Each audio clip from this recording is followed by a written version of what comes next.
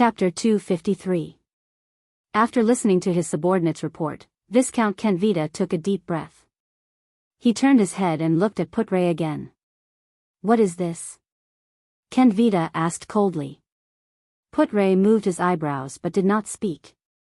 "What exactly are you thinking?" Kenvita's expression was unpleasant. He strode up to Putre. His height advantage of being half a head taller made him look mighty. "You've done so much, but it's just to send a 7-year-old brat to meet the Archduke?" Kenvita furrowed his eyebrows tightly.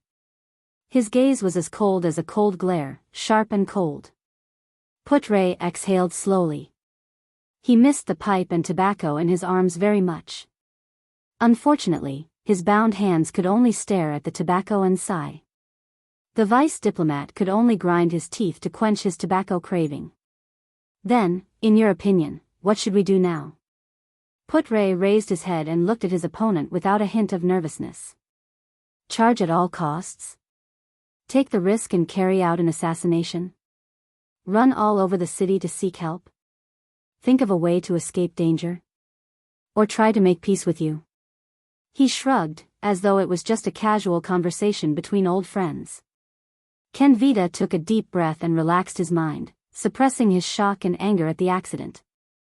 With thorough and meticulous planning and far-sighted vision, he climbed up the ranks as a lord, won his current position among the local vassals of Black Sand region, and became the Archduke's chief strategist. In the Archduke's plan, anyone could be flustered, angry, and crazy when they encountered an accident, just like a typical Northlander. Only he could not. He could not. For the great future in their hearts. The future that was free from heavy shackles and had infinite possibilities. When he thought of this, the coldness on Kenvita's face eased a little. "Impossible," the word slowly came out of the Viscount's mouth. Putre raised his eyebrows slightly. Kenvita shook his head. "You can't possibly pin your hopes on a child. This is not a romance novel. What kind of trick are you playing?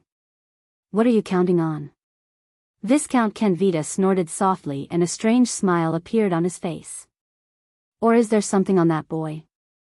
A letter from King Kessel? A promise from an archduke? A powerful legendary anti-mystic equipment? A special alchemy ball? Or even an edict from Empress Helen? Or is he just a substitute to divert attention?" Putre lowered one brow and glanced at him playfully. "You do not seem to believe it." Kenvita shook his head slowly. "Let me put it this way, Viscount," said the deputy, shrugging his shoulders. "What is the game between us? Deploying troops in front of 2 armies? The political strategy of exchanging chips? Or even the simplest and most direct assassination?" Kenvita stared into Putre's eyes, but he could only find endless profoundness and peace in them. Just like the most seasoned politicians, the most senior spies. The Viscount said softly, "Whatever it is, even if you send Nicholas or yourself over, it is still wiser than sending a child to the 5 archdukes." Putre seemed amused. "He's no ordinary man." Kenvita took a step back and stared at Putre with his head tilted. "Perhaps in your Renaissance palace, that child can act according to the script given by the king, cooperate with your performance, and earn the reputation of being a precocious person." Kenvita clicked his tongue softly. "But here, facing the Northlanders, you will regret it." Putre raised his head and met Kenvita's teasing gaze. "Perhaps in your eyes, the Star Killer's extraordinary skills allow him to charge into the enemy's formation and even turn the tide of the battle, and my strategies are also enough to make you flustered. But in fact, we all know very well in our hearts," the Constellatiate vice diplomat said slowly, "the key to this game of chess has never been these edges and corners, nor the minor details. The battle that will decide the outcome of this battle has just begun." "Very well." The Constellatiate deputy rubbed his fingers behind his back. He silently said in his heart, "At least this Viscount was caught off guard by our actions." In other words, in terms of intelligence, Black Sand region has returned to the same starting point as us. They can no longer gain an irreversible advantage through prior preparations and covert actions. From this moment onwards. Putre closed his eyes, then slowly opened them. Thales Jade Star, you are about to face the fairest and cruelest duel. What will you do? Kenveda's expression darkened. He stared coldly at the constellatiate. After a long while, he said airily, the decisive battle? And what leverage does that boy have? The Viscount said softly, you don't understand what kind of person the Archduke is, what kind of power he possesses, and where exactly he stands, overlooking the world from above. Kenveda narrowed his eyes and said solemnly, in the face of overwhelming power, all schemes are pale in comparison. Putre did not speak, but after he heard this, he stared at Kenveda with a strange gaze. The corners of his lips curled up slightly. He slowly revealed a smile, then burst into continuous laughter. Viscount Kenveda's pupils shrank slightly. Putre's laughter continued. You're laughing, Kenveda said flatly, you don't agree? Putre's laughter lasted for a few seconds before he inhaled deeply. His muscles stopped twitching, and a strange expression appeared on his face. I thought that even if we're scheming for others, at our level, we would more or less have some understanding of it. He stared at Kenveda's expression and shook his head slightly. Overwhelming power? Putre sneered disapprovingly. Most people who say this are weaklings who know nothing about power, or pitiful people who pursue power but fail. Kenveda's expression slowly stiffened. Putre raised his eyebrows slightly and continued, precisely because they have never understood power, they can only use their poor imagination and self-deceiving assumptions to describe things they have never obtained. They endlessly exaggerate the omnipotence of power to fill the emptiness in their hearts and absolve themselves of their failures. Just like how weak mortals are used to describing gods that they have never seen before as omnipotent beings. Kenveda stared at him expressionlessly. However, only powerful people who truly possess power and have experienced it will know. Putre blinked and raised his head to look at the ceiling. So-called overwhelming power. Putre sighed slowly. There was a rare look of nostalgia and regret in his eyes. It has never existed. Kenveda was deep in thought. He did not move. A few seconds later, as expected of someone who once stayed in Dragon Kiss Academy, the Viscount said softly. Your eloquence in sophistry is really good. Putre smiled faintly. Thank you. He's just a child. Kenveda shook his head slowly and revealed a ruminating smile. With the Archduke around, he can't do anything. He's not just a child, Putre quickly replied. There was an infinite brilliance in the vice diplomat's eyes.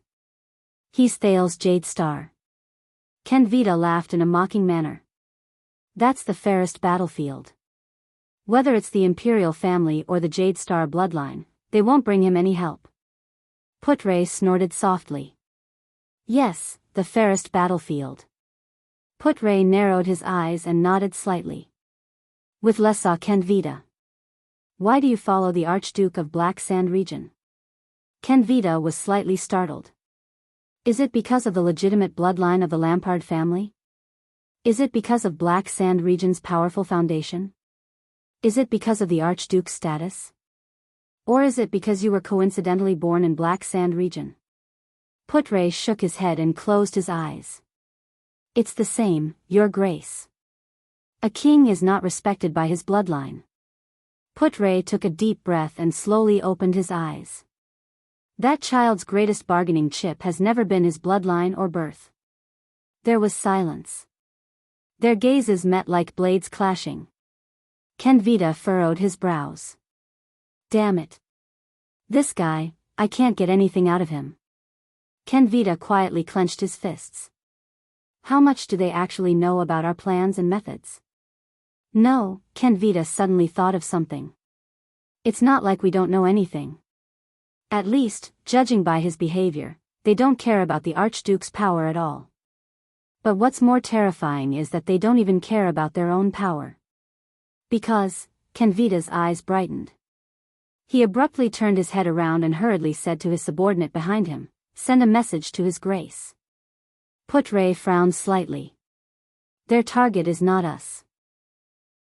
Kenveda took a deep breath and tried his best to remain calm as he said, instead, they are using the other Archduke's fear, to turn them into our enemies. Putre's expression changed slightly. Kenvita's subordinate received the order and left. What a deep impression. Putre raised his eyebrows slightly. There was an unconcealable surprise in his tone. Viscount Kenvita. Kenvita turned his head around and stared at his opponent with a solemn expression. The same goes for you, Lord Nemain. The 5 archdukes stared at him without blinking. Until he cleared away the black ash on his face so that his face could be seen clearly. Awkward. This was the only adjective Thales could find for this moment. Can someone explain it to me? Archduke Trentida whistled and looked at Thales with a subtle expression. He then turned to the other archdukes, as though he was seeking help. The story about a prince of Constellation who mysteriously crawled out of the fireplace in heroic Spirit Palace? As I said, Archduke Rockney tilted his head and snorted coldly at Lampard. Surprises are never too late. Lampard stared expressionlessly at the disheveled Thales. His eyes were filled with endless chilliness that almost overflowed. Under the gazes of the 5 archdukes, Thales could not help but take a deep breath. He did not know if it was because of the chimney or because he was nervous. Calm down. Calm down, Thales. He clenched his fists.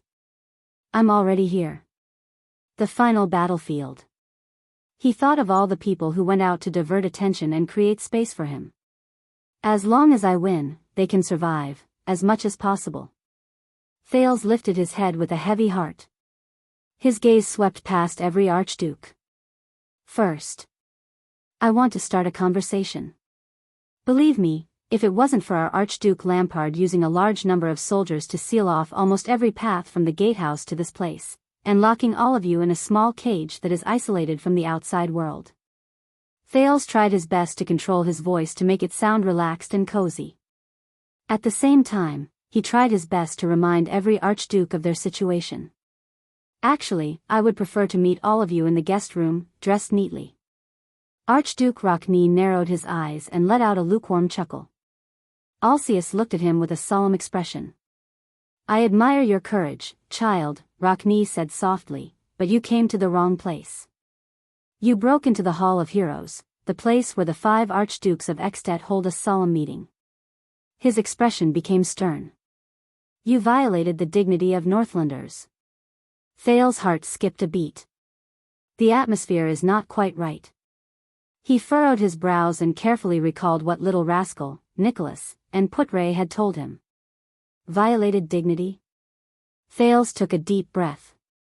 Is it more serious than an Archduke of Ekstedt killing the king and trampling on the joint ruling pledge? The 5 archdukes' expressions became solemn. They looked at each other. Be careful, child. Alcius snorted coldly and glared at him.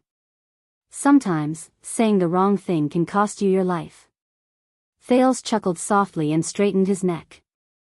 The 5 archdukes' gazes were unbearable, especially when they came from Lampard and Rockney. I don't know if all of you are aware of this, but King Nuvan has unfortunately passed away. Thales clenched his fists with all his might to prevent himself from breathing too fast and causing his voice to tremble. But I was there, and I saw it with my own eyes, Thales said resolutely. Trentida heaved a long sigh.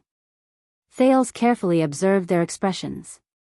The second prince gritted his teeth and threw out his next sentence.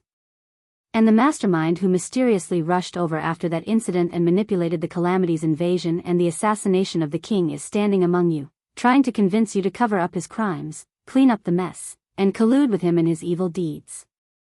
Thales took a step forward and stared at Lampard with a solemn expression. Chapman Lampard, he said sternly, do all of you really want to be associated with this Kingslayer? Even if he broke your iron law? And become the most unstable factor among the archdukes? 1 second passed. 2 seconds. 3 seconds. To Thales' surprise, the archdukes only glanced at Lampard with strange expressions. As if they had encountered something funny. Thales' heart skipped a beat. He instinctively felt that something was wrong. Archduke Letko coughed loudly, then turned to Lampard with a frown. Is this part of your performance, Chapman? Lampard still had that unsmiling, cold expression on his face. No, this was an accident, he said coldly, his gaze never leaving Thales. Thales looked at Lampard anxiously and flashed a set of white teeth. What's wrong? No, Thales told himself, I have to take the initiative and test my opponent. Hey, Chapman, I went through a lot of trouble to get here. The second prince forced a smile and spoke as if he was meeting an old acquaintance. Aren't you going to buy me a drink, old friend? Thales raised his eyebrows. When you proposed to form an alliance with me in front of the fortress, didn't you still owe me a glass of rye wine? The four archdukes' gazes shifted to Lampard, either overtly or covertly. Lampard snorted coldly. Of course, I have prepared a wine glass for you, the Archduke of Black Sand Region said softly and calmly. Thales revealed a puzzled expression. The next moment, Lampard's gaze sharpened, and he suddenly raised his voice. Guards, 2 people are coming in. His voice faded away. Thales' expression froze. A question came from outside the hall, Archduke let go? Do as Chapman says. The bald old Archduke exhaled and shook his head. He looked at Thales with a mocking gaze. Send one of our guests out. Thales' expression changed drastically. What's going on? I can't even initiate a conversation. Why isn't he playing by the rules? Wait. The second prince hurriedly raised his hands and said to the other 4 archdukes, at least listen to what I have to say about the King's Slayer, about how he wants to use Extet to strengthen himself. However, to his surprise, he was interrupted. Oh, the King's Slayer, Chapman Lampard. Trent Ida revealed a malicious smile. I heard that King Niven's death was a bit of a pity. Thank you, we got it. His Highness of Constellation. At that moment, Thales felt a chill in his heart. What's wrong? They, the archdukes, why?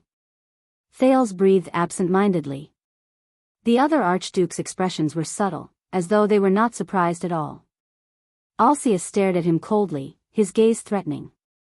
Archduke Letko stared blankly at the floor tiles, seemingly unconcerned. Trentida's smile was like poison, chilling to the core. Even Rockne, who spoke up for justice when they first met, was expressionless. Lampard was the only one who flashed him a terrifying sneer, like a gambler who had already won. The footsteps of the guards came from outside the hall. In that second, Thales gulped with a pale face. No, they shouldn't have reacted this way. In a flash, he suddenly understood. The words they said earlier, for Extet, were not ordinary words. The archdukes and Lampard have reached an agreement. What did Lampard say to the archdukes? Lure? Promise? Threat? Conspiracy? Even make them disregard the great crime of king slaying and disregard Extet's tradition and stability? Make them turn a blind eye to Lampard's actions of gathering troops to force the abdication, and choose to be in cahoots with a dangerous murderer? The footsteps outside the hall were getting closer. They were the people who came to escort him out. Thales looked at the archdukes in disbelief. They were still sneering faintly. It was as though the dumbfounded Thales was just a clown at that moment. At that moment, Thales, who was standing in the Hall of Heroes, suddenly realized how difficult the task he had to face was. This chapter is very tiring to write. I changed the draft 3 times. I'll correct the typos later. Chapter 254. Damn it. Sari bit the wooden piece in his mouth and felt his body shiver from the double torture of cold and pain. His consciousness was a little blurry, but he could still feel the pain of his arms and legs being tied to the wooden stake.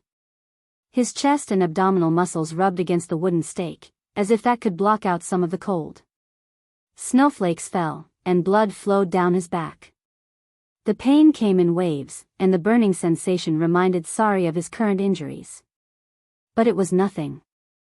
What Sari could not bear the most was the humiliation of being tied to the wooden stake and being watched by countless people. He could feel the gazes from the neat rows behind him, even though they were his companions. On the empty snowy ground, Isaiah, whose skin was fair and red, stood at the front of the line with an unpleasant expression. He glared at the wooden stake with the others. F*CK, Sissy, what are you looking at? Byrne and the young master soldier were huddled in the middle row. They whispered to each other and glanced at each other from time to time. Damn it, they must be having an affair, like F***ing each other. Big Mouth Monty popped his head out from the left. He bared his yellow teeth and anxiously winked at Sari. Sari knew what Monty meant. He wanted him to admit defeat. But Sari's heart clenched. When he remembered what happened to him over the past few days, he could not help but clench his trembling fists. What a joke. Sari, who was on the verge of death, let his imagination run wild. He clenched the wooden piece under his teeth even harder. His dry tongue accidentally brushed past the wooden piece in his mouth. With a barely noticeable swish, he seemed to have tasted blood. You maggots, raise your heads and take a good look. At the back of the line, the deputy commander, Terend, nicknamed Inextinguishable Flame, carried his silver-black motionless bow on his back. He crossed his arms coldly and swept his sharp gaze over everyone in the line. Big Mouth Monty shuddered in the crowd and stood even straighter. Even though they were excellent veterans before they joined the guards, no one dared to disrespect Terend's orders. All of them looked stern as they stared at Sari, who was tied up. Asterisk thud. Thud. Thud. Asterisk heavy footsteps could be heard as they slowly walked through the ranks and stopped not far from the wooden stakes. Everyone's gaze was focused on the newcomer, and there was no lack of respect and nervousness in their eyes. You still don't repent, do you? It was Iceberg's voice. Sari's heart leaped. He raised his head reluctantly and looked to the left. Iceberg, that was the nickname Monty the Big Mouth and the others had given the demon. The tall, strong warrior in his prime walked up to his side and turned his head to stare at him coldly. The man's head was covered in frost and snow, but it did not waver in the slightest. In his hand was a leather whip that was several meters long. It was abnormally dark red and was covered with barbs that were specially made. This is the first time that you have been sent to the front line as commanders to lead the conscripted soldiers into battle. Although I did not have much hope in the first place. But you, Spiky. Iceberg's gaze swept over Sari. His face was filled with disgust, and his voice rang coldly in the cold air. I only realized today that you are the worst, most disgusting, most bastard, and most cowardly military ruffian I've ever led in my 20 years. Shame is written all over him from head to toe. Asking you to be the commander of the conscripted soldiers? You're a disgrace to us. At that moment, anger and resentment surged in Sari's heart. Bah! Sari raised his head in anger and spat out the bloody wooden piece that had almost been bitten off from his mouth. Shame. Disgrace? Go to hell, Iceberg. You've always found me an eyesore. Sari held his head high and mocked with suppressed anger. Didn't you just want to find an excuse to beat me up again and chase me out of here? When he said that, there was an instant uproar in the formation. Then, countless whispers could be heard. Ah, chicks are so energetic. At the back of the formation on the left, Instructor Dominic smiled innocently and said, Don't worry, you'll have time to discuss later. How about running 20 more laps during the night training? As if someone had cut off the transmission of sound, the formation instantly fell silent. For a moment, only the sound of breathing could be heard. Everyone's attention shifted back to Sari and Iceberg. Why? Iceberg's gaze became stern as he stared at Sari coldly. Do you have a problem with me? Sari stared at the bloody wooden piece on the ground. He clenched his teeth and frowned. Problem? Sari snorted coldly. Iceberg narrowed his eyes. Sari looked at Iceberg with an unfriendly expression.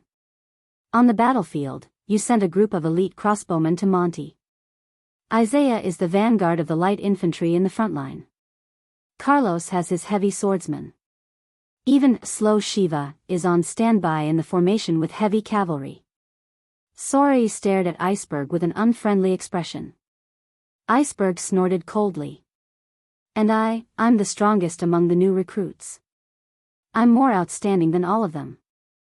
I'm the sharpest knife in the guards, the best soldier.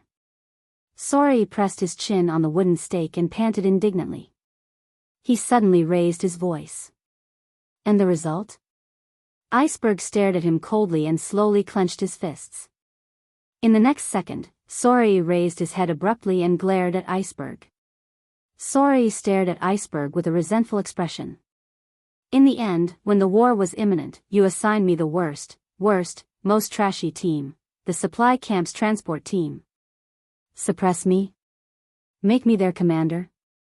His face was filled with indignation. To be honest, Commander Lampard, I know you hate me, but I always thought that at least the White Blade Guards were fair and just. Iceberg stared at Sorei without saying a word. His gaze was complicated.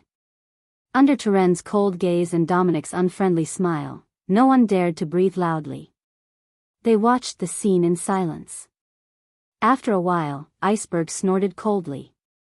So, as my best soldier, Iceberg's words seemed to contain a piece of ice that had been frozen for many years. When you were attacked, you used your subordinates as bait to die. You left them to fend for themselves while you hid in the dark to ambush the enemy. Sorei clenched his teeth. What else could I do? What could I do with those pieces of trash who haven't even swung their swords a few times? Sorei tugged at his bound limbs and sneered. Sacrificing the weak to bite the enemy and sending the elites to defeat the strong. Isn't this the classic Northland tactic? Relying on this tactic, I killed the orc leader and finally managed to protect the carriage. He did not want to be outdone and said, I won, it's that simple. Turen snorted coldly as he watched from the side. Iceberg's eyebrows twitched slowly, as though someone had cut his face with a knife. You still don't understand. Iceberg's voice sounded tired. Where did you make a mistake? Sorei shook his head and snorted angrily. Mistake? If you ask me, the biggest mistake, he said through gritted teeth, is that you gave me a pile of useless trash and expected me to give in? Bah! Sorei spat fiercely. How about it? I used the trash in my hands to create a miracle. He managed to repel 20 orcs.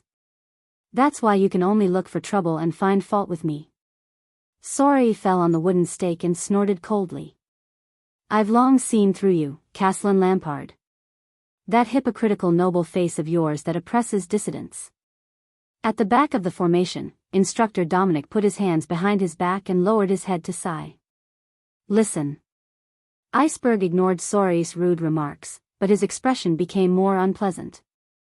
Because of your orders, only 4 of your men survived, and 1 was crippled. The rest refused to return to your command. Oh, that's just what I wanted. Sorei exhaled, looking relieved.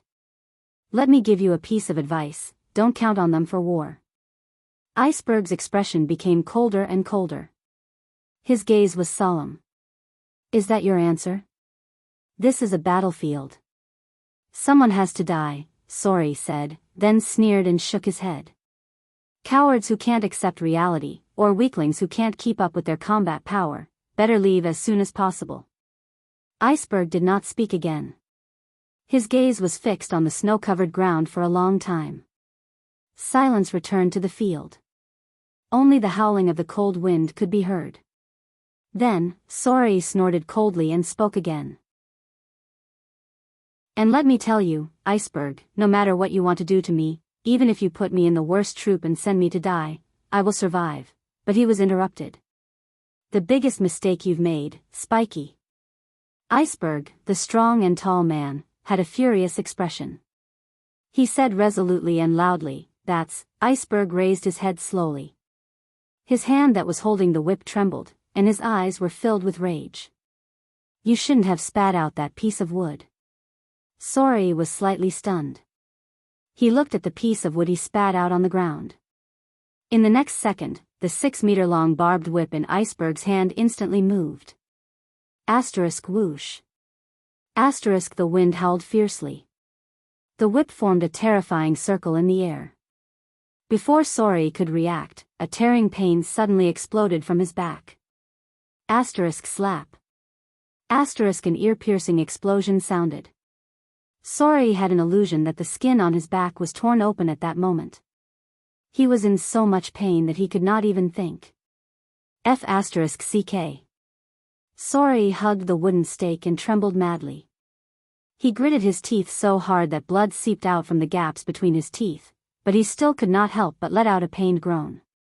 Iceberg, my whole family is dead. All the muscles in his body were protesting. Even in the cold winter, his forehead could not stop sweating. Instructor Dominic's voice rang from behind the formation. The 19th whip. The hundreds of people in the formation watched this scene quietly with different expressions. Sori almost broke his teeth from clenching them so hard.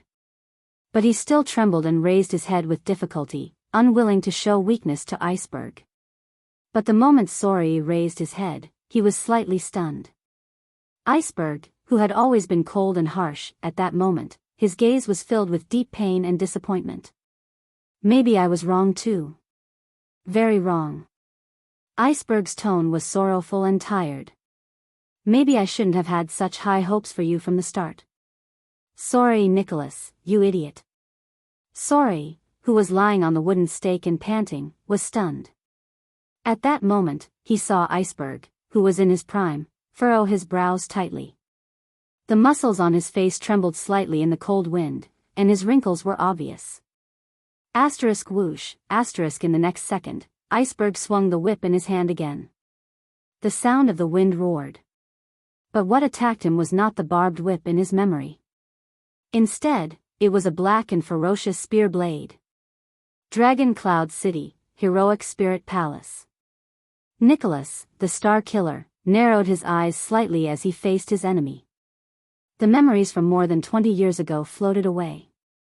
The Soul Slayer pike pierced through the air and went straight for the Star Killer's eye. Asterisk clang. Asterisk the sharp sound of metal colliding rang out. The severing soul's blade shot out from midair and brushed past the tip of the pike. The pike trembled slightly and missed Nicholas' forehead by a few millimeters. The sharp pike blade even cut off a part of his head. But the Star Killer did not even bat an eyelid. It was as if the pike that flashed past his eyes just now was not the infamous Soul Slayer pike, but just a piece of scrap metal. The moment the Soul Slayer pike missed, Nicholas, who had escaped death, stomped on his feet and rushed forward. Asterisk whoosh.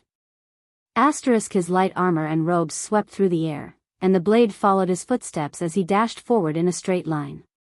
As the Star Killer dashed forward, the enemy's image slowly grew larger in his field of vision. At that moment, he only had eyes for the white-haired enemy. Iceberg. At that moment, a nameless rage burned in Nicholas' heart. Iceberg. Caslin Lampard calmly pulled back the pike shaft. He held 1/3 of the Soul Slayer pike in his right hand and dragged the pike shaft behind him. In an instant, it turned into a short pike, and he faced the oncoming Nicholas like he was holding a sword. The two of them drew closer and closer, and they were almost within arm's reach. Nicholas' blade flashed and went straight for Caslin's neck. Caslin's pike blade was also aimed straight for Nicholas' throat. The blade of the blade and the pike intersected in the air. Nicholas' severing soul's blade suddenly trembled and instantly sank in its predetermined trajectory. Asterisk clang. Asterisk a soft sound was heard, and the blade touched the pike lightly, like a dragonfly skimming the surface of the water. Caslin's expression changed. A huge force came from his Soul Slayer pike, and for a moment, he could not control the Soul Slayer pike.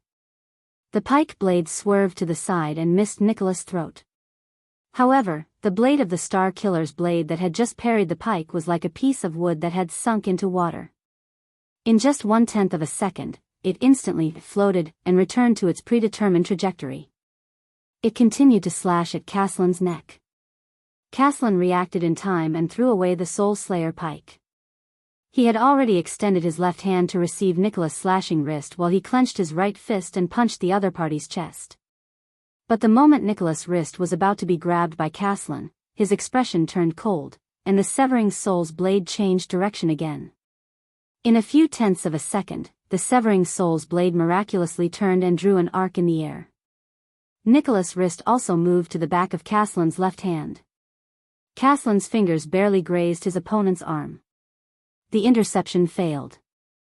The threat of the blade that went straight for Caslin's attack did not diminish because of this dodge. On the contrary, the blade changed direction and went straight for Caslin's face from a slash to a stab. Caslin's expression did not change.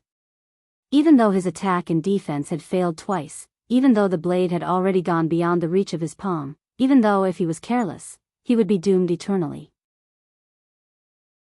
Caslin reacted quickly and retrieved his right hand. He tried to punch the side of the severing soul's blade to intercept or deflect the attack. But just like the previous 2 times, Nicholas' blade changed direction again in the blink of an eye. The deflected Caslin's right fist went straight for Nicholas' forehead again. In the blink of an eye, Nicholas' blade traveled a distance of tens of centimeters, but it changed direction 7 or 8 times in an unbelievable manner. Caslin reacted in time almost every time, but he also missed almost every time. Nicholas was like a loach that swayed left and right, but could not be caught. The Star Killer continued to attack without any distractions. There was nothing else but the enemy and himself. In the span of a few breaths, the blade was already less than a few inches away from Caslin's forehead. Caslin and Nicholas both knew that the outcome of the battle was about to be revealed. In the next second, Caslin suddenly leaned forward with an unexpected force. Thud. There was a frighteningly loud, dull sound. Nicholas and Caslin collided chest to chest. Thud. Thud. Thud. Both of them grunted at the same time. They grabbed each other and rolled on the ground a few times. The sound of their limbs hitting the ground echoed back and forth. The Star Killer's body was obviously not as heavy as Caslin's, but the strange thing was that when they collided, both of them rolled towards Caslin. It was as if Caslin could not withstand the force. Clang. During the fight, the severing soul's blade flew out of Nicholas' hand. The blade sank into the wall and was still swaying as it stuck in it. On the other side, the Soul Slayer pike fell to the ground with a clang.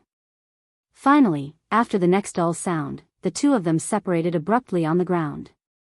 They rolled a few times in opposite directions and stopped almost at the same time. Caslin pressed his hand against the floor and got up with one knee on the ground. Nicholas even exerted force in his abdomen and jumped up like a fish. From the beginning to the end, Nicholas had only slashed once in a few seconds. Caslin had also only tried to receive the slash. But only the 2 Supreme-class fighters knew how dangerous it was. No matter which part of the attack went wrong, both of them might have to pay an irreversible price in that short instant. For a moment, only the panting of the 2 warriors could be heard in the corridor. Caslin half-knelt on the ground and pounded his chest in pain. Blood flowed down from his forehead.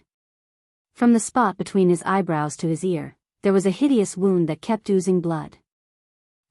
Not bad, the old man said faintly.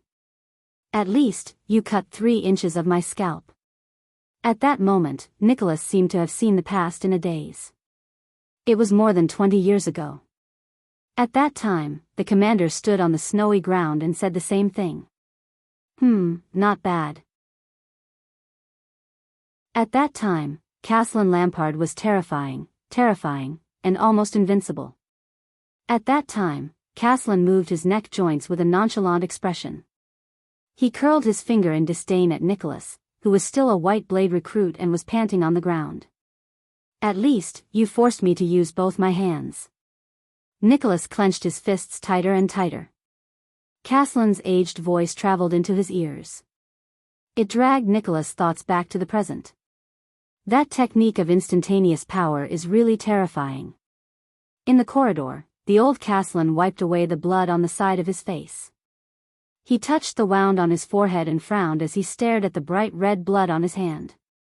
That was really dangerous. The blade almost broke my bones and cut open my head. Nicholas only stared at him without saying a word. Almost. Your power of eradication is becoming more and more skillful. Caslin exhaled and pounded his chest with an unnatural expression. You still haven't found its source. Hearing this, the Star Killer's gaze was still terrifying. But he still spoke. Too busy, Nicholas said coldly. I can't be bothered to look for it. he seemed to be a man of few words.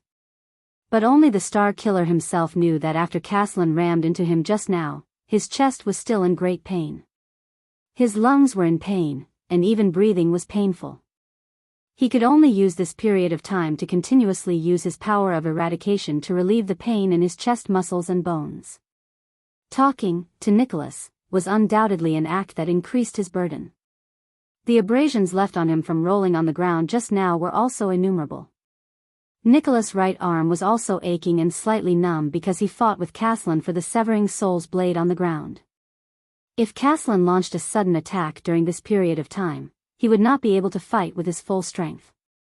And in the face of Caslin, not being able to fight with his full strength meant, Nicholas shut his mouth and seized the time to relieve the pain in his chest and recover from his injuries. Caslin sighed. He remembered the miraculous blade that Nicholas had used to change directions multiple times in one move. Reserving strength and leeway when he attacked, using instantaneous changes to achieve an unexpected effect, this kind of situation happened the most when he was feigning an attack. But no one could use this technique to its fullest extent like Nicholas. Nicholas' unique power of eradication allowed him to store his strength in every node in his body. He could control every muscle and bone meticulously and perfectly, and change his posture, moves, and strength at any time during a battle. This was no longer as simple reflexes. The Star Killer's body was almost unhindered by inertia. Every slash he made, every step he took, from the beginning to the end, no matter if he succeeded or missed, he could always regain his strength and change directions at any time. A slash aimed at the throat could be instantly changed to the face, chest, arms, abdomen, and even be retracted to defend himself. What was even more terrifying was that as long as his body could bear the burden, this skill of using his strength could be superimposed many times. He could change directions again after changing directions. And as his strength and experience grew, the number of times he could superimpose his strength would only increase, and he would have more and more freedom. He could do whatever he wanted in a battle and perform endless changes. A simple and ordinary slash could change infinitely in an instant, and it brought with it a threat that enveloped his entire body. When Caslin thought of this, he shook his head emotionally. This is a power of eradication worthy of being listed in the history books. If it was in the Tower of Eradication, it would probably be classified as a miracle. Unfortunately, this power of eradication that was awakened on the battlefield was too random and accidental. It could not be summarized and passed down to the future generations. Just like that power. Caslin looked at his former subordinate, and nostalgia for the past surged in his heart. The old man was very familiar with this former subordinate of his, sorry Nicholas. He was a man who possessed supreme-class battle instincts when he was still in the first rank. He was the strongest soldier under him. And the best soldier. But it's all in the past. Now, as enemies, they were fighting to the death. When he thought of this, Caslin's gaze darkened. Even supreme-class fighters would find it hard to remain unfazed in the face of the Soul Slayer Pike's reputation of killing with one hit. One of my elven opponents lost here. The old man nodded faintly. But you did well. You didn't embarrass the White Blade Guards, Spiky. Nicholas shuddered slightly. His thoughts returned to the 38th century land more than 20 years ago. The image of that cold and merciless iceberg appeared before the Star Killer's eyes. He remembered the scene of him standing in the snow and lecturing the soldiers with a stern expression. When they faced the Glacier Orc's sixth wave of attack, the leader had said this. Spiky, don't embarrass the White Blade Guards. At that time, the commander of the Ground Shaker, who was in his prime and had a peerless majesty, this old man with a head full of silver hair and dull eyes, the two figures slowly overlapped. Nicholas finally calmed down from the intense pain in his chest. He adjusted his state of mind and slowly exhaled. His tone was complicated and his emotions could not be discerned. The Soul Slayer pike may be powerful, but it was forged based on a cavalry spear. It's too long, too heavy, too hard, the Star Killer said sternly.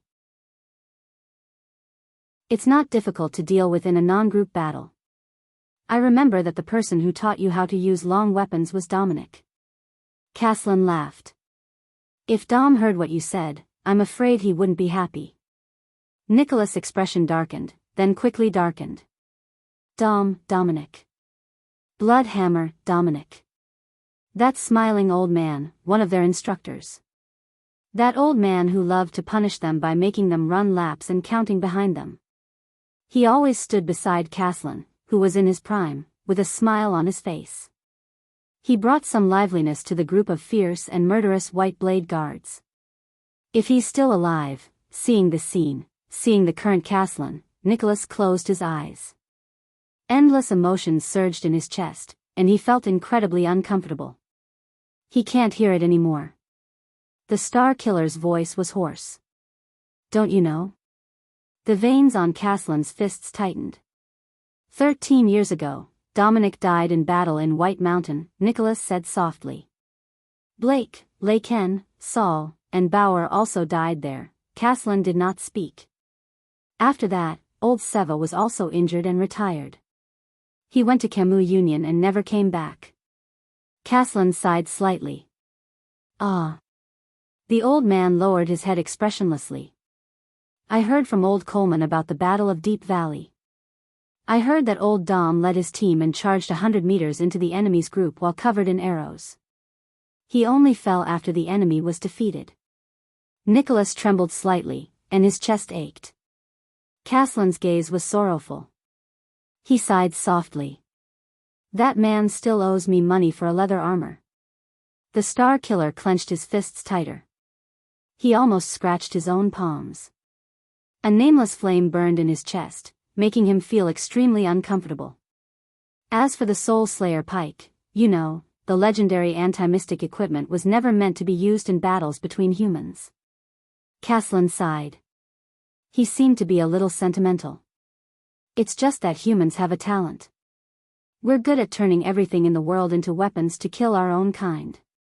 At this moment, ring, asterisk 3 thin metal discs slid out of Nicholas' fingers and rolled a long distance away in an orderly manner. They rolled towards the old man. Caslin extended his hand and pressed down on the 3 discs. The metallic sound stopped. The old man slowly lifted one of the golden discs. What is this? He asked softly. Nicholas stared at his former superior expressionlessly. The Star Killer said flatly, Dominic. Caslin was slightly startled. The corridor was very quiet. Even the sounds of fighting around them seemed to have faded away. When he died, I was beside him. Nicholas' expression was gloomy. He lowered his voice and said quietly, Dom said he was very sorry. He had to use his pension to continue buying medicine for his grandson to treat his illness. So I'm afraid he won't be able to repay the money he owes everyone. There was a hint of sorrow in the Star Killer's words. Caslin tightened his grip on the gold coin. The old man's Adam's apple moved slightly. His gaze focused on the other 2 gold coins on the ground. You didn't have to do this. Caslin raised his head and looked at Nicholas. He said tiredly, Dom doesn't like people to repay his money on his behalf. Nicholas stared at the gold coin in Caslin's hand and knew what he wanted to say. His Majesty gives him his pension every year. Nicholas stared at Caslin with a complicated gaze. But Dominic's grandson died of illness a month ago. Caslin trembled slightly. I have his last month's pension in my hands. Nicholas raised his head slowly. A familiar image appeared in his mind. I still have his account book, so, it was a middle-aged warrior with a broad, plump body and a smile on his face. He carried a warhammer and counted the number of times he went around the recruits being punished. Dominic Stone. The Star Killer opened his mouth slowly. His tone was indifferent, but his voice was hoarse. This is the leather armor he owes you. Caslin lowered his head. The old man did not speak. He only shut his eyes deeply. He was silent for a long time. Only the rustling of the wind could be heard from the side of the corridor. Finally, Caslin opened his eyes slowly. His gaze was subtle and complicated. I'm very relieved, Spiky. Nicholas was stunned. Today, more than 20 years later. Caslin slowly revealed a smile. You're already an excellent commander of the White Blade Guards. Sorry, Nicholas. While there's no one around, I quietly updated. Don't shoot. The last update was on Sunday, right? Tomorrow is Monday, right? From Sunday to Monday. Spread his hands and closed his eyes, so I didn't stop updating. Bye, swordless with an innocent look. Chapter 255. In the Hall of Heroes, the ashen-faced boy stared in shock at the 5 indifferent archdukes. Cold sweat rolled down his forehead. The 5 archdukes' gazes were still cold. Asterisk thud, thud, asterisk the footsteps outside the hall were getting closer. Thales breathed absent-mindedly. He felt his mouth go dry and his heart beat faster. At that moment, many people's figures flashed through Thales' mind. Nicholas, Putre, Merc, Cohen, Miranda, Raphael, Ralph, Waya, and Little Rascal. These people, no matter what the reason was, they believed in him and followed him to this point. No, wait. Thales clenched his fists. I can't fall here. Asterisk thud, thud, asterisk the footsteps of the guards outside the hall could be heard clearly. He could not fail. No. All right, this is just a small interlude. Archduke Lampard looked at Thales' expression and shook his head coldly. He turned to the others. We have more important matters to attend to. Thales made up his mind and looked up at the archdukes. Believe me, I don't want to do this either. In the next moment, the second prince pulled out JC's dagger without hesitation. The archdukes were startled and looked at each other. Lampard's expression grew colder. What? Trentidas shook his head, amused. Are you going to duel with us again? Young prince? Thales stared at the archdukes without saying a word. 2 guards appeared at the entrance of the hall. Archduke Letko had already turned to them and was about to order Thales to be taken away. Thales turned around and stared resolutely at the brazier closest to him. He watched it burn on the triangular high-speed rail frame. Time, I need more time.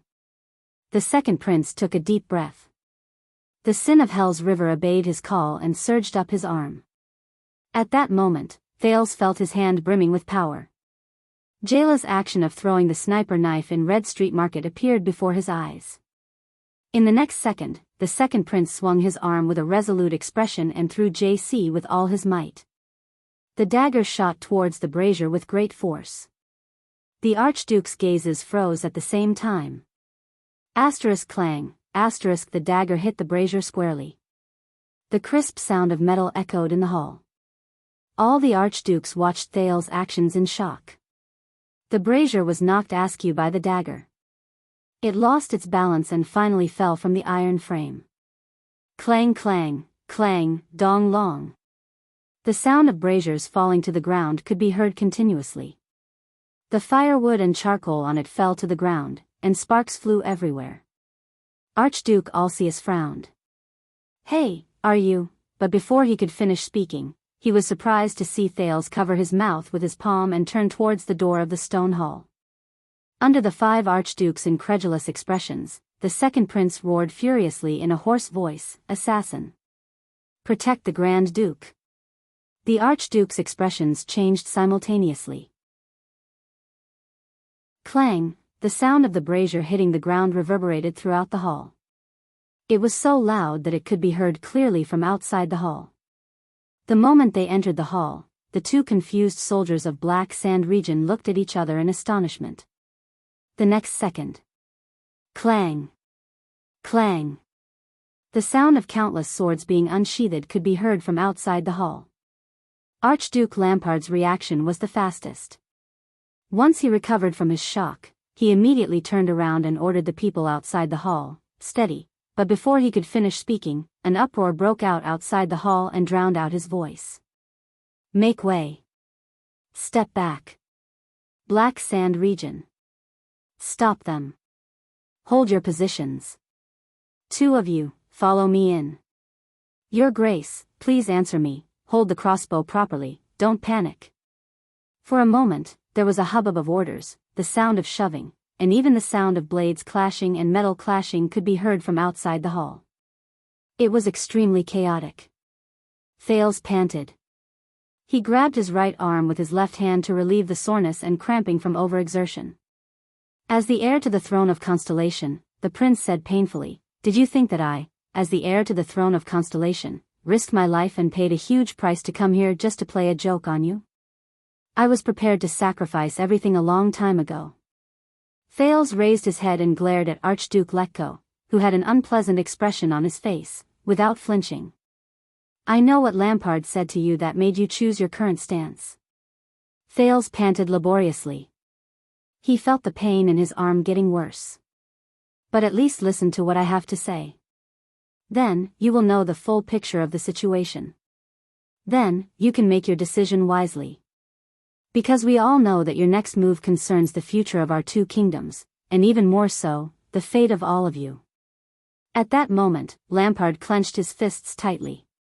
He looked at Thales with endless murderous intent. Alcius glared at Thales. The expression on his face was extremely terrifying. Trent Ida, on the other hand, showed an amused expression, as if he was meeting Thales for the first time. Rocknee's eyes lit up. Archduke Letko did not say a word. His eyebrows twitched and his nostrils flared. The chaos outside the hall continued. A warrior who looked like a white blade guard rushed into the hall with a sword in hand. He mercilessly swung his sword at the two Black Sand Region soldiers who had just entered. Clang! The Black Sand Region soldiers gritted their teeth and withstood the attack. The two of them looked at each other, hesitating whether to counterattack. "Archduke Letko," we heard an unusual sound. The white blade guard raised his sword with a ferocious expression. "I knew it. If the bastards from Black Sand Region tried to barge in, nothing would happen." At this moment, bang! A loud noise rang. In the chaos, Archduke Letko slammed his fist on the table, startling everyone. "Northlanders," he roared furiously, "extensions." Thales was stunned. He had never seen the old Archduke in such an awe-inspiring moment. It was as if the old man who had one foot in the grave was just an illusion. Archduke Letko was like an enraged elephant as he roared at the people outside the hall, "If you're a warrior, hold your ground. Whether it's us or Chapman, we're not dead yet." A few seconds later, the sounds of argument outside the hall died down. The white blade guard was slightly stunned. He looked around the hall and saw the Archduke's current situation. Then, he sheathed his sword and retreated. On the other side, Lampard said coldly, "Lord Justin, just take care of the people outside. I only need to take this child, Chapman." Archduke Letko turned his head and stared at Lampard with a stern gaze. His urging was very obvious. "Not now." The Archduke of Black Sand Region frowned. "I thought you've already made your choice," Lampard said with a hostile expression. "Don't forget, he's the heir of Constellation. Letko's expression turned cold. Trent Ida raised his eyebrows. Thales' heart skipped a beat. "Then you have even less to worry about, don't you?" Archduke Rocknee, who had been silent all this while, raised his head. His gaze was sharp. "In this game of chess, we already have their heir in our hands. We have the chips for victory in our hands. Foolproof." Thales moved slightly. "I'm the bargaining chip of victory, ? In other words, these archdukes are indeed prepared to." The archdukes looked at the Archduke of Black Sand Region with complicated gazes. Lampard did not say a word. His gaze moved back and forth between Letko's stern expression and Rocknee's indifferent face. "Your Grace, if there are any difficulties."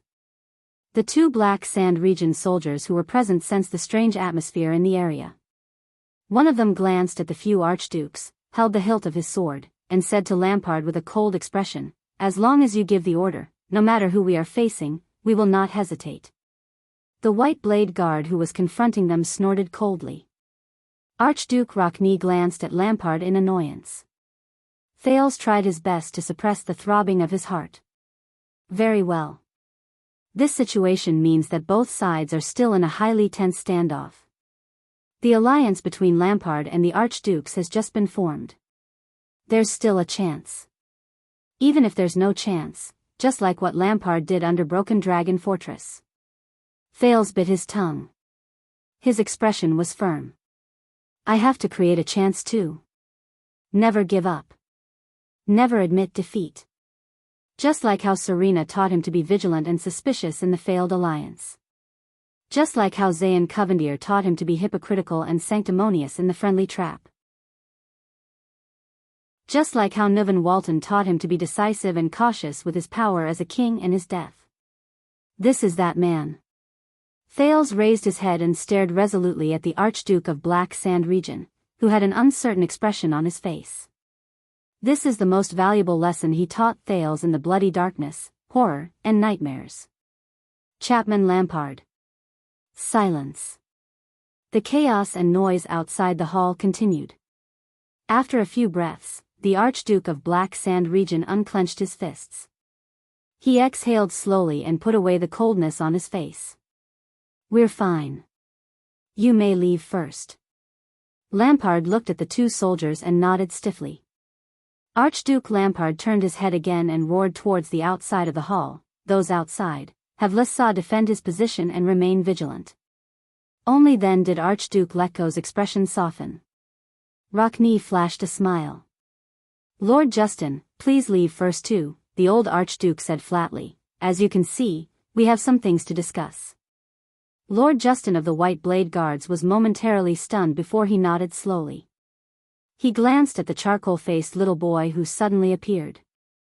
Suppressing the suspicions in his heart, he followed the soldiers of Black Sand Region and walked out of the hall. 10 seconds later, the commotion outside the hall stopped. It was as if the atmosphere had returned to that tense moment. Thales watched all of this and slowly calmed his breathing. He could only feel cold sweat dripping down his back. As expected. Nicholas was right. Welcome to Northland. When faced with the tough Northlanders, you must act like an iron warrior to win their respect. In the next second, Archduke Letko sat down heavily on his seat. You have 1 minute to finish what you want to say, bold troublemaker.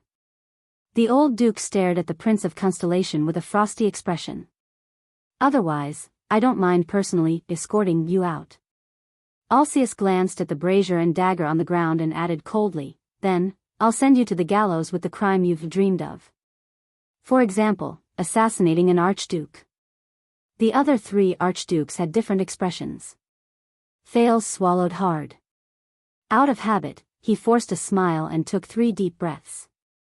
It was as if a soft and pleasant voice was ringing in his ears again. Just treat it as another game.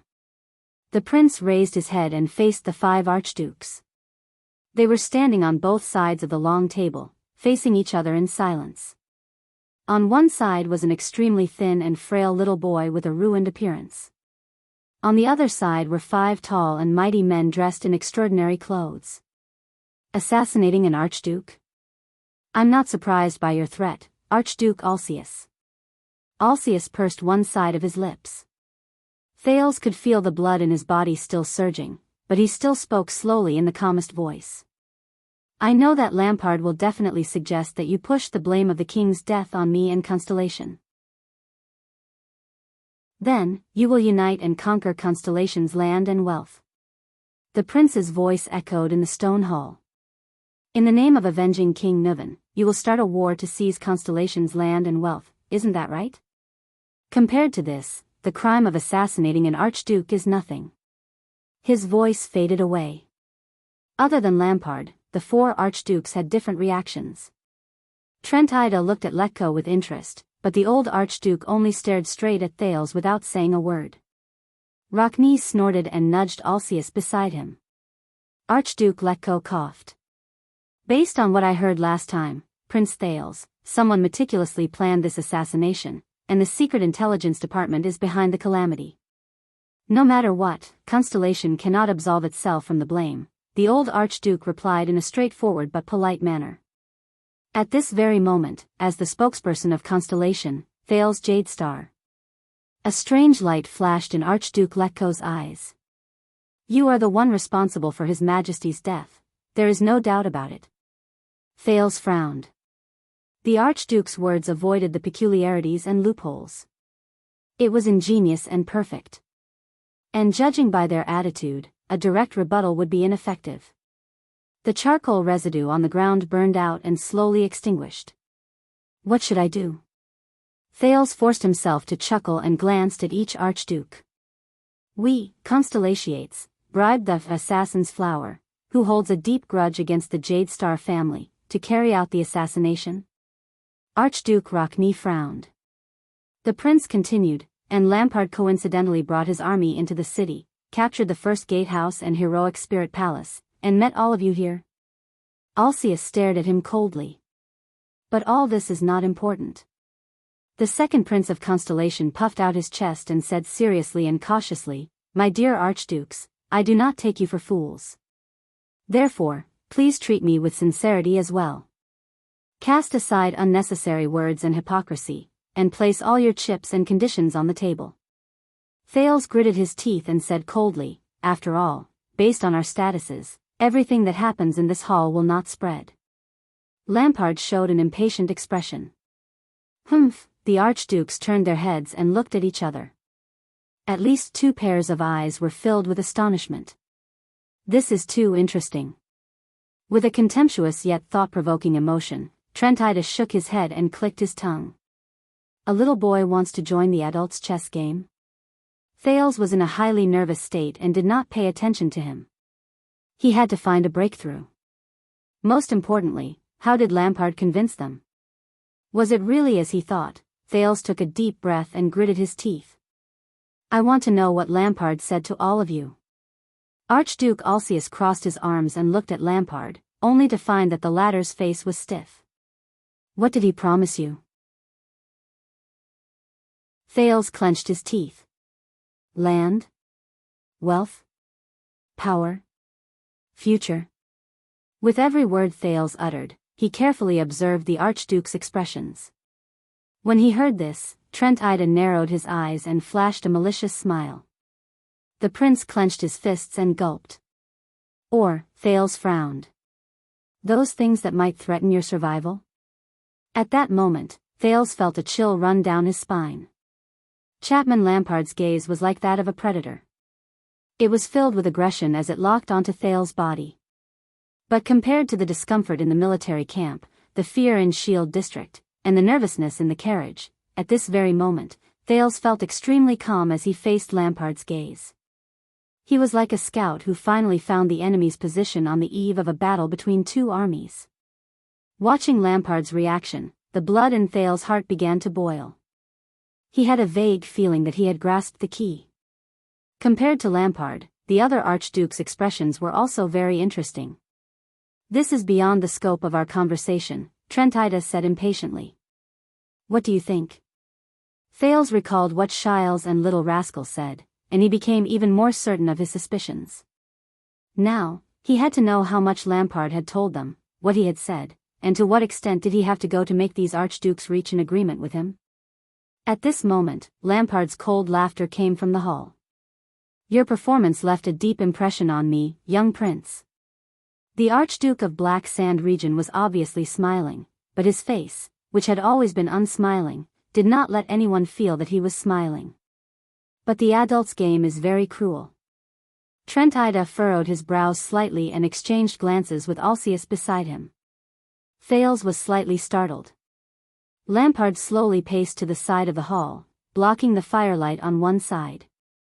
He left a long and dark shadow that covered Thales' expression.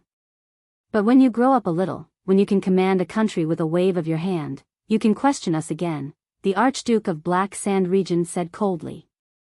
Hearing this, the Archduke's expressions suddenly froze.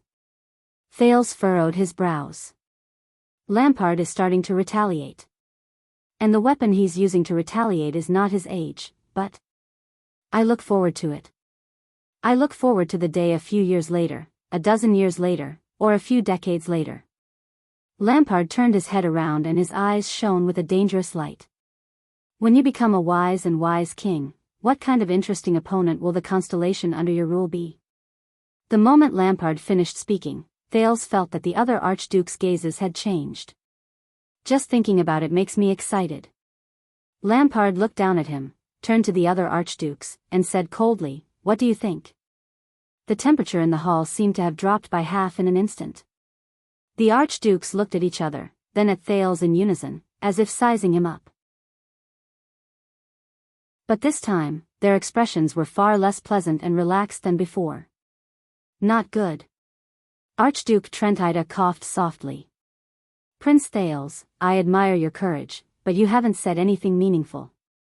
All you've done is to sow discord and frighten us. I even suspect that you're stalling for time." The Archduke of Reformation Tower lowered his head, making his gaze look even more sinister. Northlanders are not people who can be easily fooled. Trentida looked at Letko. The latter's expression was solemn. He nodded slightly and turned towards the outside of the hall. "I think we should stop here." Thales' heart skipped a beat. What did Lampard just say? Constellation? But Archduke Letko had already opened his mouth. Seeing that he had fallen into a bad situation because of a few words from Lampard, the second prince shuddered and spoke without a care for anything else. "Wait." The archdukes paused for a moment. "I don't know what my future will be like." Thales' breathing began to quicken. He could not help but furrow his eyebrows. His right arm had started to ache again. "Chapman Lampard, but you're a terrifying opponent. There's no doubt about it." Lampard's gaze was ferocious. Thales gritted his teeth and stared at Trentida's smile and Letko's solemn expression. "What kind of glib tongue did you use to convince the archdukes to accept your justification, to accept your regicide with a clear conscience, to turn a blind eye to your sin of disregarding Rikuru's joint ruling pledge, and to turn a blind eye to the internal threat you brought to Ekstedt?" Thales gritted his teeth. The second prince's words made the archdukes frown. Thales adjusted his breathing. Feeling incredibly anxious, he could no longer care about probing Thales. He rudely revealed what he knew. "Now I understand. They're not afraid of you, but the fact that you're trying to convince them. Sooner or later, Constellation will become." The archduke's expressions changed. At this moment, enough. Thales paused. The rest of his words were stuck in his throat. The one who interrupted him was neither Lampard nor Trentida. It was Alcius. The Archduke of Prestige Orchid coldly said, "Who do you think you are? You can stand here and sow discord among the archdukes without any qualms?" Thales frowned. "It looks like Prestige Orchid has become a staunch supporter of the Archduke of Black Sand region. This is bad. I haven't found the key breakthrough point, and I haven't figured out my opponent's trump card. I can't use that, General. Judging by the Archduke's expressions. If I act too early, it might even backfire. Sow discord? You're standing here now, advancing and retreating together for Ekstedt. You're as close as a family." Thales struggled to find a point to continue the conversation. He pointed at Lampard. "But did that jackal who killed the leader think the same? Did you know that his plan to assassinate King Nuvan was to..." He was cut off again. "Here we go again." Archduke Trentida raised his head and pointed his chin at Thales, whose expression was distorted. He said in a strange tone, "Prince Thales of Constellation, with what identity do you have to say these words here and cry out for King Nuvan's innocence? Don't make wild accusations anymore." Thales stopped talking.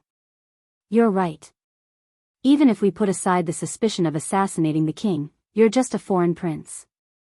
You shouldn't be here." Archduke Alcius sneered and shook his head at him with an unfriendly expression.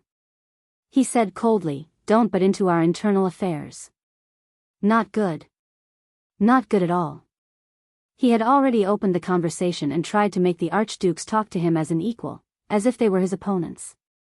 Then, they would find the conditions Lampard gave them and launch a counterattack. But Thales clenched his lips, feeling anxious. "Lampard has turned things around and made use of my intentions. The archdukes really see me as a dangerous opponent in the future. Because we don't have enough bargaining chips, because the situation is terrible, and because of my special performance just now, Lampard provoked the Archduke's hostility towards me with just a few words. Thales clenched his fists and looked at the three archdukes, Letko, Trentida, and Alcius, with a troubled expression. What should I do? Lampard sighed. With all due respect, Prime Minister Leesband still has a misunderstanding with us that needs to be resolved. He's already waiting for us at the gatehouse. The archdukes glanced at each other and nodded slightly. Archduke Letko nodded expressionlessly. It's time to let the guards in, or we'll personally send him out. Then, go and do what needs to be done for Ekstedt. At that moment, Thales felt as if he had fallen into an ice cave. As he watched Archduke Letko slowly get up, his heart beat faster and faster. So many sacrifices, the future of two countries, is it going to be decided here? What should I do? What should I do? At this moment, a familiar but terrifying voice rang in Thales' ears. I can help you. The second prince shuddered violently. That's, Thales' hair stood on end. Under the Archduke's strange gazes, his face was pale and he was drenched in cold sweat. The Archdukes did not seem to react to the voice, as if they did not hear it. The prince forcibly suppressed his desire to look around. Thales' heart beat vigorously, uncontrollably. It's him. It's him. He hasn't left yet. He hasn't left yet. As long as these people die here, the truth about Dragon Cloud City will be covered up. The pleasant male voice continued to travel to Thales' ears.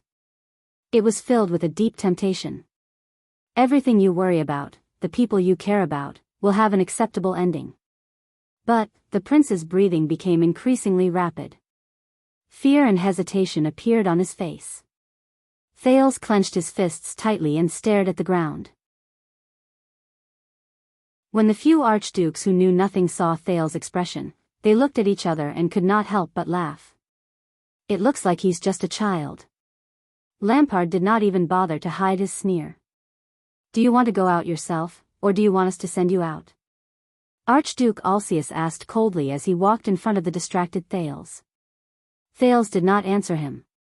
He only panted and trembled. In a place where the others could not notice, the voice traveled faintly into Thales' ears. The condition is that you give up everything and come with me. Come with me. At that moment, the absent-minded Thales suddenly remembered what High Priestess Holm had said to him in Bright Moon Temple. One day, you will face an important choice again, perhaps even a choice. At that time, you may recall what I said today. Be careful with your choice. Make up your mind quickly. I can't wait for you for long. The voice beside his ears urged him softly. The legendary anti-mystic equipment is right before your eyes. Thales raised his head with difficulty and stared at the 5 archdukes in front of him with an incredibly grave expression. Kill them all? Go with him? How, should I choose? How is it, Thales Jade Star? In the air, which no one noticed, the air mystic, Asda Sakern, who had left and returned, said faintly, do you want to accept your fate as a mystic, or end your future here? If you were Thales, what would you choose? Chapter 66 has been overhauled. Those who subscribe can go take a look. Chapter 256.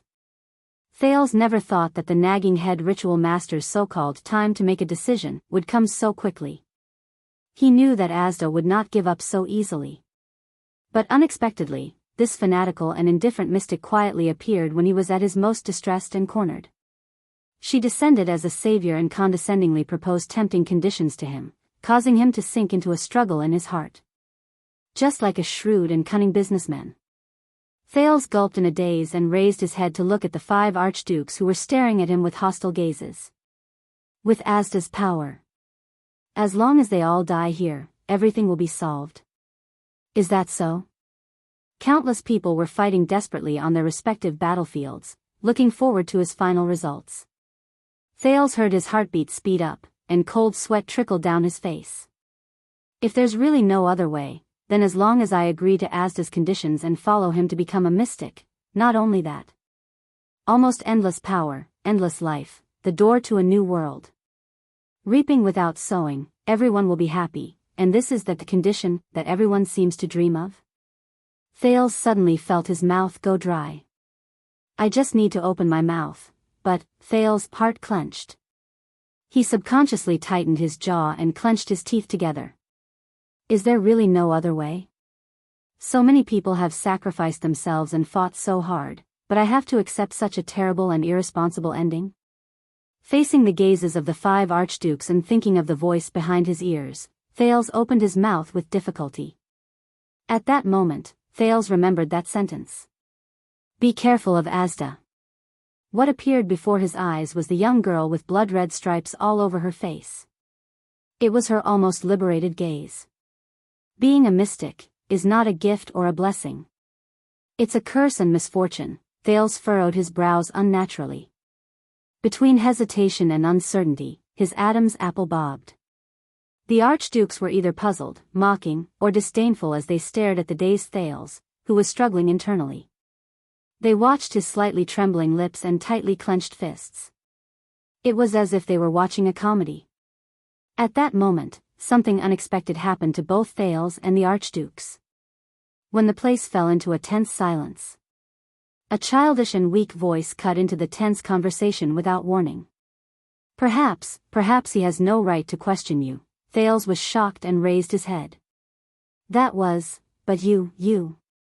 The voice trembled uncontrollably. It was intermittent, as if it lacked confidence. As Northlanders, as the great Archduke of Ekstedt, what right do you have? The archdukes were stunned. They looked around in surprise, trying to find the source of the voice. Based on what?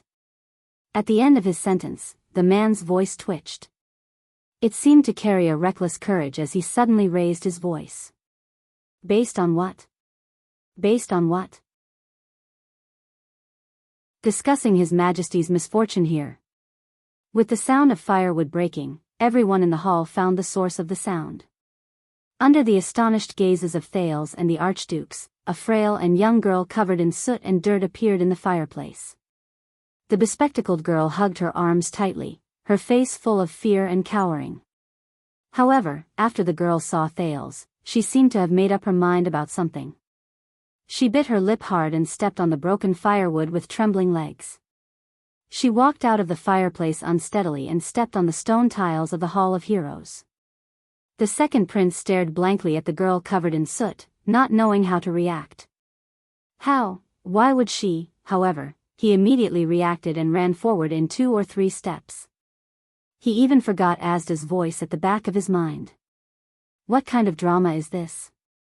Trent Ida looked at the girl in confusion, then at the archdukes. He spread his hands impatiently.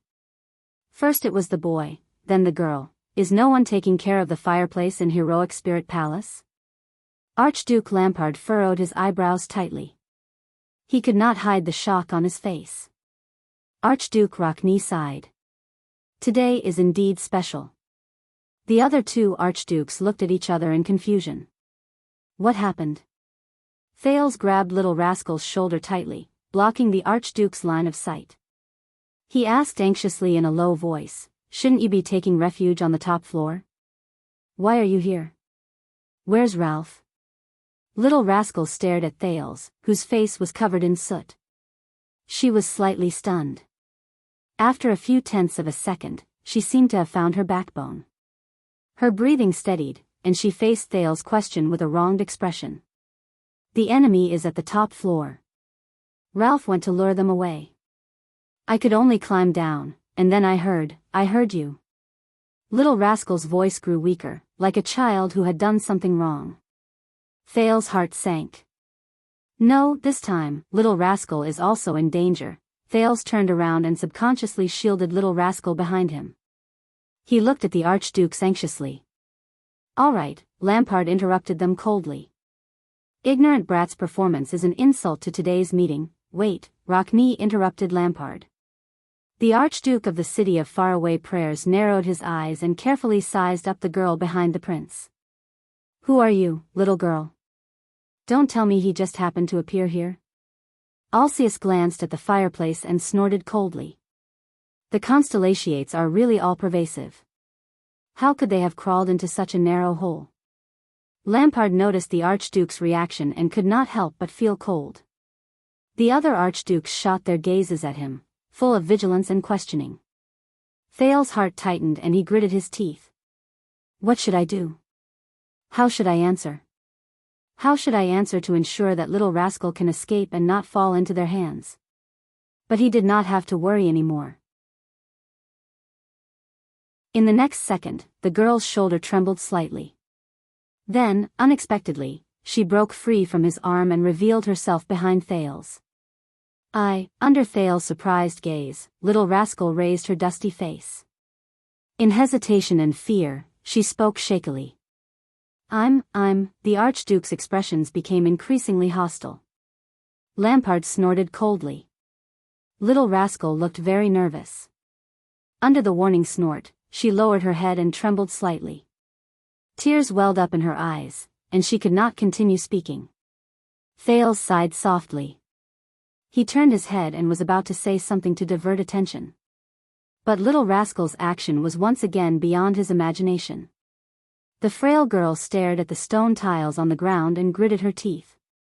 At that moment, the trembling girl shut her eyes tightly, then abruptly opened them again, forcing the tears that had blurred her vision to flow out of the corners of her eyes. Little rascal slowly raised her head and imitated Thales by taking deep breaths. The fear and panic on her face had gradually faded. At that moment, the girl looked as if she had just put down a heavy burden and crossed a chasm. She held back her strength and looked up. Thales watched in surprise as little rascal reached her right hand into her pocket. He watched in surprise as she took out something without hesitation despite her trembling hand. The second prince shuddered slightly. The girl's crystal-clear gaze was forceful and forceful. She bit her lower lip hard and slowly raised her right hand, showing the thing in her pocket to everyone. The archdukes were shocked the moment they saw the thing. Their gazes were locked on the girl's right hand. Apart from Chapman Lampard, who had expected it, the archdukes cast shocked, probing, sizing up, or contemplating gazes at the girl at the same time. Thales watched the scene in disbelief. He looked at the girl, who was still trembling and crying, but still persisted in raising her right hand. He felt that something in the depths of little rascal's body, this little maid, this fragile girl, had changed. The girl choked and sniffed. She slowly said, "This is my..." At that moment, Archduke Lampard raised his head abruptly. He shot a murderous and chilling gaze at the girl. Little rascal pretended to be strong and met Chapman Lampard's gaze in the air. The unprepared girl shuddered. She seemed to have remembered something, and her words were stuck in her throat. Clink, little rascal's hand lost its balance for a moment. The thing fell to the ground with a clink. Under the pressure of the Archduke of Black Sand region, little rascal was like a kitten that was beaten back to its original form. She cried out in surprise, and even her glasses were shaken askew. "I think we don't have to waste any more time." Lampard let out a faint sneer. His gaze was as sharp as a knife. "Unless you want to explain to Prime Minister Li Span why we only appeared in a hurry after so many corpses were left behind?" But the other archdukes did not speak. They exchanged glances in silence. Staring at little rascal before him, Thales, who had been silent all this while, suddenly noticed a problem. After little rascal appeared, he had subconsciously thrown Asda's existence and the options he had given him to the back of his mind. But for some reason, Thales felt a lot more at ease at that moment. He no longer felt that inexplicable fear and hesitation when he was forced to make a choice. At that moment, Thales knew his answer. He lowered his eyes and flashed a bitter smile. "Thales. You've already made up your mind when you faced Giza, haven't you? Never again will you compromise your future." At this thought, the expressionless Thales suddenly stretched out his right hand. Slap. He grabbed the girl who was about to bend down to pick up the thing, preventing her from bending down. Little rascal came back to her senses in shock and looked at Thales. Thales slowly turned his head and gave her a reassuring smile. He reached out and straightened her glasses.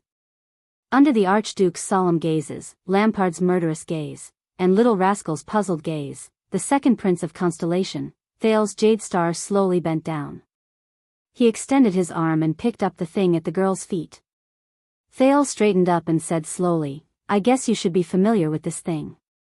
It's one of the proofs of King Nuven's power and status." The archdukes frowned and looked at each other. Looking at Thales, Little Rascal seemed to have returned to her normal self. She stared at him, not knowing what to do. Thales' gaze slowly became resolute. "Asda, who do you think you are? I don't believe that you're a portable system that exists to serve the host and will never harm the host. Or one of those portable grandpas that, can I help you become something? You want to control my fate and make me follow the path you've planned? Just like those people, Rick, Quide, Kessel, King Nuven, and Lampard? F***CKU. The air mystic. Asda, you silly little thing." Thales sneered inwardly. At the same time, he solemnly raised the thing in his left hand and took Little Rascal's left hand in an indisputable manner. The Archduke's gazes slowly changed as they looked at them. Archduke Letko was expressionless, but he clenched his fists. "As you can see," Thales raised his head and said solemnly, "this lady is the current owner of this ring." Looking at the ring, Lampard subconsciously placed his hand on the sword at his waist. His expression was complicated. The second prince stared at the dumbfounded Little Rascal and grabbed her left palm without hesitation. Then, with utmost solemnity, Thales put on Little Rascal's left thumb, the ring that carried countless burdens of history and represented several emperors and kings' triumph. The Archduke stared at the black ring that they were all too familiar with. Habitual fear and vigilance appeared in their eyes. "She's wearing the glasses once worn by the Queen of the Sky," Thales said softly as he adjusted Little Rascal's black-rimmed glasses. At the same time, he used his sleeve to wipe off a few stains on her face. "And this lady herself has even spoken directly to Her Majesty Chlorosis." Archduke Alcius moved slightly. "What?" Little Rascal was stunned. Then, her pupils shrank and she subconsciously trembled. But Thales' gaze was firm. He suddenly tightened his grip on her left wrist. Little Rascal was slightly startled. "Her existence, compared to me, compared to you, compared to anyone else in this city and this country, has more power and more right to question the truth behind the king's death and interrogate the conscience of all of you here." Thales enunciated each and every word in an extremely serious manner, as though this was the last time he would speak. "She has more power and more right to question the truth behind the king's death and interrogate everyone's conscience." Archduke Rockney crossed his arms. His expression was solemn. The second prince stared into the girl's eyes with a serious expression. At that moment, Little Rascal felt the nervousness in her heart dissipate. "Please allow me to introduce the bloodline of Rikaru the hero." The second prince took a deep breath and turned around. He raised Little Rascal's hand and the ring of triumph high above her head. Thales stood shoulder to shoulder with Little Rascal in the hall. Gritting his teeth, he said in a low voice, "Blood relative of Nuven VII and Prince Soria, direct descendant of the Walton family, the rightful heir of Dragon Cloud City and Cloud Dragon Spear." Trent eyed and narrowed his eyes. His emotions were complicated. Thales turned his head and nodded slightly at Little Rascal. The girl stared back at Thales with her sparkling green eyes and nodded slowly. Little Rascal took a step forward and raised the ring of triumph on her left hand high. "I am." The girl turned her head abruptly and forced herself to look straight into the five archdukes' awe-inspiring eyes. She gritted her teeth as if she was going all out. "I am Saroma." Out of the corner of her eye, Little Rascal caught a glimpse of the stone carving of the Cloud Dragon Spear above her head. She could not control the trembling in her voice, but she used her hoarse voice to cover up her panic and nervousness. The Archduke's expressions were subtle. Their emotions were complicated. Under each other's strange gazes, they did not make a sound. The girl took another step forward and left Thales' arm. She leaned her head forward and her face was contorted. She shouted with all her might, "I am the granddaughter of Nuven Walton, the common-elected king of Extet and the Archduke of Dragon Cloud City." I am the only daughter of Prince Soria Walton and Adele Walton, the daughter of the Marquis of Vine City. Archduke Alcius lowered his head slightly. Archduke Rockney shook his head slightly.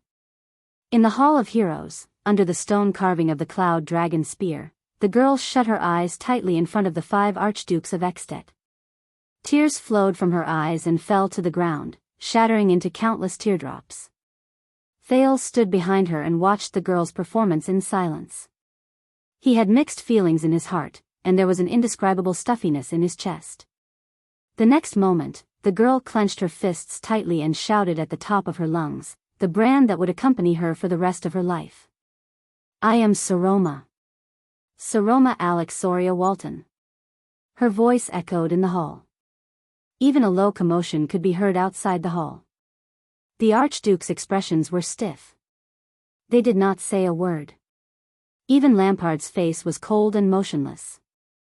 After she finished shouting, the little girl panted a few times and swayed as if she was exhausted. Thales quickly caught up to her and supported her.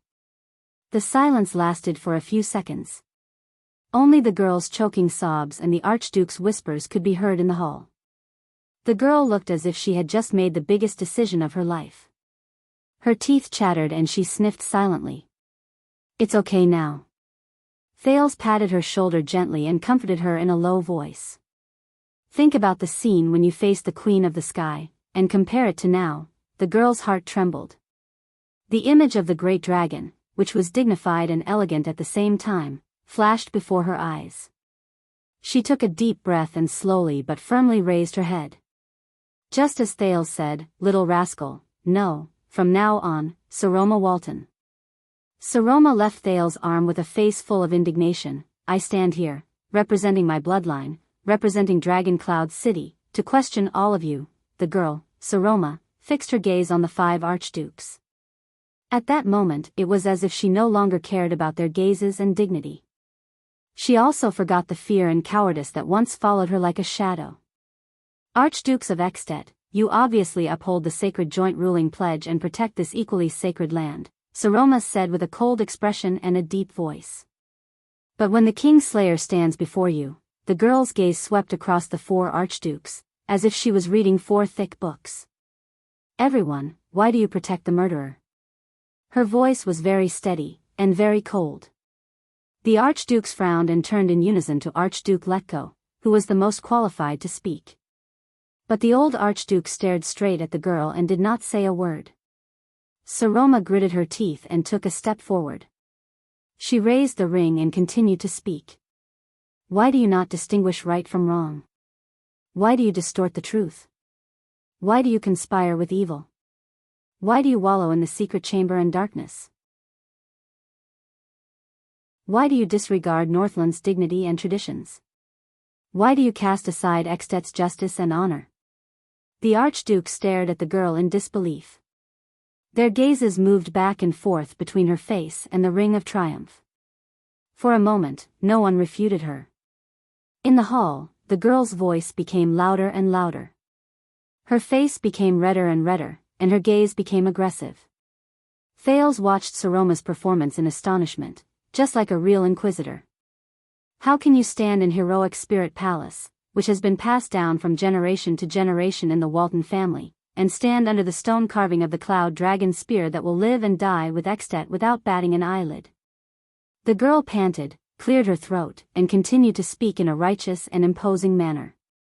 How can you defile and humiliate my grandfather, your king's glory and honor, with a clear conscience?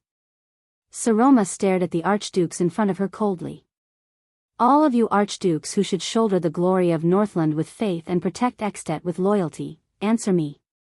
She leaned forward and said loudly without hesitation, answer me. Her voice echoed in the hall.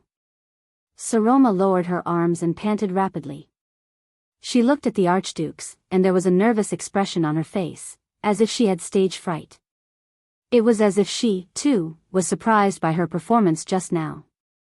Thales walked forward and pulled her back. The archdukes looked at each other with different expressions. After a long time, someone spoke. Archduke Letko looked at Saroma, sighed, and said slowly, being questioned by a little girl in such a manner. This is really awkward. What about now? Archduke Alcius said coldly to the old Archduke, are we going to use force or soft tactics? Archduke Letko snorted softly. Behind him, Trent Ida leaned toward the frost-faced Lampard in dissatisfaction. I thought you already had her under control. Trent Ida gritted his teeth and cast a glance at Saroma, who was talking to Thales in a low voice. He whispered, and she should be very obedient and cooperative. Lampard did not answer him. He only stared at Thales. The bloodline of Dragon Cloud City doesn't seem very cooperative. Archduke Rockney was the one who answered him. The Archduke of the City of Faraway Prayers seemed to enjoy watching Trent Ida make a fool of himself. He shook his head in disdain. It seems like it won't be that easy to get your new cultivated land, Porpheus. In front of the Archdukes, Saroma lowered her head in a daze. She extended her right hand to the triumph on her left thumb. Her face was flushed, and she breathed in a daze. The moment she touched the ring and felt the metallic sensation from it, Saroma's expression changed, and she shrank abruptly. It was as if she had been scalded. Saroma turned her head away, as if she did not dare to look at the ring. But her left hand was immediately grabbed firmly. Saroma raised her head in a daze. Well done. Standing beside her, Thales gave the girl an encouraging smile. The redness on Saroma's face faded a little. Like a student who had been acknowledged, she nodded happily. By the way. The smiling Prince of Constellation suddenly changed the topic and raised his eyebrows. Where did you recite those lines from? Saroma, who had been extremely excited, froze a little like a student who had been caught doing something wrong. Her small face drooped and she blinked behind her glasses. She lost all the power of her impassioned speech just now and stared at Thales pitifully. Thales furrowed his eyebrows slightly. His gaze was filled with the word Looking at the prince's expression, Saroma subconsciously shrank. A second later, she spoke weakly. Her chest rose and fell, and her small face was ghastly pale. The Drama of Elatos, Chapter 10, Death of the Black Knight. Saroma pursed her lips and said in an aggrieved tone, Elson Slade, Chief Judge of the Ancient Empire. This is the line to accuse the Black Knight, Yusuli Ander, of the murder of the Supreme Emperor. I changed it a little. Thales was slightly stunned, then he immediately broke into laughter. He subconsciously stretched out his hand and pinched Saroma's face. The girl stared at him in a daze, not knowing how to respond.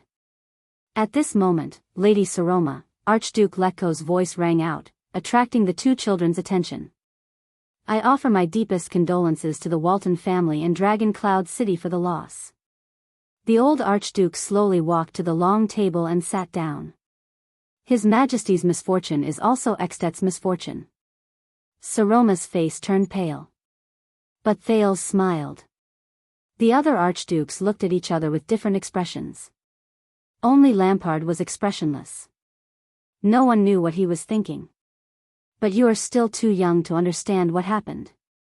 A strange light flashed in Archduke Letko's eyes. The bald Archduke spoke slowly with his unique, old, but honest voice. I suggest that you do not listen to the one-sided story of the enemy kingdom's prince, such as His Majesty being assassinated. Hearing this, Archduke Rockney snorted in a strange manner. Trent Ida immediately glared at him. Saroma bit her lower lip. I stood on the land of Dragon Cloud City and watched Nuvens. His Majesty's head fall to the ground with my own eyes. Recalling that terrifying scene, she tried her best to suppress her body from trembling. I watched the born king die from a despicable and clumsy assassination, child. Archduke Letko widened his eyes in anger and interrupted her. Lady Walton. I respect your grandfather. But please do not doubt our loyalty to Northland and Extet. The reason why we are standing here is precisely for Extet's future. Archduke Letko said coldly. In front of that future, in front of Extet, whether it is you or me, or even King Nuven, we are but a speck of dust in the desert. We are insignificant, even to the Walton family. Saroma froze and was momentarily speechless. Behind her, Thales sighed softly. Our decision was also very difficult. Archduke Trent eyed aside and waved his hand in a seemingly pained manner. One day, you will understand, but not now. Rockne hugged his arms tightly. His expression was unpleasant. Of course, if you do not understand, Archduke Alcius said flatly with a hint of threat in his tone, we have no other choice but to reluctantly persuade you to cooperate. Lampard continued to stare at Thales without saying a word, as though Thales was his biggest threat. The hall was silent again. Cooperate? Saroma frowned. This was the first time she encountered such a situation. She was rather flustered and at a loss. But she tightened her arms slightly. Saroma looked at the prince strangely. Beside her, Thales quietly watched the girl's flushed cheeks. Saroma was a little embarrassed by his stare. Thales slowly exhaled. Enough, my lady. You have done well enough. In Saroma's eyes, the boy from Constellation flashed his brightest smile and gently shook his head. What happens next, leave it to me.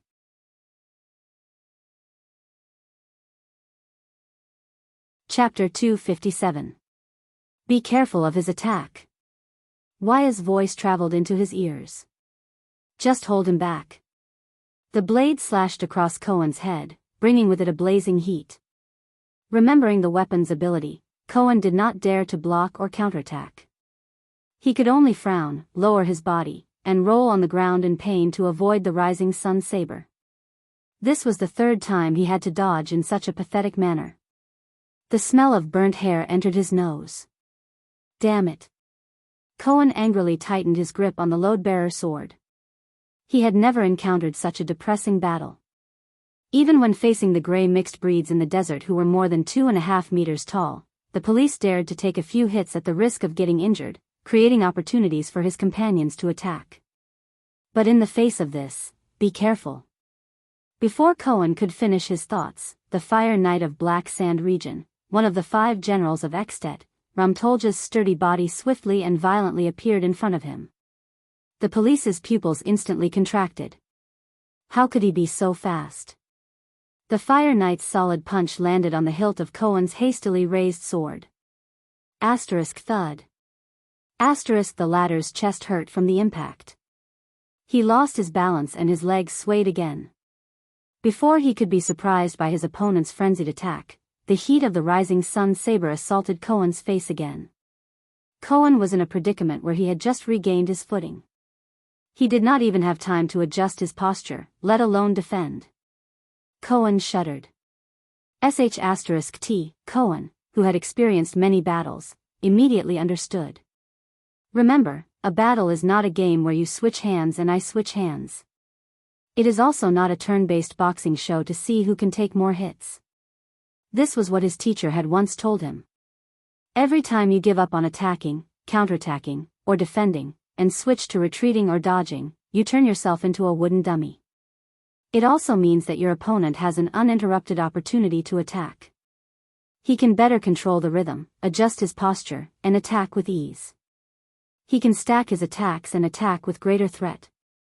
Every step you take back is equivalent to the enemy taking 2 steps forward. In many cases, the outcome of a battle is decided in a single breath. Cohen gritted his teeth. That's right, you cannot switch hands in a battle. He was wary of the advantage of his opponent's weapon, so he only dodged his attacks. There was no need to think about defending or counterattacking. Therefore, Tolja's attacks were unhindered, and each slash was fiercer than the last. In the end, the police officer had lost his advantage. He could not fight back and was at the mercy of others. In a chess game, changing hands in a battle meant death. Cohen was filled with regret, but he could only watch as the rising sun saber drew closer. Hey! Seeing that Cohen was in danger, Waya roared angrily. He unsheathed his single-edged sword, which only had 2/3 of its original length left, and attacked Tolja's back. The edge of no return filled his right arm, releasing the purest killing intent amidst the stinging pain. Waya made up his mind to force Tolja to defend himself. In the nick of time, Koan realized to his surprise that Tolja's forward body swayed slightly, and the rising sun's saber no longer moved forward. A ruthless look flashed in the Fire Knight's eyes. The police officer felt a chill in his heart. Be careful. Koan instantly understood the crux of the situation. He could no longer care about himself and shouted at Waya in exasperation, his target is, however, before Koan could finish his sentence, Tolja's body suddenly spun. Everything happened in the blink of an eye. *Rip. This was the sound of Waya's broken sword cutting through the flesh on Tolja's upper left arm where the armor connected. In the face of Waya's attack, the Fire Knight had no intention of defending himself. As he turned, he calmly swung his left arm. *Thud. Waya's eyes widened as he watched Tolja ignore the injury on his arm. His left hand passed through the shadow of his sword, and he grabbed Waya's neck. Tolja lifted Waya's feet off the ground. Bang. Waya only felt a sharp pain at the back of his head. He was forcefully pushed against the wall by Tolja. Clang. The remaining half of his single-edged sword fell to the ground powerlessly. Koan watched in a daze as Tolja restrained Waya in an instant and pressed him against the wall. Knocked down twice by the same move? Tolja raised his bloody left arm and looked coldly at the prince's attendant who was struggling futilely. Still trying to hold me back? Do you know how to fight, noble young master? Waya desperately grabbed onto Tolja's iron-like left hand, bent his legs, and kicked the wall. His left leg pushed against the wall, and his right leg kicked out fiercely. Tolja tilted his body slightly. Thud. Waya's right leg hit Tolja's abdomen armor. But other than the trembling of his armor, the Fire Knight did not move an inch. Fighting, Tolja said coldly, as if he was talking to himself, is a game where one's life is at stake. Waya revealed a shocked expression. How could this be? Under Waya's indignant gaze, the Fire Knight raised the rising sun saber in his right hand. His tone was cold. Only those who walk back and forth between calmness and madness will be able to enjoy the fruits of victory in the end. The rising sun saber was aimed at Waya's chest, and once again, it emitted a shocking heat. Waya, who was powerless to struggle, felt the rising temperature, and his heart turned cold. The police officer roared in anger and struggled to get up from the ground, but he realized that it was too late. How many minutes have passed? Have we completely failed? The saber lunged forward and stabbed towards Waya's chest. At this moment, a palm suddenly appeared in front of Tolja. Tolja frowned slightly. Slap. The Fire Knight's weapon was caught by this palm. The rising sun saber cut the palm, and the palm connected with the hilt. A terrifying sizzling sound came from between the blade and the palm. His flesh was charred black, and there was even a spark of fire. I've caught you. A young and calm voice rang out, accompanied by slight panting. The rising sun saber, the Fire Knight. Koan and Waya turned their heads in surprise. Raphael Lindbergh stood in front of Tolja, expressionlessly extending his charred right hand. Ignoring the threat of the scorching blade, he firmly grasped the hilt of the saber with all 5 fingers. He did not seem to notice the flames burning on his palm. When you lose the rising sun saber, Tolja, Raphael's left hand pinched Tolja's saber-wielding wrist. With his 2 hands positioned in front of him and behind him, he firmly controlled the rising sun saber in front of him. He said softly, "Are you still the Fire Knight?" Tolja's pupils shrank. He stared at Raphael's right hand, which was scorched beyond recognition, but still firmly grasped the hilt and blade of the saber. No one was more surprised than him when they saw that charred hand. Even though it looked miserable, the rising sun saber's high temperature could even cast iron and melt gold. Tolja was shocked. There's something wrong with this guy's hand. Who exactly is he? No, what exactly is he? Raphael, who suddenly appeared, glanced at Koan and said coldly to Tolja, "In a game where one's life is at stake, there's no difference whether one is in supreme class or ordinary class." In the next second, Koan, who had a tacit understanding with him for many years, roared and exploded. The glory of the stars shone on his skin and blade as he attacked Tolja. Tolja exerted force with his right hand, but he realized that his right arm was still firmly under Raphael's control. The young man's arms let out a strange rustling sound and trembled continuously. It was extremely strange. The knight furrowed his brows. His right arm only moved a few inches before it was firmly held down by the young man with an ingenious angle and force. He could not move. No. The Fire Knight could not hide the shock in his heart. This kind of strength doesn't match his size at all. In the next breath, Tolja revealed a fierce expression. He turned his right wrist and tried to use the rising sun saber's sharpness to cut through everything to force Raphael to retreat. As he turned his wrist, the blade slashed out. However, Raphael, who was holding down the enemy's arm, only adjusted his body and instantly flashed to the side of the enemy's forearm, the blind spot of the rising sun saber. Only a piece of clothing was cut off by the blade and burned to ashes. Tolja felt a chill in his heart. *T. I can't move, I can't dodge. My weapon is restricted, I can't block. Is this the young man's strategy? As he thought, the Fire Knight felt a chill on his back. Behind him, Koan raised his saber, the load-bearer, with a resolute expression. The power of eradication filled his arms. Aiming at the back of Tolja's neck, the police officer roared and slashed diagonally with an astonishing momentum. *Rip. The blade cut through Tolja's neck. Fresh blood gushed out. This girl may be of the Walton family's blood, Lampard said coldly, but she's just a woman. She has no right to inherit the position of Archduke of Dragoncloud City, much less stand here and question us. The Archduke of Black Sand region cast a terrifying gaze on Saroma, causing the girl to tremble slightly. She subconsciously touched triumph in her hand. Put away your unnecessary sympathy and habitual wariness, Archdukes, Lampard said flatly in an unquestionable tone. She's not one of us. This girl has no right to decide for Extet's future. Archduke Trentida shrugged slightly, as if in agreement. At this moment, under the Archduke's gazes, Thales let go of Saroma and slowly but decisively stepped forward. So you've finally said it, Archduke Lampard.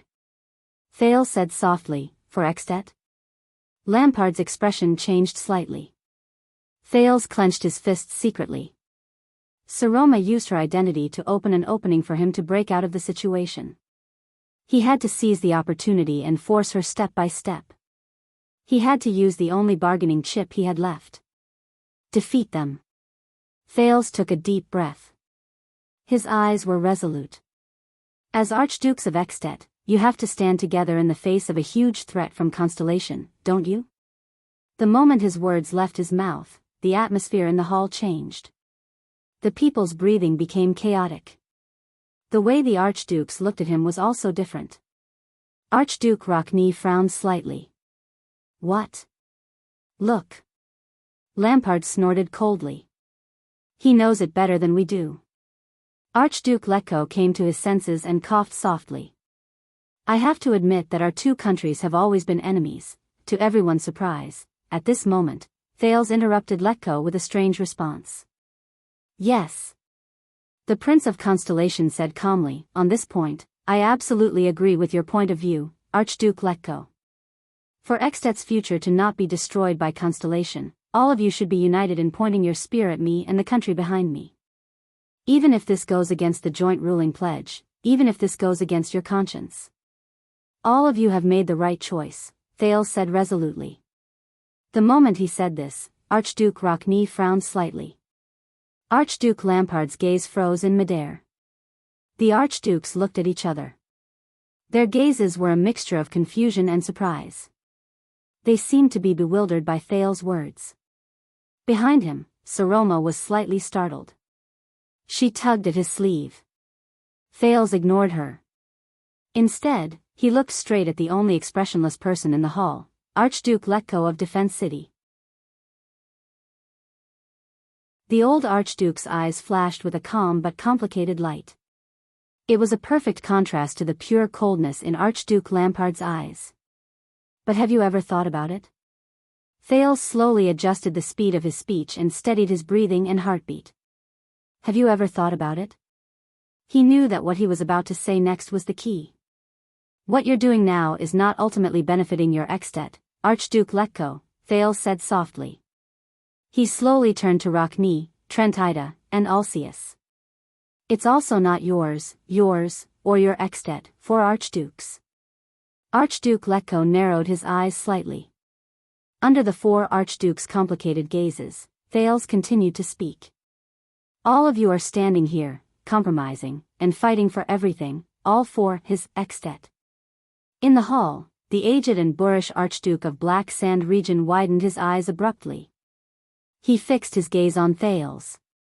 It was as if his entire body was about to be torn apart. But Thales was oblivious to it. Thales took a step forward and looked at the Archduke of Black Sand region with an indifferent expression. It's extet that belongs to Chapman Lampard. It belongs to him alone. Lampard slowly clenched his fists. As he met Thales' gaze, boundless anger surged from the bottom of his heart. That boy. The biggest accident. The Prince of Constellation's gaze was calm as he said softly, for his own extet, Archduke Lampard has the most thorough understanding. He is willing to sacrifice everything. He turned his head abruptly and looked at the four archdukes. His tone was resolute.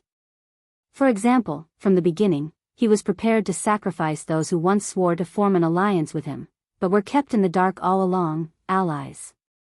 The archduke's gazes froze at the same time. Thud. Archduke Lampard's scabbard landed heavily on the ground. For a moment, it attracted many people's gazes. I've had enough. There was a barely noticeable hint of anger in Lampard's voice. Don't you think it's ridiculous? From the beginning until now, we, the archdukes, have been standing here like fools and watching him perform? The archdukes swept their gazes towards the Archduke of Black Sand region. Thales pursed his lips. He knew that the Archduke's attitudes would determine the direction of the war. Don't forget the heavy responsibility we bear, and the heavy future we still have. Lampard reminded the four Archdukes in a warning and impatient tone, please remember, he is our enemy, and judging by his performance, he may be the most terrifying enemy. The Archdukes did not speak. Thales felt Saroma's grip on him suddenly tighten due to her nervousness. Lampard looked at the silent Archdukes and nodded. He turned his head. Guards, Thales' heart tightened. He looked at the Archdukes, his heart burning with anxiety. Hurry up. Hurry up. At this moment, Chapman. A voice that was obviously old and muddy, but to Thales, sounded like the sound of nature. It interrupted Lampard just in time. Archduke Letko touched his bald head, closed his eyes, and slowly exhaled. Chapman, as an Archduke of Northland, your courage, strategy, and methods are rarely seen among your peers. I admire you very much, Archduke Letko said slowly. I think, even Whisperer Shalon III can't do better than you.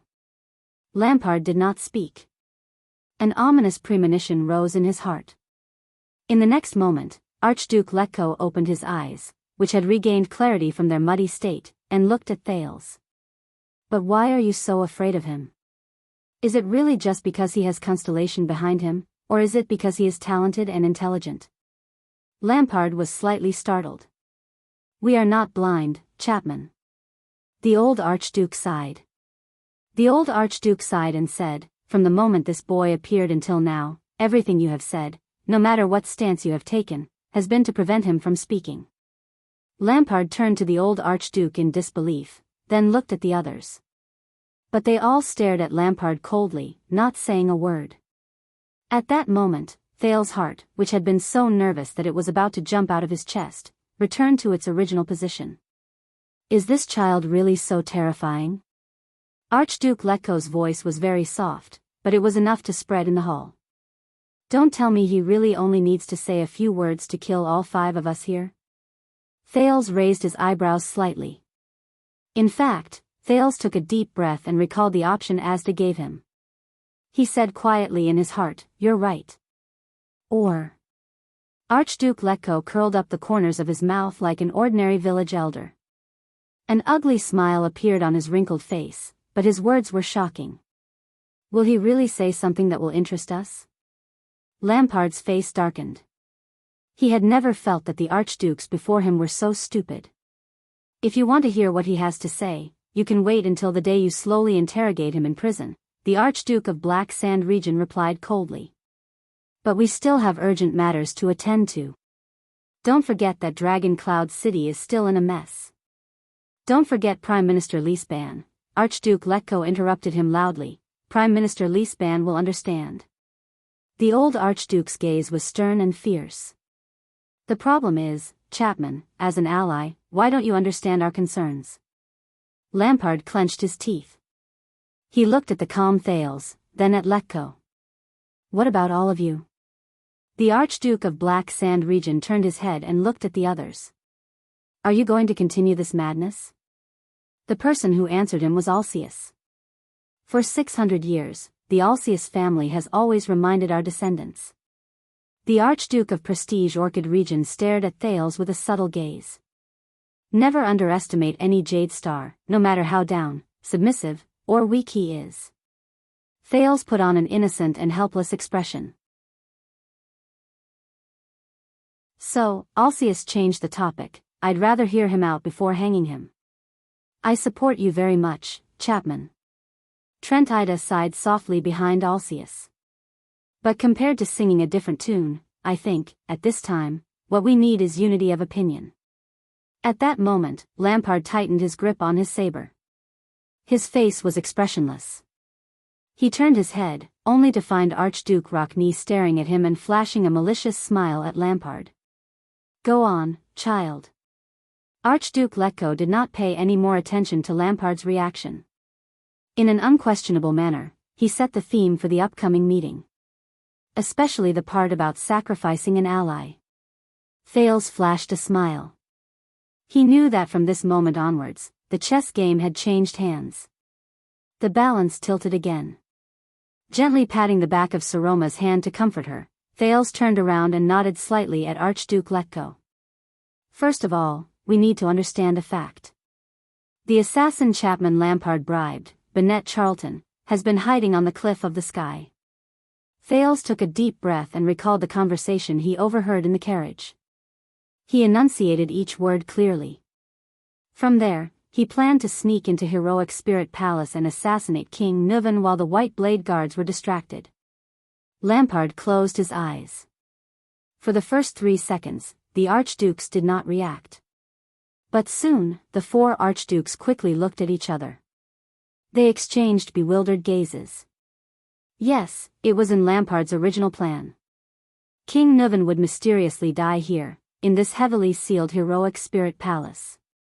Thales' voice was very calm, but it was filled with solemnity and sorrow. He would die beside the 4 of you archdukes. From tomorrow onwards, I want to resume daily updates. I'm serious. Swordless, with a serious expression on his face.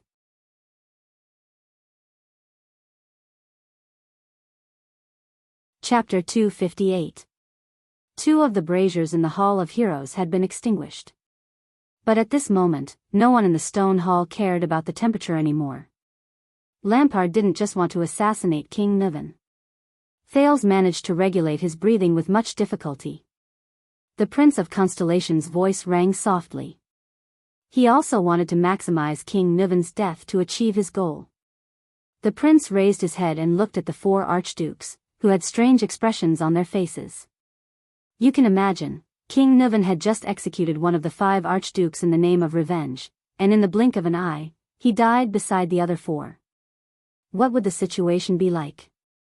Archduke Letko clasped his hands together. His gaze was frozen. What would the situation be like? The old archduke looked at Lampard, his thoughts churning. In contrast, Lampard's gaze on Thales had returned to a deathly stillness, causing the latter to feel creeped out. Thales appeared unusually calm. He continued, I don't know Lampard's specific plans, but in his imagination, you would probably be the prime suspects. Unable to defend yourselves, you would be badly battered, and you would be in an unfamiliar Dragon Cloud city. The smart and capable Prime Minister Li Span would probably not be easy to deal with. The prince recalled the information and truth he had gathered bit by bit during the tense and thrilling escape from the assassination. He sighed softly. Next, with the secret room's help, Prime Minister Li Span and the 4 suspects of regicide will inevitably clash. They will force you to the opposite side of Dragon Cloud City. The hall fell into a subtle silence. The archdukes looked at Lampard in unison, thinking about Thales' words with different expressions. Thales walked to the long table. Under Archduke Rockney's displeased gaze, he jumped onto a chair and met Archduke Letko's gaze. I just heard that even now, Prime Minister Li Span is besieging the gatehouse. Lampard turned his head away without saying a word, as if he was not the main character of the conversation. At first, I didn't understand why Lampard brought his army along when he assassinated the king. Thales took a deep breath and recalled the soldiers who disguised themselves as patrols. He also remembered his suspicions in the prison cell. Now, I believe that Lampard's army intervened in the conflict when things got out of hand and rescued the archdukes. Trentida raised his head. Why? The Archduke of Reformation Tower asked solemnly, assuming what you said is true, why did Lampard do this? Thales froze for a moment. To convince you, he said expressionlessly. What? Archduke Trentida exclaimed instinctively. All of you, who are suspected of regicide and are at loggerheads with the Prime Minister, will definitely accept Lampard's suggestion to protect yourselves. You will willingly and eagerly push the blame of the king's death onto Constellation and me. When he said this, Thales' expression darkened. All of you will volunteer to become Lampard's accomplices. You will attack Constellation with Lampard. Not only will you end King Nuven's threat, but you will also fulfill his long-cherished wish.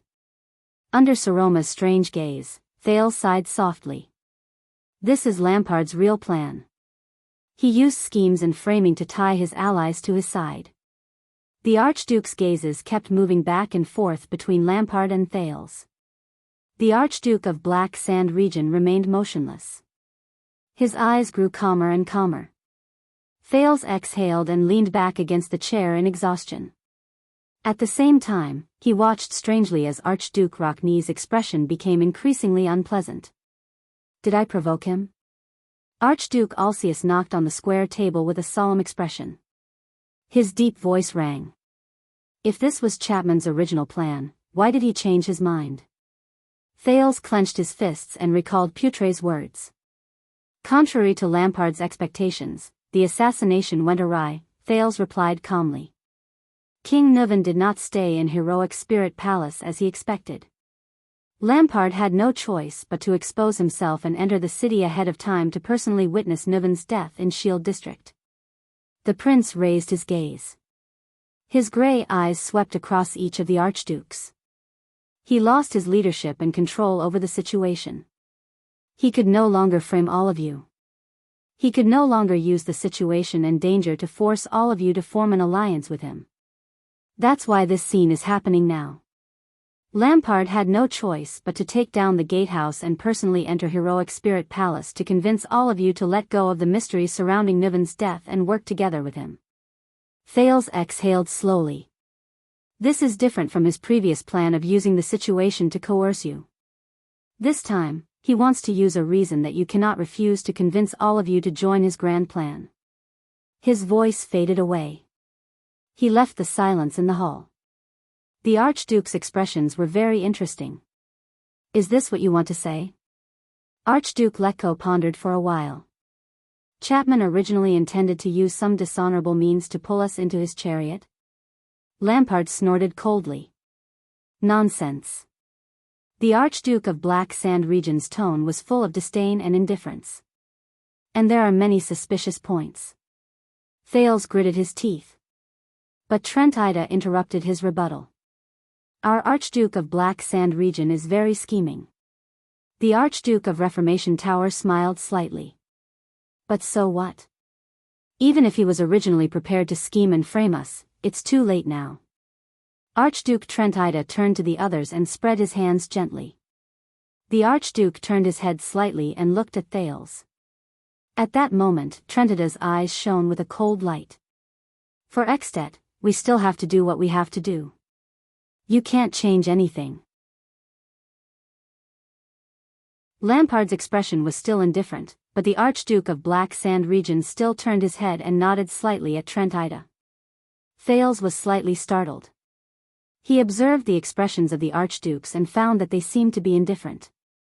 Worried, Saroma came forward and tugged at the corner of his torn shirt. But Thales smiled. In front of the Archdukes, the prince revealed a relieved smile. My dear Archdukes. How did Chapman Lampard convince all of you? Thales swept his gaze over these powerful suzerains one by one and pursed his lips. What kind of irresistible reason did he give for all of you to cooperate obediently? The Archduke's expressions became a little unpleasant. It doesn't matter. Thales closed his eyes and sighed. Actually, I've already guessed some of it on my way here. Lampard's pupils froze slightly. Thales straightened his back and faced the Archduke sternly. Did he tell all of you that, compared to Lampard's disobedient actions, a more terrifying threat is rising in the country to the south? That even a country as strong as Extet cannot withstand it? At that moment, the Archdukes more or less behaved a little unnaturally. It was as if they were not used to this coming from the Prince of Constellation's mouth. Lampard snorted softly. But Thales ignored the Archduke of Black Sand region. This is my turn. Thales clenched his fists lightly. Did he tell all of you that the country after the Empire is undergoing an unprecedented transformation? Thales' gaze became sharper and his voice slowly rose. Their entire country's power is converging into one in an unprecedented manner, becoming more and more efficient, and they can command it with ease? Saroma revealed an astonished expression. Did he tell all of you that Extet can only fight its way out by striking first, using war and violence to kill that threat in the cradle at all costs? Archduke Alcius and Trentida exchanged a glance. They were both astonished. Did he also tell all of you that if you don't do this, then the day will come when your territory will be seized, your clan will be destroyed, your bloodline will be severed, and everything you possess will be annihilated and cease to exist? Archduke Letko's eyebrows twitched. Veins popped up on his hands again. Thales took a deep breath and said his last sentence. Then did he also tell all of you that everything Chapman Lampard did, whether it was the coup d'état or the instigation of war, was because he was forced to make a choice, because he had no other choice, because he was willing to bear the burden of being tarnished, because he was courageous and ambitious, and because he sacrificed himself for the country? Once he finished speaking, Thales felt Lampard's gaze on him grow colder and colder.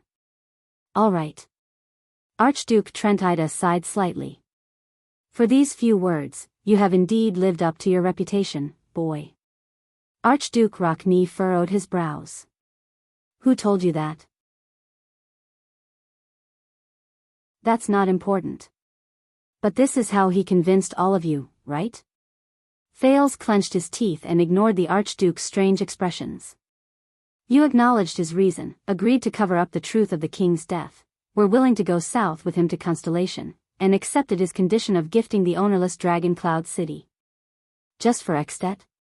Just as the Archdukes were in a state of shock and bewilderment, Thales raised his head abruptly and said through gritted teeth, "But don't you find it strange?" Thales stood up abruptly from his chair and placed his hands on the square table. His expression was solemn. If he could rely on himself to convince all of you, just like what he is doing now, then why did he have to go through so much trouble to scheme and frame all of you in the original plan, forcing all of you to go against Dragon Cloud City? The prince clenched his fists.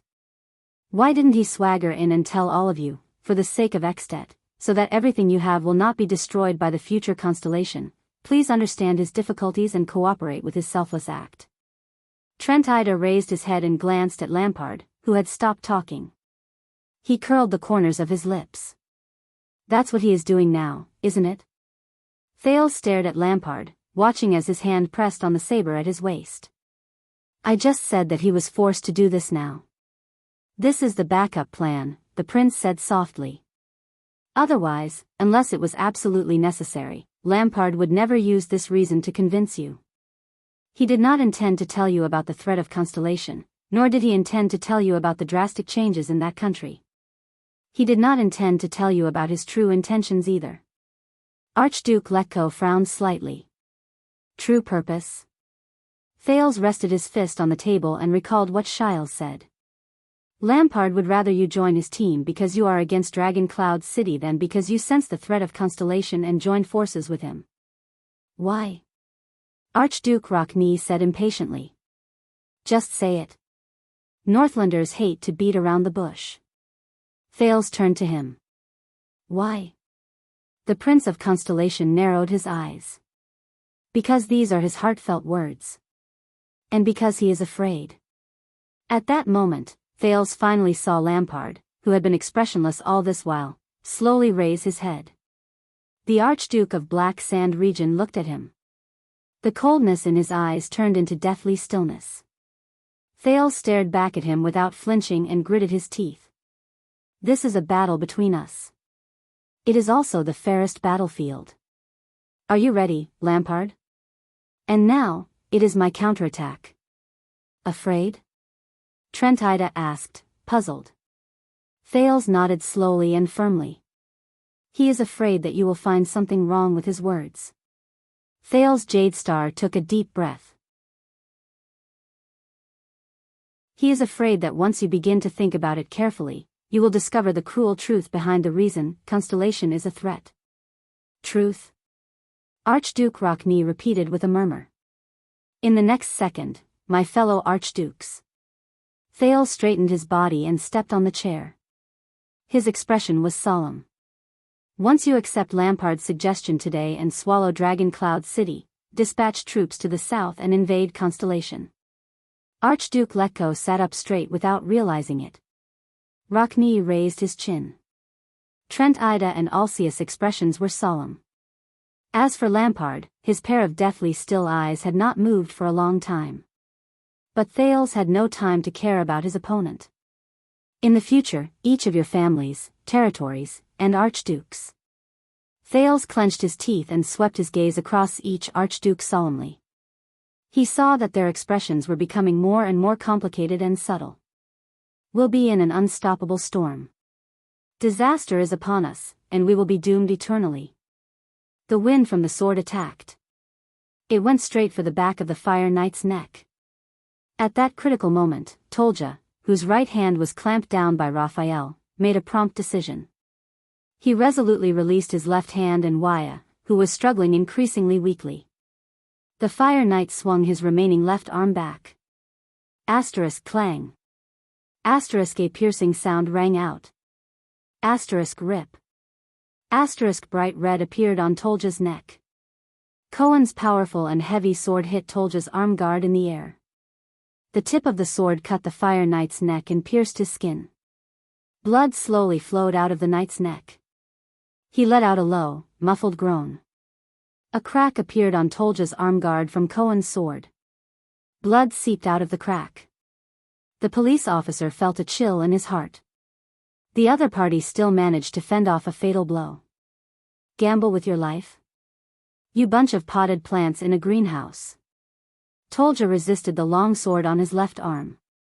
Feeling the waves of pain in his arm, he ignored the blood on his neck and said in a low voice, "You are not worthy." Cohen held the longsword tightly and slashed down with force again. Tolja's arm guard groaned as it deformed. Raphael gritted his teeth. The strange muscles in his arm rapidly swelled up again. He held the enemy's right arm and weapon tightly in an attempt to create another opportunity for Cohen. Feeling his opponent's extraordinary strength, Tolja turned his eyes and shot a dagger-like glare at Raphael. Young masters. Tolja's expression was ferocious. His right arm was locked in a dead angle with Raphael, whose strength had suddenly increased, while his left arm withstood Cohen's power, which was mixed with the power of eradication. When your father was giving out rewards for your mother's bulging abdomen, I was shivering in the snow in the wild beside my mother's hardened corpse, struggling to get through another damn winter. Asterisk crack. Asterisk the power of eradication burned his entire body like flames. Tolja roared and turned his neck. He pulled back his arm guard and broke free from Cohen's longsword. Blood gushed out. The injured police officer lost his balance, and his legs wobbled. The next moment, Tolja let go of the Rising Sun saber in his right hand. The Rising Sun saber fell to the ground. The blade lost its heat and clanked as it bounced off the ground. Raphael watched as his opponent's weapon fell beside him. He was suddenly alarmed. This is bad. Sure enough, without the saber holding him back, Tolja no longer tried to wrestle with the ridiculously strong Raphael. Instead, he lowered his body and slammed his right shoulder into Raphael. Raphael felt his body sway. Then, his back trembled. Bang. Before Cohen could react, Raphael was slammed against the wall by the Fire Knight. Raphael's face turned pale. He coughed in pain, but he still held on to his opponent's right hand tightly. Tolja burned his power of eradication and held Raphael firmly against him. His gaze was terrifying. When all of you were crying in your luxurious swaddling clothes, I was bleeding all over and covered in cuts and bruises because of a mouthful of moldy bread in the dust of the countryside. Cohen's heart tightened. He thrust his long sword forward. With a fierce expression, Tolja turned sideways and dodged Cohen's sword aimed at his chest. Rip. Cohen's longsword cut through Tolja's shoulder armor. Shards flew out, and sparks flew as the blade scraped against the wall. But Tolja ignored the injury on his shoulder. He slammed Raphael, who was pinned against the wall, with his shoulder again. Bang. He slammed into Raphael's chest. Raphael groaned in pain and finally let go of his opponent's right arm. When all of you were leisurely reading and learning to read in the study room, Tolja retracted his right hand and said coldly, I dragged my scarred shoulders and transported the most smelly garbage and feces, learning to count from the crisp sound of copper coins. The Fire Knight turned around abruptly and grabbed Cohen's sword in midair. Clang. The blade and Tolja's iron glove produced a sharp friction. Blood flowed from between the knight's fingers. The police officer stared at the beast-like Fire Knight in shock. He wanted to withdraw his long sword. When you were learning how to wield a wooden sword in the manner, Tolja punched Raphael's abdomen with his right hand, causing him to lose consciousness and bend over. I was on the vast glacier, wrapped in my wounds and used the last of my strength to fight against wild beasts, my peers, the weather, the terrain, and all my enemies. The Fire Knight grabbed Cohen's sword and turned around to charge back. Cohen wanted to raise his arm to defend himself, but Tolja suddenly kicked his knee. Bang. The police officer's long sword slipped from his hand and fell to the ground. When you were having sex with girls at the banquet. Tolja stretched out his right hand and pried open his shattered shoulder armor and vambrace. The Fire Knight coldly flung away the burdens, including his robe, to reveal his exposed flesh. From his neck, shoulders, and arms, his body was covered in severe burn scars. His body was full of bumps and hollows. It was a horrifying sight. Tolja's expression was as cold as ice, and his gaze was like fire. He threw away Cohen's blood-stained longsword. He turned around and threw a punch. Bang. Raphael, who had just stood up and was ready to launch a sneak attack, was punched in the head by the Fire Knight and slammed into the wall again. I crawled out from under the burnt corpses, covered in burns and groaning in pain. I looked forward to seeing the sun rise the next day. Anxious and angry, Cohen gritted his teeth and got up. He roared and charged at his enemy, throwing a punch with shocking force. Bang. The fist hit the knight's cheek.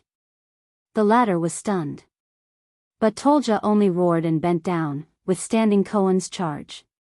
He did not care about the police officer's punch on his face. It was as if it was the most insignificant mosquito bite.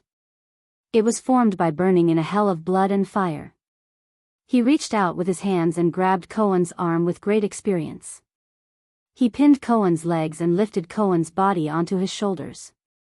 This is the origin of the Fire Knight. The next second, Tolja, who had a crazed expression on his face, exerted force with his hands and turned around abruptly. He lifted the struggling Cohen into the air and slammed him hard onto the ground. Bang. The tall police officer landed on his back and fell heavily to the ground. Cohen felt intense pain all over his body. He felt dizzy and all his strength left him. Risking your life? You little young masters will never understand. Tolja straightened his body and shook the side of his face that was slightly red. He spat out a bloody tooth without a care in the world. In order to stand in the same manner as you, I crawled all the way through mud and blood. I have already gambled with my life in the endless hell many times. Tolja was half naked. His eyes were filled with wounds and blood flowed all over his body. His expression was hideous and terrifying. The Fire Knight turned around coldly and looked at Raphael, who stood up again. Even if we are in supreme class, our lives are still far from yours. Raphael wiped the blood off his forehead.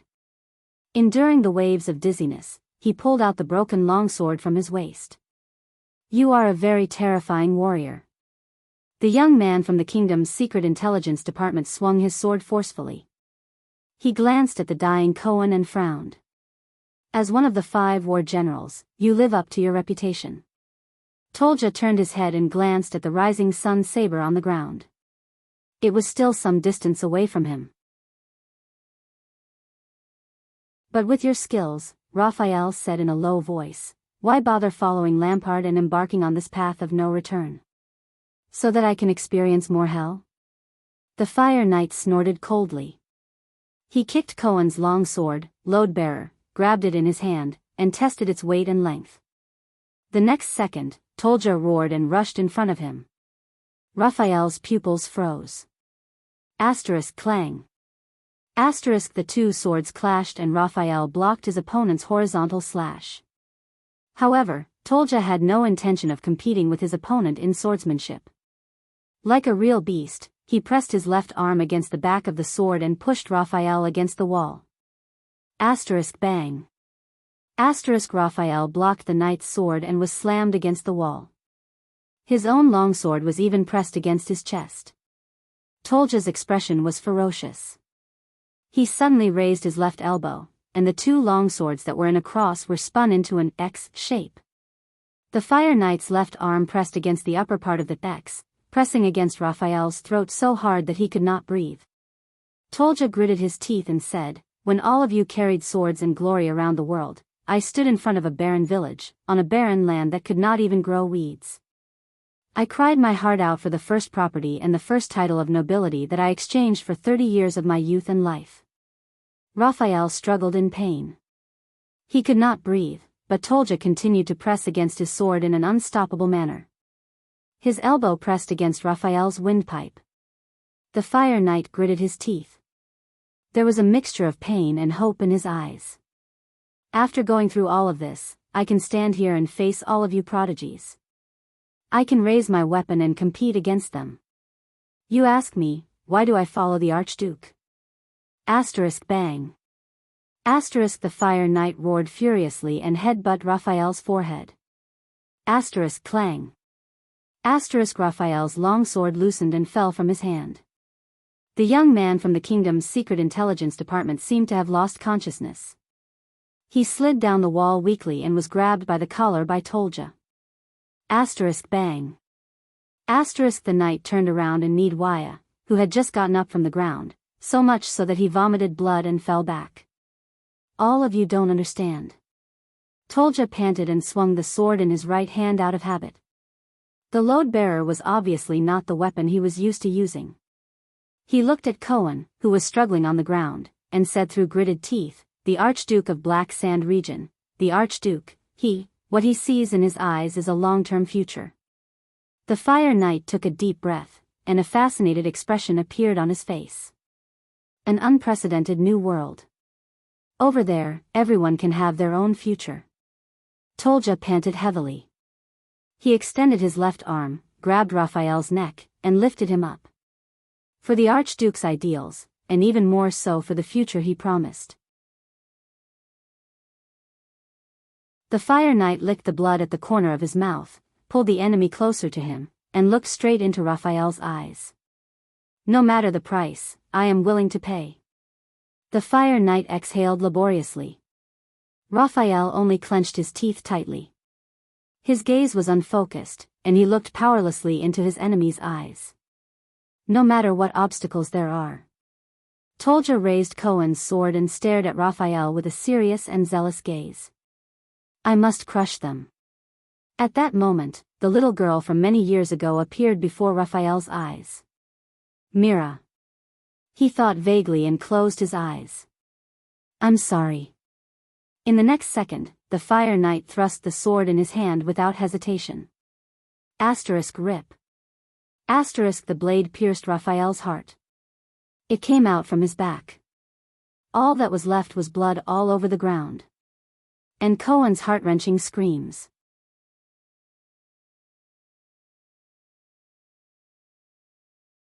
Chapter 259. Archduke Rockney stood behind Archduke Letko's back. His gaze passed through the long table and landed on the boy. Watching him trying hard to suppress his nervousness and excitement, he suddenly sighed. We're all going to face disaster. He curled his lips slightly. How long has it been since I've met a fellow like this, speaking without hesitation and without scruples in front of a few archdukes? The hall instantly fell into a strange silence. All the archduke's expressions were very unnatural, and their breathing became irregular. Lampard gently closed his eyes. Thales tried his best to control his breathing. For a moment, only the crackling sound of the brazier could be heard. After a full 3 seconds, Archduke Letko slowly turned his head and exchanged glances with the others. We gave you a chance to speak, Your Highness. The old Archduke turned his head back from the exchange of glances and sighed rather solemnly. We didn't ask you to speak carelessly and exaggerate things to scare us. You better speak clearly, brat. Alcia stared at Thales with an unpleasant expression. After threatening an archduke in the Hall of Heroes, not everyone has the chance to walk out in one piece. Thales breathed absent-mindedly, as if he was completely unaware of the two archdukes' uneasy questioning. Calm down, Thales. The more it's like this, the calmer you have to be. You can do it.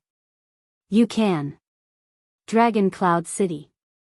What Lampard gave you, Thales said softly. His calm demeanor startled the archdukes a little. He did not have good intentions when he proposed to annex Dragon Cloud City.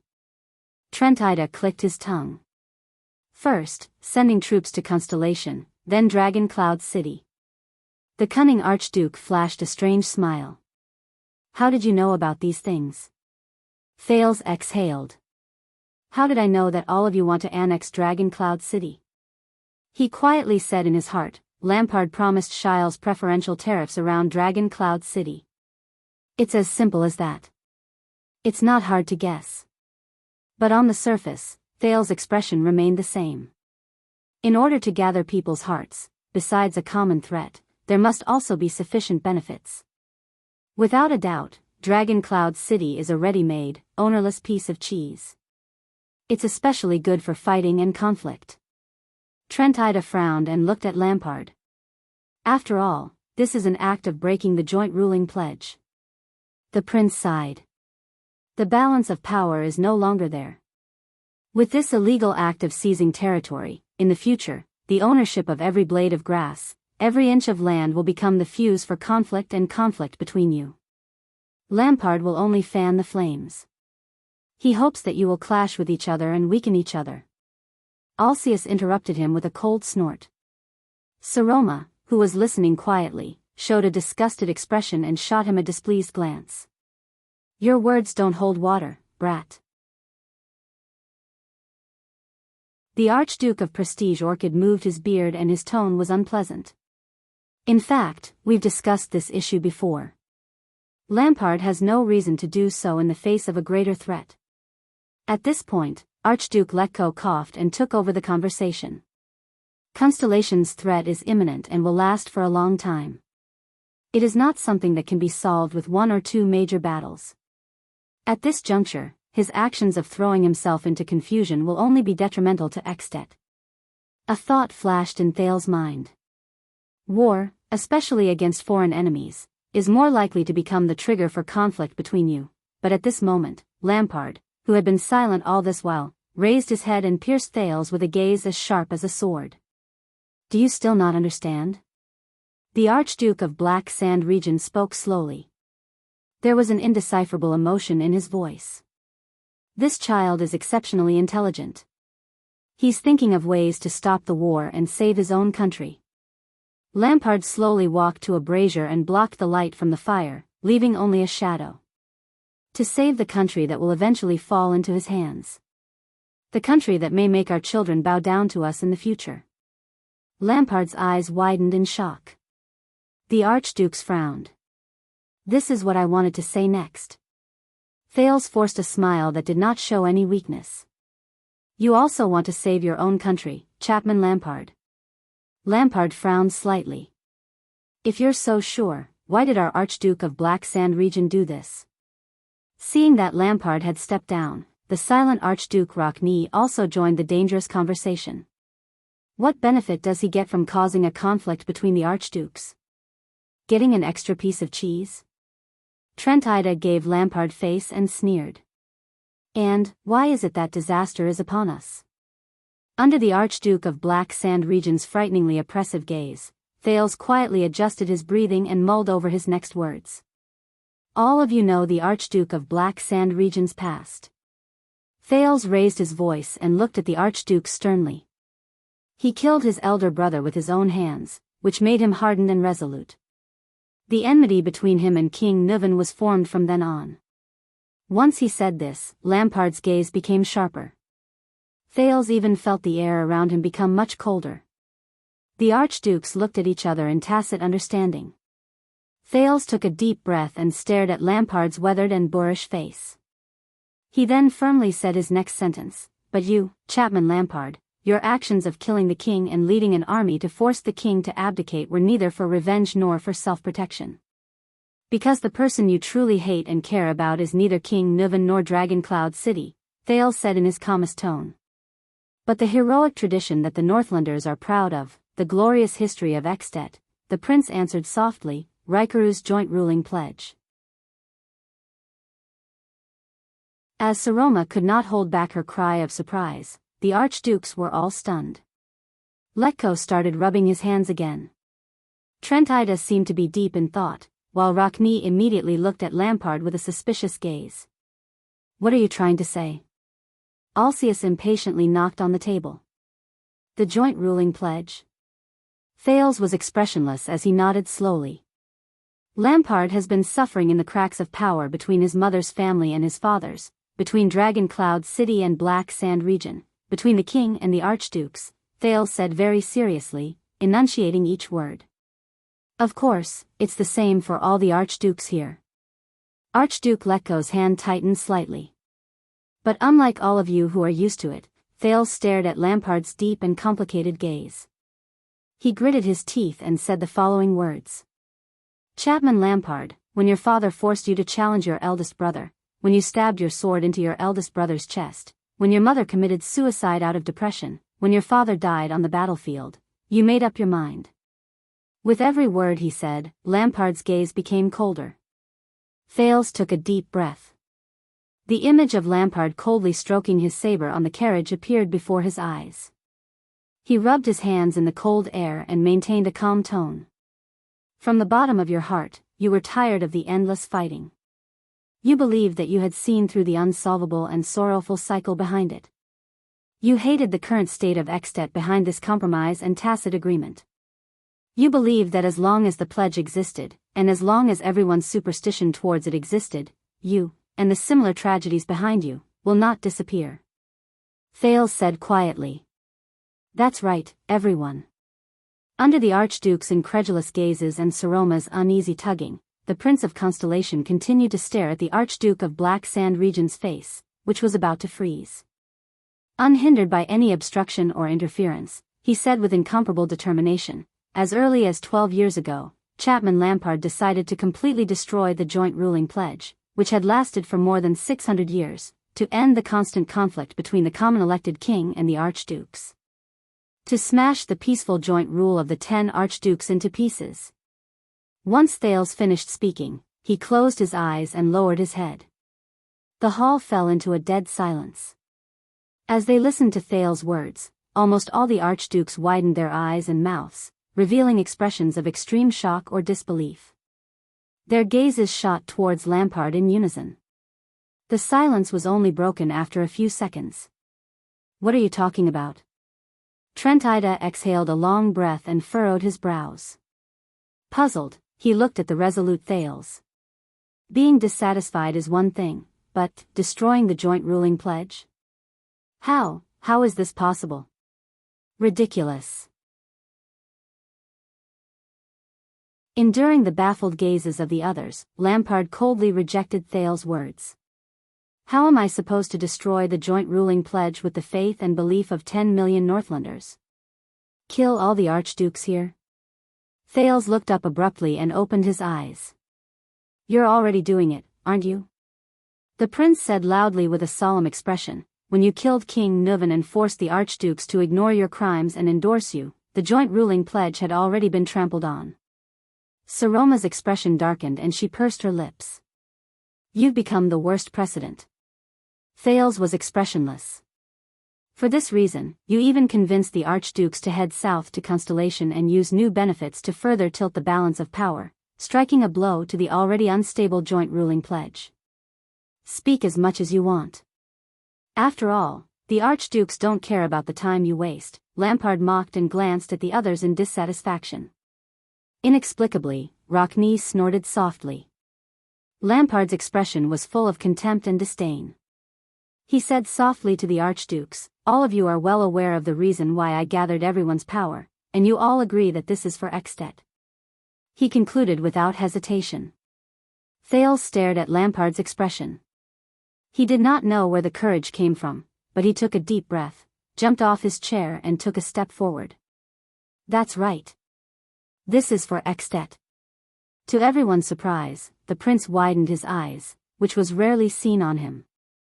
He clenched his fists and said resolutely, and until now, the thing I admire the most about you, Chapman Lampard. Aside from your personal likes and dislikes, you sincerely want Extet to become stronger without any pretense. To face the future threat of Constellation. Thales almost roared out the last sentence. The moment he said this, Saroma let out a soft, huh? While the archdukes were all stunned and even Lampard was slightly confused, Thales took a deep breath, composed himself, and suddenly changed the topic. But this is the scariest thing. He said coldly, Mindes III. The moment this name came out of his mouth, Lampard's face turned ashen. His expression trembled, like a wild beast whose weakness had been caught. The archduke's expressions became strange. Trentida sighed. How does this brat know everything? Could it be that he has been hiding in the fireplace and eavesdropping? Saroma raised her head thoughtfully. Mindes Jade Star III. The virtuous king. Thales said silently in his heart. The rightmost portrait of the three kings appeared before his eyes. The elegant and handsome middle-aged king, who held the staff of Constellation in his hand, flashed an amiable smile at Thales through the frame. That was one of his ancestors, one of the three kings of Constellation, and Thales gently touched his chest. There, the scar that was burnt by Quide with Mindy's silver coin seemed to still be aching. A king was not respected by his bloodline, but his bloodline was glorious because of the king. A momentary victory or defeat was but a fleeting wave. 100 years of chess was the foundation of all ages. Also, Thales remembered the first time he met King Kessel. The king's father's evaluation, from the nobles to the priests, from the merchants to the beggars, everyone praised his wise rule. Wise rule. Thales' heart skipped a beat. He clenched his fist over his chest as High Priestess Holmes' words appeared in his mind. From the moment you embarked on your journey, every inconspicuous detail could be an opportunity to dominate your future. The prince remembered the portrait of the virtuous king on the silver coin, Mindy's Hall, and everything he faced today. He could not help but smile. Is all of this a coincidence? He raised his head. Lampard has told you about the virtuous king, right? Thales' gaze became firm again. Lampard said that Constellation's current situation was laid down by the virtuous king, and developed step by step. Archduke Trentide narrowed his eyes, resisting the desire to turn around and look at Lampard. He probably also told you how the legacy left behind by the virtuous king became the support that Constellation relies on for its livelihood step by step over 100 years. Thales clenched his fists lightly. His expression was resolute. But what Lampard did not tell you is, Lampard stared at him from afar. His expression was extremely unpleasant. Thales remembered the fear he felt when he was in the same carriage as Lampard. He remembered his last words. I want to save this country. When he thought of this, Thales took a deep breath, raised his right fist, and hit his chest with force. From Constellation, from the virtuous king, Lampard did not only see a threat. The prince clenched his teeth. He could only feel his hands trembling. He also saw Extet's future. He saw the final solution to Northland's hundreds of years of predicament.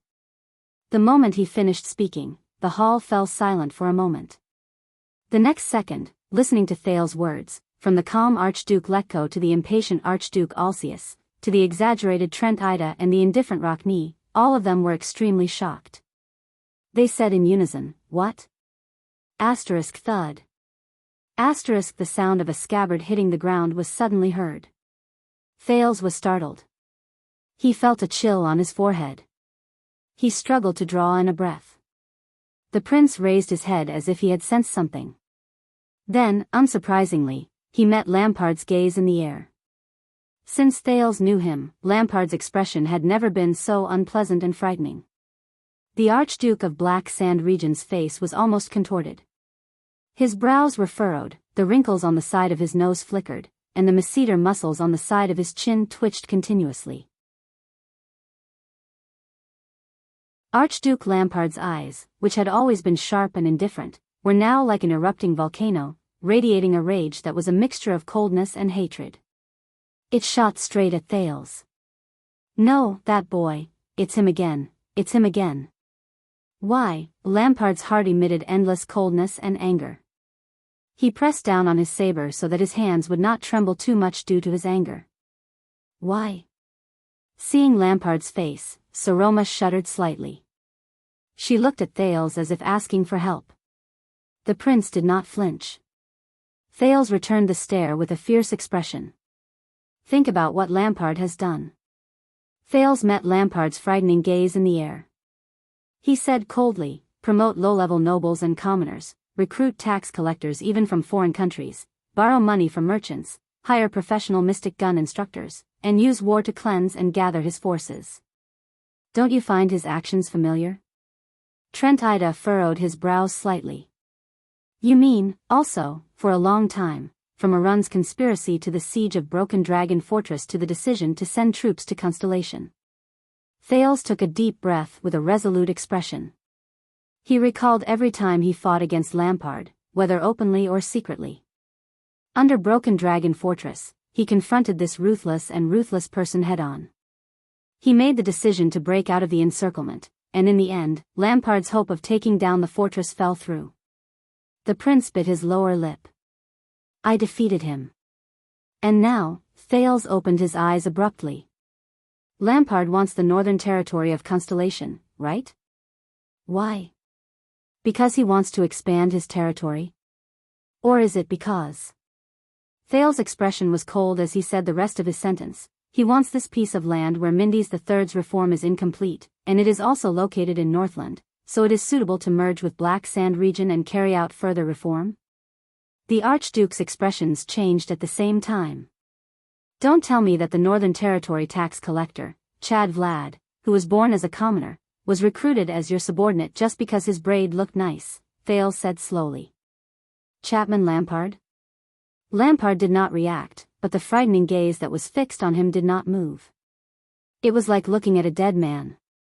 Yes, this is the truth behind the threat of Constellation. Lampard wants more than just to resist Constellation. Thales pursed his lips. Under the four archdukes' astonished gazes, he nodded in an unquestionable manner. He wants to start from himself in Extet, imitate the virtuous king's reform. In order to save his country. Whether it is killing King Nuvan, getting the archdukes involved, or attacking Constellation, it is all for this purpose. After Thales said this, he panted slightly. The archduke stared at him in bewilderment. Chapman, what do you think? Letko shifted his gaze away from the square table and sighed slowly. Compared to him, we are more willing to believe in you. Lampard closed his eyes. After a moment, he spoke slowly. This is a step that must be taken to resist the threat of Constellation. You have seen the Starlight Brigade, and you have also seen their iron-like bureaucratic system, the Archduke said coldly. Constellation is growing stronger day by day, Extet cannot sit and wait for death. We must let go of our pride and complacency, and learn from our enemy's strengths. Lampard raised the sword in his hand and slowly tightened his grip. We must forge our own Starlight Brigade. Only by doing so can we maintain our advantage over them for a long time after we take down Broken Dragon Fortress and interrupt Constellation's transformation until we completely defeat them in the end. At least in Black Sand region. He ended his speech. The archdukes listened in silence. This is not a problem. Trentide sighed. I think we can accept, but the archduke stopped talking. Because he saw the bald Archduke Letko frowning in sorrow and exhaustion as he stared at Lampard from afar. It was as if he had seen the most unbelievable truth. This is... Trentide was shocked. What's wrong? Well said, I want to applaud you. Thales' voice rang, sounding rather dull. There is only one small accident. Lampard clenched his teeth. In front of all the archdukes, Thales took a deep breath and slowly exhaled. The prince's eyes shone with an unprecedented light. He spoke slowly and resolutely.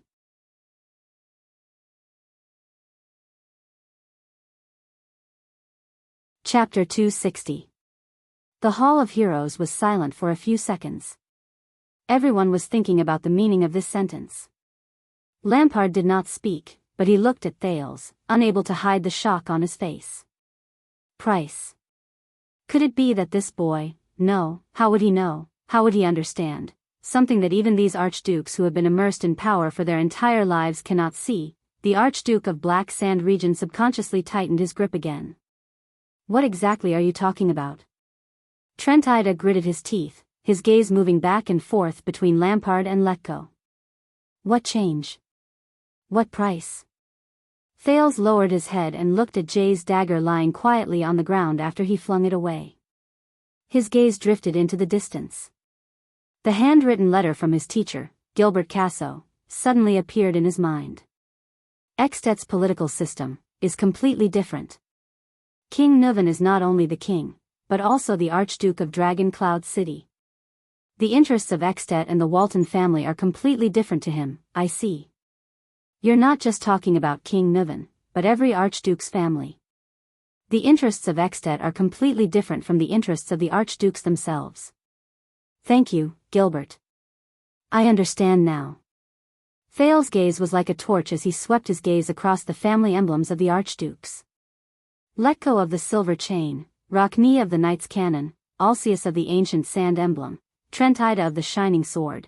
As he named them one by one, the archdukes turned their heads and looked sullenly at the prince of a foreign country.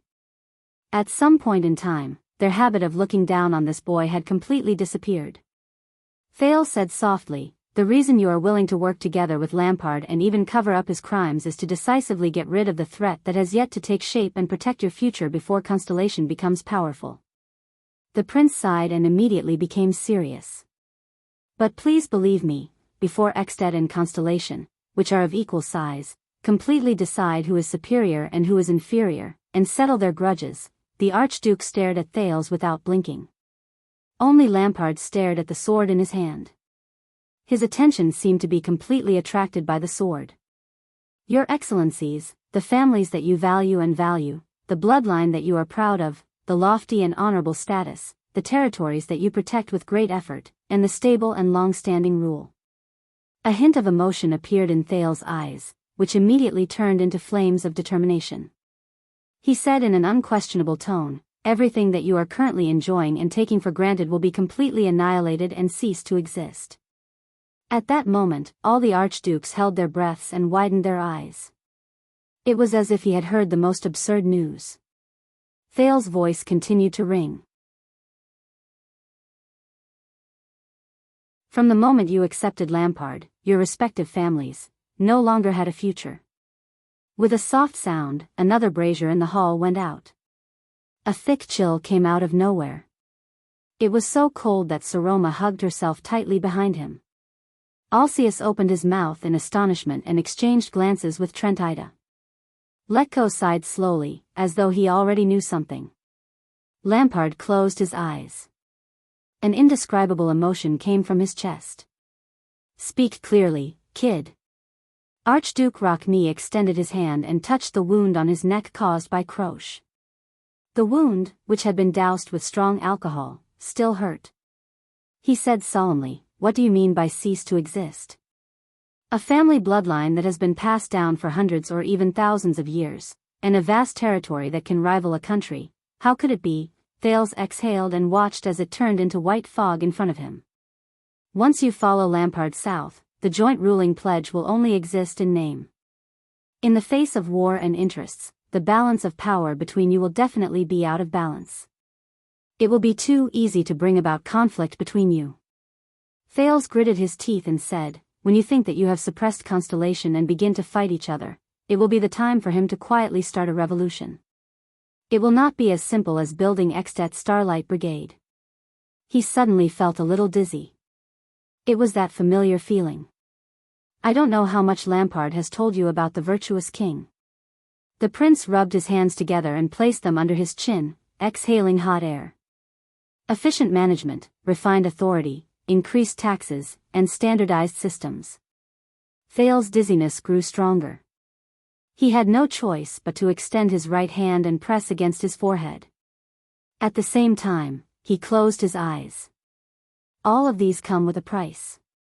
The moment he closed his eyes, he felt as if he had left the Hall of Heroes. Before him was a row of familiar white tables and chairs. There were 7 or 8 laptops placed in front of them, and their respective owners were sitting quietly. He cleared his throat and lowered his head. In his hand was a neatly printed report. So, from his point of view, as a transitional stage between the old feudal rule and the absolutism rule, a hierarchical country was formed at this time. Wuqian's voice rose slowly, gentle and calm. The city is an autonomous political entity. It is an aggregation formed by the wishes of the powerless.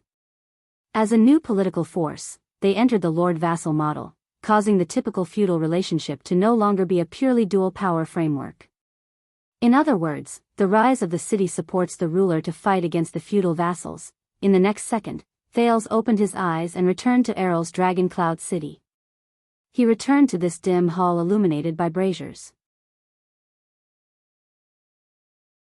Whether it's professional officials, qualification tests, or the national conference, all of them mean, first of all, the low-level nobles and commoners in the city and the suburbs.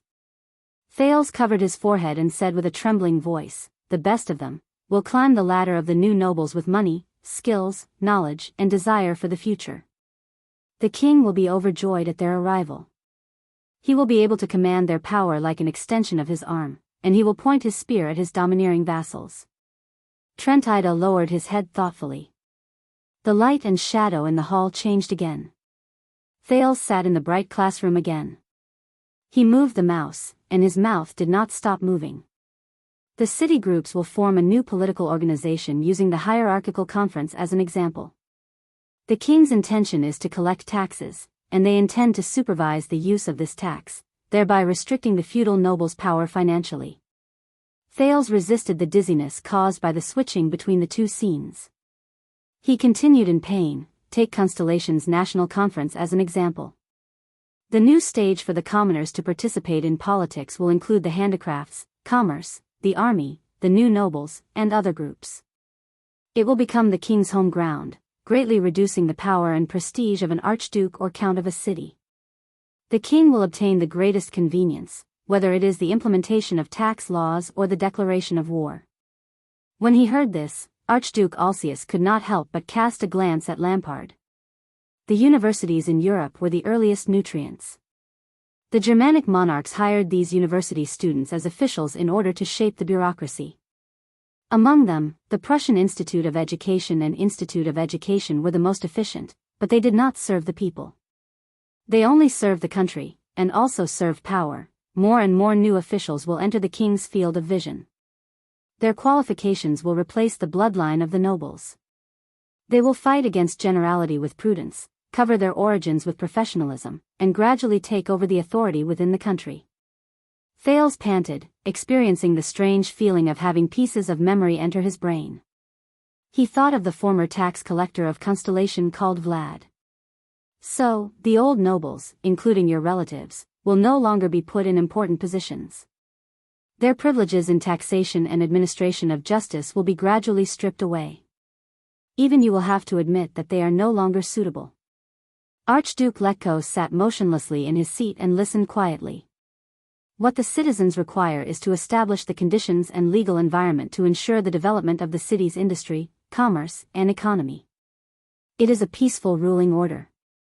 And these are not satisfied by the feudal system based on the manor economy and the small market.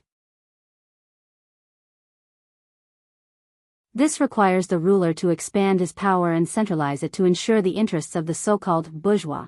Similarly, the king will allocate funds from the increasingly abundant treasury to support and expand the regular army, and maintain the domestic order and border security on his own. Thales swayed slightly. Saroma quickly held him up. He will no longer rely on the conscripted army in your territories, no longer rely on the self-sufficient supplies in your manors and fields, and no longer have to listen to the Archduke's opinions. Rockne suddenly thought of Broken Dragon Fortress. He frowned deeply, and his gaze as he looked at Thales became strange. With the development of time, the feudal nobles in the hierarchical countries found it difficult to maintain their livelihood, and they also lost their military significance. They were unable to maintain their political influence, and they also lost their ruling power. Under such circumstances, they had to draw closer to the ruler and fulfill their duties according to the latter's conditions. In other words, the rise of cities brought about a destructive impact on the feudal system. Finally, those strange fragments in his mind calmed down and stopped making waves. Thales panted slightly and patted Saroma's hand. At that moment, he suddenly realized that Lampard was looking at him with a gaze that was a mixture of surprise, doubt, pain, hatred, relief, and other strange emotions. Do you feel it? Once this change progresses over time, whether it is you, the archdukes who rule over a region, or the traditional counts in each city, from taxes to the army, from the judiciary to talents, from privileges to status. As the archduke's expressions became increasingly unpleasant, he turned his head with great difficulty and looked at the archdukes. The premise that you rely on for a living will slowly melt away, and your advantages will gradually disappear. All the means and changes that Lampard envisioned, regardless of the original intention, will lead to one result. Thales took a deep breath and said with a serious expression, and that is all of you, the other 9 famous archdukes who jointly rule Northland. It is the beginning of the loss of your power and the decline of your families. Archduke Lampard's expression was as calm as still water. His gaze as he looked at Thales became more and more complicated. The archdukes were as still as stone statues. No one knew how much they had heard. There will come a day when all of you will turn from great vassals who rule over a region to great nobles who only have glory left. Then, you will become millionaires who only have wealth left, and you will even become commoners who have nothing left. In the end, you will be reduced to the point where your descendants can only dig up the history of your families from the ashes, and Riker's oath, which has protected Ekstedt from being divided for 600 years and stipulated that the 10 archdukes jointly rule Northland, will become the oldest page of history in the museum. Thales sighed deeply and shook his head. Just like your families, it will slowly turn yellow with time and will never return. This is the price Lampard has to pay for saving Ekstedt. After Thales finished speaking, he slowly raised his head. At that moment, the archdukes finally came back to their senses from their stone-like state. However, there was a subtle change in their expressions. Lampard lowered his head and stared at his old saber. Trentida cast a questioning glance at Alcius and Rockne in disbelief, but the master of Prestige Orchid Region only shook his head quietly. The suzerain of the city of faraway prayers' expression darkened and he did not ask any questions. Chapman. Archduke Letko's gaze seemed to regain its murkiness. The old man spoke in his deepest and hoarsest voice that day. Tell me, all you want is an army that can defeat Constellation, don't you? Have you never thought of anything else? Such as the joint ruling oath? The Archduke's gazes shot towards Lampard in unison. 1 second. 2 seconds. The Archduke of Black Sand Region finally lifted his gaze from his saber. He first forced a smile, then turned it into a chill. Everything this brat has said is based on a deeply selfish lie, Lampard, who had a complicated expression on his face, said in an unpleasant tone. As long as he arouses even the slightest doubt in your hearts, he will win. He will sow discord between us, destroy our efforts to fight against Constellation together, and give Constellation a breathing space, which is growing stronger by the day. Thales sighed silently in his heart. Cast aside his bewitching words, cast aside all sorts of inexplicable assumptions that have never happened, don't you think it's ridiculous? Lampard gritted his teeth as if he was insulted. For Ekstedt, all the archdukes united as one and went south to fight against Constellation together. Is this the cause of our own destruction? When the archdukes heard Lampard's words, their expressions became doubtful and they began to think. Saroma was shocked when she saw the archduke's reactions. At this moment, inaccurate. The prince's words traveled steadily.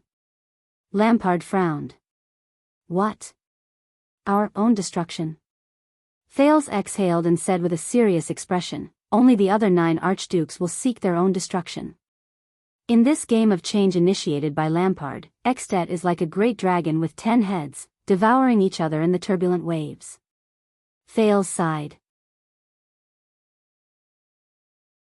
If everything goes smoothly, only one of its heads, which is also the most powerful archduke, who is the most well-prepared, adaptable to the situation, and has the fastest reaction, will survive until the end.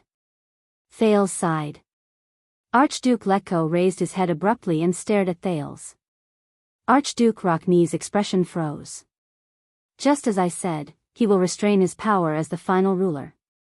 Then, he will take advantage of the ferocious momentum after the Reformation to devour the other 9 archduchy territories as nourishment and food. With that, he will forge his unprecedented and supreme Ekstedt crown. Thales' eyes were shrouded in a haze that was rarely seen by ordinary people. He said gloomily, in Lampard's plan, who do you think is the only person, the person who is closest to the truth? He looked at the Archduke's expressions and shook his head slightly. He walked to the brazier that had just been knocked down and slowly squatted down. The prince reached his hand into the cooled firewood and fiddled with it. He fished out the dagger that had been thrown.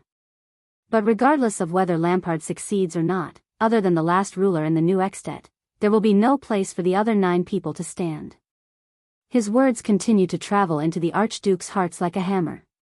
Thales shook JJ's dagger. Without changing his expression, he removed the sheath that Yodel gave him from his belt and blew on it gently. Please remember, everyone. It may take more than 10 years, or decades, or even 100 years, but if there comes a day when your families become dim and disappear, your descendants become homeless, and your status no longer exists. Thales slowly stood up and turned to the archdukes. That day will definitely start from today, from the moment you agree to Lampard's conditions. Thales' eyes brightened. He suddenly inserted the dagger into its sheath. Asterisk clang. Asterisk amidst the clear sound of metal scraping against each other, the archduke stared at him with gloomy expressions. This is the answer to the riddle, Thales said in a low voice. This is why Lampard was unwilling to reveal his true motives to all of you in the beginning. This is the cruel truth behind why he gathered all of you without hesitation to save Ekstedt. In order to defeat Constellation, Lampard worked together with all of you, he finished his words softly. But the irony is that right before Constellation was defeated, all of you will be reduced to ashes. There was another period of silence in the hall. Chapman, I have to say, this is really...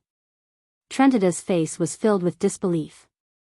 He wanted to say something but stopped himself. In the end, he sighed. Forget it, I don't know how to describe this feeling. It's really unsettling. Archduke Rockne added coldly and looked at Letko, who was the leader. The latter only furrowed his brows and said nothing. Archduke Alcius crossed his arms and propped up his chin. With great difficulty, he opened his mouth, Chapman, but Lampard's words were faster. They are all groundless nonsense. They are all things that have never happened. They are all alarmist speculations. But he used them as a reason. And all of you really believed him? The Archduke of Black Sand Region's voice was still cold, but his irritation could already be heard. Don't forget, the threat of Constellation is real. Lampard strode forward and pressed his hand on the square table. His expression was as cold as ice. Haven't you seen everything we saw and heard 12 years ago, and King Kessel's actions over the past 12 years? Why would all of you rather be swayed by vague words than act on unquestionable facts? The person who answered him was still Thales. Unquestionable facts, the prince said faintly. This time, Lampard turned his head. His eyes were filled with resentment and murderous intent. Thales did not pay attention to his gaze. He asked softly, Your Excellencies, if your attack on Constellation is successful, what does Lampard plan to do after that? The archdukes looked at each other, their emotions unclear. Lampard's gaze froze and he clenched his fists. He wants the northern territory of Constellation, Archduke Rockne said softly. He wants to guard the borders for us, monitor and suppress Constellation. Rockne's words were slow and cold, but they were filled with force. For this, he can give up the common elected throne or even Black Sand Region. Thales exhaled softly. That's simple. The prince flashed a malicious smile and stared at the ashen-faced Lampard. Archduke of Black Sand Region, if you think that my words are unreasonable, then prove it with unquestionable facts. For Constellation, the Northern Territory is a region of unfinished change. Traditional power and old habits still shroud it. But for Extet, the Northern Territory, which is also part of the Great Northern Region, has already begun to show signs of change. It is the best base for change. Thales said flatly, Archduke Lampard, for the sake of your unity, give up the Northern Territory as a spoil of war and give it to someone else. Lampard raised his head abruptly and stared at him. The archdukes also raised their heads with different expressions. Thales still had a calm expression. He learned this from Raphael. That pretty boy's attitude could always infuriate people to death. Shiles had complained that among the many conditions Lampard had given him, whether it was tariff concessions or resource contracts, the Northern Territory was excluded. Isn't this obvious? Of course, you can also make a guarantee. The corners of Thales' lips curled up as he continued, whether it's imitating the virtuous king's reform or endangering the archduke's families, it won't happen in your hands. This way, you won't have any soil and opportunities in your hands. You won't be able to start a change that might bring about a catastrophic disaster. You'll also be cleared of suspicion. Thales' expression became solemn. The other archdukes can rest assured and continue working with you, right? As soon as he said this, the hall welcomed the longest silence. Lampard froze on the spot. His hand was unconsciously on the hilt of his sword, and he did not move. The archdukes exchanged information with each other's gazes. No one moved or made a sound. A gust of cold wind blew into the hall. As the flames flickered, everyone's shadow swayed. Saroma bit her lower lip and anxiously stared at the archdukes, who had different expressions on their faces. Finally, as if a few centuries had passed, a voice broke the silence. Actually, we're willing to believe you, Chapman. Archduke Letko's gloomy voice rang. But I have to admit that this child's words make me very worried. Trentida shrugged. There's some truth to it. Lampard raised his head slightly. Under the shadows, his stiff face looked even more weathered. Tell me, Chapman. As our sworn alliance, in order to refute the words of this arrogant prince, in order to let go of our worries and wariness, in order to prove that we are still united, Archduke Letko stared straight at Lampard and sighed softly. In the upcoming war, the Northern Territory. You don't have to take it anymore. Lampard did not speak. He only stared at Letko in a daze. Of course, we will compensate you with a considerable amount of land and benefits to express our apology. Alcius, Trent Ida, and even my land will do. You can pick any land you want, only more, no less. The old Archduke coughed. He seemed to be a little sad. You know, the responsibility of establishing a foothold in the Northern Territory, guarding the borders, and monitoring Constellation can also be assumed by others. As soon as he finished speaking, Lampard raised his head and swept his gaze across each of the archdukes with the most incredulous gaze. Thales pursed his lips and fixed his gaze on Lampard. He stared at Lampard's seemingly frozen face. Lampard clenched his teeth and furrowed his brows deeply. Anger erupted from his eyes. Alcius' expression was unpleasant. He shook his head apologetically. I know this is too much, but I swear, as long as you prove yourself, I will personally take action and make this poisonous snake of Constellation pay the price. Poisonous snake of Constellation? Thales raised his eyebrows slightly. Lampard's face twitched slightly. It looked like a smile, but at the same time, it did not look like a smile. At this moment, Archduke Rockne raised his gaze. His gaze was sharp. You know, this is for Extet. Lampard clenched his fists. Trent Ida shrugged and avoided Lampard's gaze. He did not say anything. Only Archduke Letko stared at Lampard without flinching from the beginning to the end. How about it, Chapman? The old Archduke's bald head was particularly eye-catching.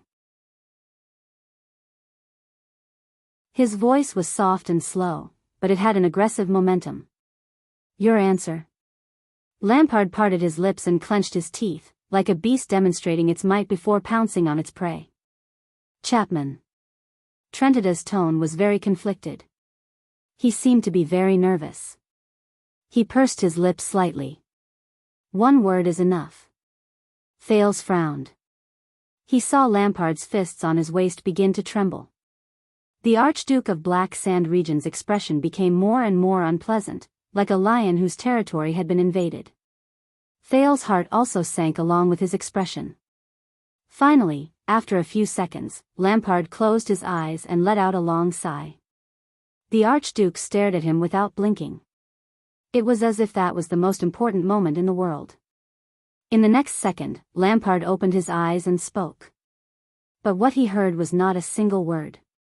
Ha ha ha, Lampard raised his head, parted his lips, and let out a sorrowful and irrepressible laugh. Ha ha ha ha ha, his laughter grew louder. The Archduke's gazes gradually dimmed as they watched his performance. Thales gently extended his hand and held the flustered Saroma's hand. Lampard's laughter finally stopped. Forget it. Lampard turned his head and revealed an indifferent and relieved expression. No matter what I say, it doesn't make a difference, does it? The Archduke of Black Sand Region turned and looked at his saber. His tone was cold. Even if we fight our way to Eternal Star City, all of you will continue to monitor me and be vigilant of my every move, afraid that I will affect your interests. All of you will also not allow any so-called seeds or flames of change to appear on Extet's soil. Archduke Alcius gritted his teeth indignantly. So, your choice, I just find it ironic. Lampard's expression changed and he suddenly raised his voice. Why don't all of you understand? The opportunity of a lifetime is clearly right in front of us. The opportunity to defeat Constellation and change history is clearly within our reach. Lampard clenched his teeth and looked at every Archduke's solemn expression. He growled in a suppressed voice, why are all of you behaving like cowards? Lampard turned around abruptly and faced the four Archdukes. His face was full of disbelief. The ending hasn't happened yet. Things haven't even reached the final step. All of you are just listening to a child spouting nonsense, and all of you are scurrying around like a group of frightened antelopes. The Archdukes looked at each other, speechless. All of you are so stupid that you can't even see the truth that a little boy knows, and so cowardly that you don't even dare to touch the most worn-out rules, then get out of the way. Lampard's face was contorted. He abruptly raised his scabbard. The joint ruling pledge, the destruction of families, the severing of bloodlines, the loss of power, the decline of status. What kind of F***king reasons are these? What exactly is Extet in your eyes? Aren't we Northlanders? The Archduke of Black Sand Region gritted his teeth and waved his scabbard, causing his cloak to flutter. We don't ask whether we can do it or not, we only ask whether we should do it or not. We Northlanders are more afraid of failure than we are of death. Aren't we? His voice, pained and strained, echoed in the hall. It seems that the result is very clear. Archduke Letko sighed softly and closed his eyes. Trent Ida covered his forehead and heaved a long sigh. Rockne let out a faint chuckle. On the other hand, Alcius looked sorrowful. Thales closed his eyes gently. He felt that the huge rock that had been pressing down on his heart had been lifted.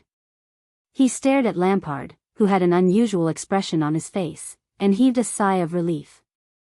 The chess piece has been placed in this round. Checkmate.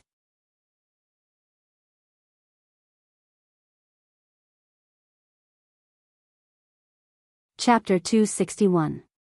Lampard, what exactly are us archdukes in your eyes? Archduke Letko suddenly spoke in front of Lampard, who had lost his composure. His words attracted everyone's gazes. As allies under the Pledge of Alliance, when you used Constellation as an example to convince us, you should have thought about this, shouldn't you? The old Archduke said faintly. Are we your allies, your stepping stone, or your sacrifice? Lampard raised his head abruptly. This is our only chance. When Constellation recovers and becomes stronger. The Archduke of Black Sand Region was furious. Are you just going to watch Extet gradually fall and wait for death? In your eyes, Extet can never compare to yourselves, right? At this moment, Chapman Lampard, the Archduke of the City of Faraway Prayers, Kulgan Rockne suddenly spoke. What exactly is Extet? Lampard was slightly startled. More than 600 years ago, right here, in the banquet hall above our heads, the 9 legendary knights, including our ancestors, raised the hero Rikaru above their heads and worshipped him as their king. That was how Extet was born. Rockne raised his right hand and pointed at the stone carving of the cloud dragon spear above his head. Archduke Alcius' expression changed. Saroma's eyes immediately lit up when she heard this history behind Thales.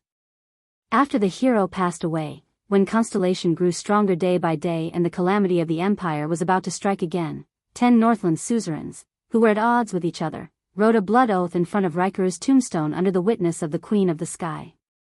They cast aside their former enmity and made a joint ruling oath with the 10 archdukes, Archduke Rockne said coldly.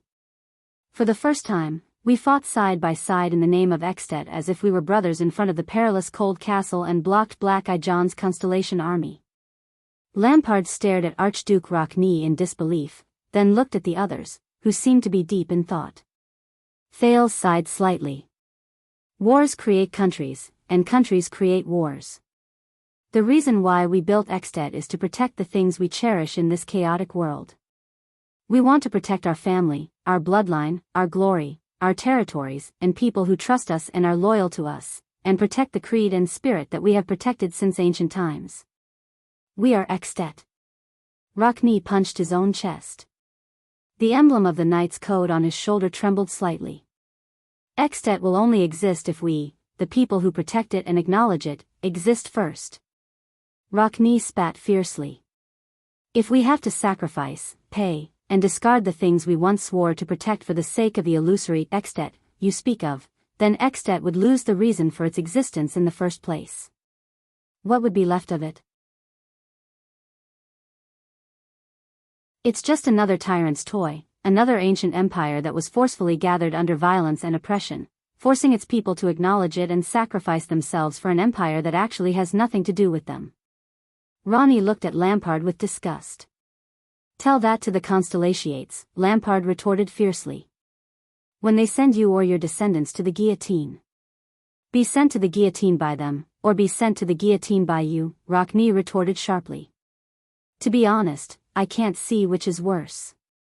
Lampard suddenly raised his hand and pointed at Thales. The prince was slightly taken aback. But everything that this boy said, the decline, the seizure of power, the revolution, the so-called end of our road, none of that has happened yet. He gritted his teeth and said, "You're here worrying about the future of your great-grandson?"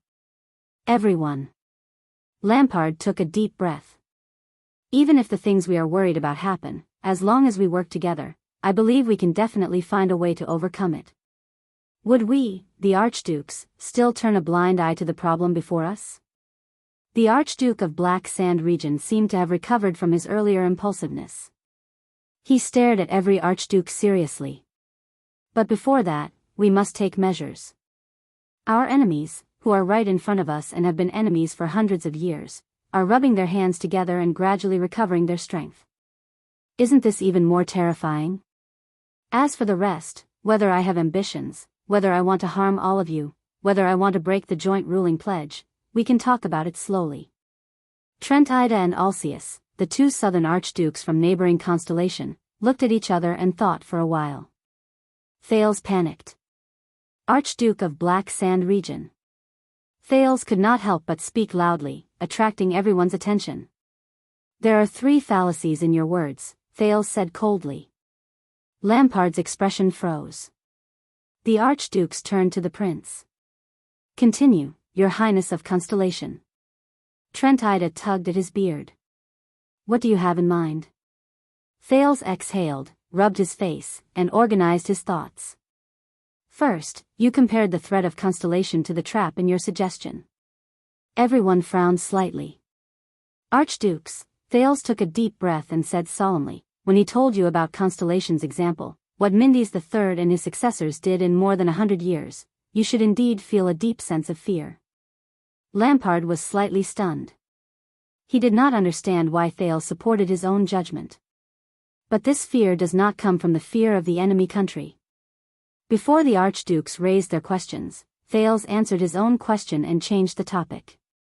Instead, it comes from pure vigilance and fear that comes from the bottom of your heart. He took a step forward and hung the dagger behind his waist. He revealed the most solemn and gloomy expression the prince knew of. This is no longer the overused struggle scenes in night novels. It is no longer the short-sighted political tactics of brainless nobles, such as assassinations, framing, marriage alliances, fighting for land, wars, and so on, Thales said in a low voice, trying to lighten the mood with a neutral tone. Trentida narrowed his eyes and clicked his tongue. Short-sighted?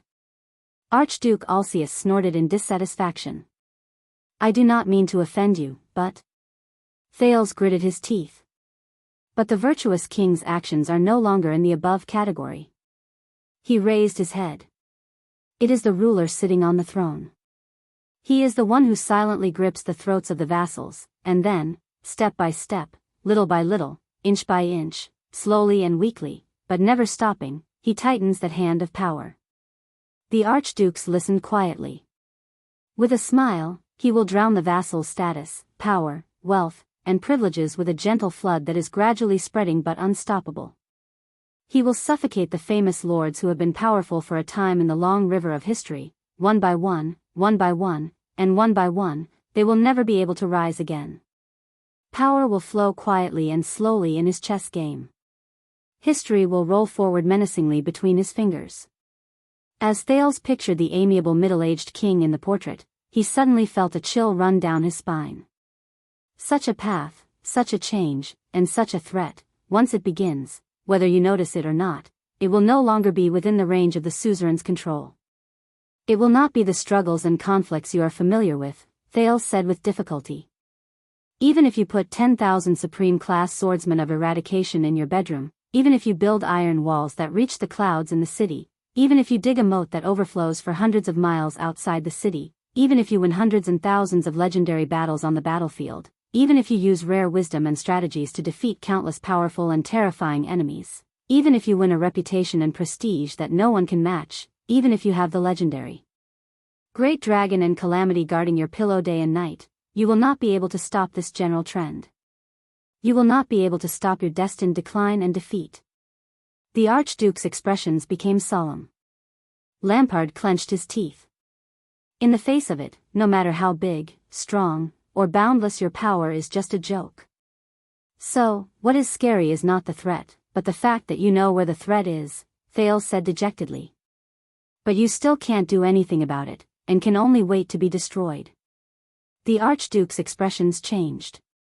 Once you think of this threat happening behind your backs, will you still agree to Lampard and walk down this path hand in hand with him? Enough, Lampard said decisively and interrupted Thales with an angry expression. I have had enough of your baseless clamor and bewitchment, boy. He strode towards Thales. The prince shuddered. Saroma's face also turned pale. But Lampard was only halfway there when Archduke Rockne appeared in front of Thales. Step back, Lampard. Rockne tapped the hilt of the sword at his waist. His expression was cold. I have never sparred with you before, but I am very willing to try. Lampard's expression froze. Northlander, Archduke Letko said softly, don't act like a low-level hooligan who will draw his sword and kill someone's entire family to vent his anger at the slightest disagreement. It was only then that Thales took a deep breath and calmed himself down. Your second fallacy, Lampard. Thales forced himself to continue. You think that what I said is baseless?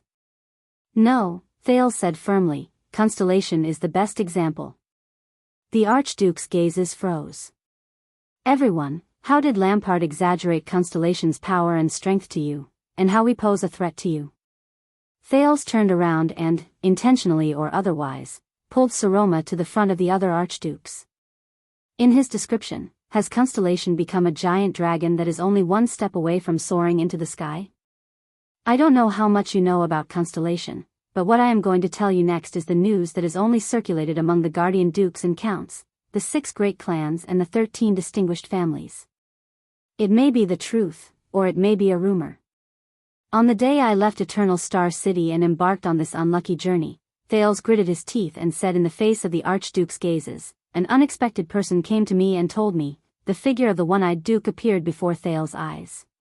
In Constellation, in Eastern Sea Hill, Cullen of the Sun's sword and shield has become a coward and is subservient to the royal family. Fakenhaz of Western Desert Hill relies on the western front lines and bitterly supports the four-eyed skull flag. In South Coast Hill, Covendier of the Iris Flowers lineage is unstable. A few days ago, the royal family confiscated 2 baronies. In Blade Edge Hill, Duchess Tabark of the Blood Moon has fallen to the point where she cannot survive without the royal family. The Archduke's expressions changed. They were shocked, contemplative, doubtful, and various other emotions. As for the Northern Territory that you are most familiar with, the White Eagles Arunda the White Eagle, who has been Lampard's enemy for generations, has long been reduced to a vassal of the royal family after his scheme was exposed. And this is only the most glorious 6 great clans. What did the 13 distinguished families and the traditional nobles experience when their power and status were stripped away? You want proof? Constellation is your proof. Thales said loudly, look at our current situation. Did you think that the chaos in the National Conference was just an act? Lampard closed his eyes and clenched his fists tightly. However, this is far from the end. Thales looked at the Archduke's expressions and said solemnly, those who have been stripped of their power will not give up and wait for death. Instead, they will secretly wait for an opportunity to strike back. Did you think that Arund only wanted the throne on a whim? He took a step forward and pulled open the clothes in front of his chest, revealing the scar that was burned by Quide. He gritted his teeth and said, since I was found, I have experienced countless assassinations and conspiracies. Even when I was sleeping in Renaissance Palace, I could still smell the faint tension and blood. Saroma covered her mouth and looked at the scar on his chest in surprise. Trent Ida whistled while Alceus crossed his arms. Archduke Letko's expression was solemn. The 19 noble families are only representatives. This kind of dissatisfaction will not be limited to the great vassals and great nobles. It will spread to the whole country. All the people who are affected will become uncontrollable riots and dissatisfaction. This kind of bloody struggle has never ended. It is only quietly dormant. One day, it will erupt again until the final victor is decided, Thales said coldly. Mendes III's chess game ushered in its climax after more than 100 years. The prince turned his head and said firmly, and I can tell you with certainty that Constellation is at its darkest moment, at its most dangerous moment. The conflict between the new order and the old blood. When he said this, Thales paused for a moment and focused his gaze. A terrifying thought instantly crept into his mind. Darkest. Most dangerous, new order. Old blood. At that moment, Thales opened his mouth and his face was full of shock. His hands trembled slightly. No way. What's wrong? Alcius said impatiently, are you stuck? With Saroma's tugging, the prince came back to his senses, but he still could not calm the panic in his heart. But he still tried to control his emotions and pursed his lips. This is your third fallacy, Lampard. Thales suppressed the doubts in his heart and said with difficulty, you think that Constellation's chaos and weakness are only temporary, and that once we recover, we can return to our peak and be invincible in the Western Peninsula? No. Thales panted. Just like how there is no change without cost, there is no change without risk. The decline of the nobles is the price. Their counterattack is the risk that Constellation faces. When he said this, the Archduke's expressions were unusually interesting. Among them, even Lampard furrowed his brows. Constellation's current weakness and turbulence is not a coincidence, but an inevitable result of taking this path. As Thales spoke, he deduced and was shocked by his new guess. This is what the virtuous king left for Constellation. His face was pale and he looked absent-minded. He remembered the words the one-eyed dragon once left behind. Saroma looked at him worriedly. I don't know how long Constellation can hold on, where this country will go, and what kind of outcome will await it, the prince said. For the first time, without any ulterior motives, he spoke sincerely and truthfully. Will it be torn apart, or will it be sweet after all the hardships? I only know that in this torrent, be it King Kessel or I, the 6 great clans or the 13 distinguished families, we are all trembling in fear and swaying in the storm. Forget it. Whether it's true or not, Thales convinced himself. At least I can convince them and shake them. That's enough. And in this torrent, the biggest and most terrifying wave. Thales gritted his teeth and pressed his hand against his chest. There was a map given to him by King Nuvan. All of you should have heard of it. The archdukes looked at each other with puzzlement in their eyes. That's right. In front of the archdukes, Thales breathed painfully. Amidst countless memories and clues, he said the answer he had just guessed. That tragedy where everyone lost, and there was almost no winner. The Jade Star tomb of Renaissance Palace appeared before Thales' eyes. The countless stone jars and jars of various sizes, and the young duchess from the Tabark family appeared. Under the Archduke's shocked gazes, he subconsciously said softly, the bloody year.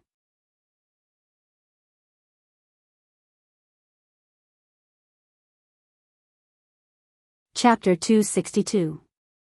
In another corridor of heroic Spirit Palace. Miranda's sword drew an arc in the air. Asterisk clang. Asterisk amid the clear sound of metal clashing, she clenched her teeth and brushed past Croche. In the next second, asterisk rip. Asterisk blood gushed out of Miranda's lower abdomen, while Croche's left leg armor was severely deformed. With their backs facing each other, the two of them widened the distance between them. Swaying, they fell to the ground. As expected of the chief. Croche sat on the ground with an exhausted expression.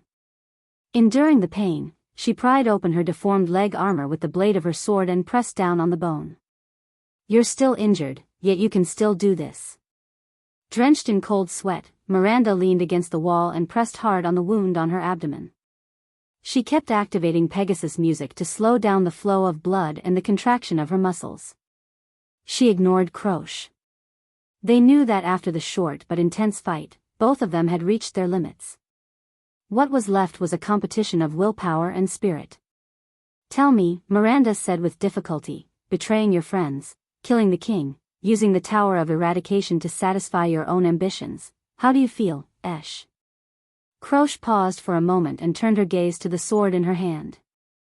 It was the saber she obtained from the Tower of Eradication, leader. The sword hilt was engraved with the unique symbol of the Pegasus branch, silver-winged Pegasus, representing unwavering faith. It feels great, Mira. Croce retracted her gaze and sneered. The pleasure of breaking the rules. Unexpectedly, Miranda did not look angry, nor did she look puzzled. Lady Arund only looked at her quietly, her gaze subtle.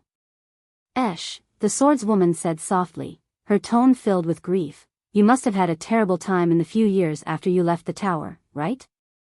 Croce trembled slightly. Her arms stiffened. I heard from Caslin that you were rejected by the White Blade Guards. Otherwise, you wouldn't have. Miranda sighed. But I beg you, don't lose yourself. Think about your heart of the sword. The corridor fell silent.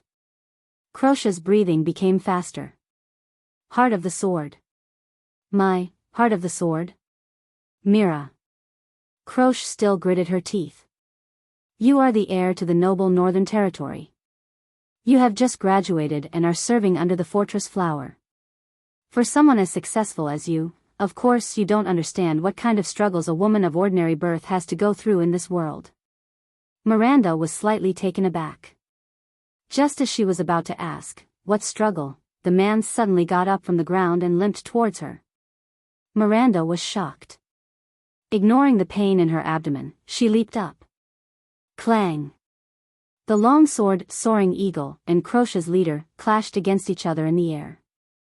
They were in a stalemate. White Blade Guards. Croce's arms trembled as she looked down on her opponent. Miranda could only fight with all her might. Both of them listened to the force in their swords as they trembled against each other. The point of contact between the two swords kept shifting back and forth as they tried to find the most suitable point to exert force and attack rhythm. That's not all. From the noblest dragon cloud city to the most remote manors in the countryside, no suzerain was willing to hire me, even if I could beat up all their guards and scouts, Croce said hatefully. For more than a year, I carried the tower's expectations and skills, but wandered around like a beggar despised by everyone. So, when Lampard extended his hand to you. Miranda looked at the injury on her opponent's other leg and calmly moved her feet, looking for an opportunity. You were determined to repay him with your death, even if it went against your creed? Croce's sword-wielding hand trembled slightly. Miranda's eyelids twitched. She instantly seized the opportunity. Asterisk clang. Asterisk she twisted her long sword and swiftly broke free from the disadvantageous position of being suppressed. Then, she took a step forward and turned sharply, using the advantage of her feet to attack. But against Miranda's expectations, Croce, whose left leg was injured, did not retreat as she expected and fall into her rhythm. The round-faced swordswoman roared angrily. Disregarding the injury on her legs, she stomped on the ground and pounced forward. What? Miranda's pupils shrank. The long sword grazed past Croce's short hair and took away a few strands. Croce's blade went straight for Miranda's injured abdomen. Asterisk thud. Asterisk in the nick of time, Miranda finally dodged her opponent's blade, but her ribs were struck by the hilt of her opponent's sword. Miranda's face contorted in pain. She could not help but retreat until she fell to the ground. *T ribs. The wound from the battle against the disaster swords earlier was also throbbing in pain. In front of Miranda, Croce, who had overexerted herself, also fell limp. She used her long sword to support herself on the ground and pressed down hard on her injured left leg. You don't understand. Croce said in pain. Finally, in the city of Halting Light, a viscount finally agreed to hire me, as long as I'm willing to marry him. I know. There were similar cases in the past.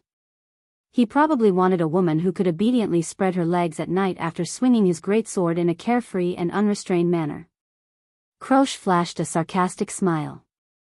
I thought he wanted a sense of accomplishment when his dignity was satisfied, to make him feel like a man. I refused. Feeling the injury on her ribs, Miranda listened to her former colleague's words with a pale face. No matter how powerful you are, you're still a woman. That's what he said. Croche gritted her teeth fiercely. Her eyes reddened. Right after he drugged me, before it took effect. Miranda shuddered violently. She stared incredulously at her friend, then at the mournful expression on Croche's face. Croche laughed sarcastically. Miranda's heart ached. She said softly, "Esh, I don't care about what he did." Croche's abnormal smile made Miranda feel uneasy. In fact, he really didn't do anything, did he?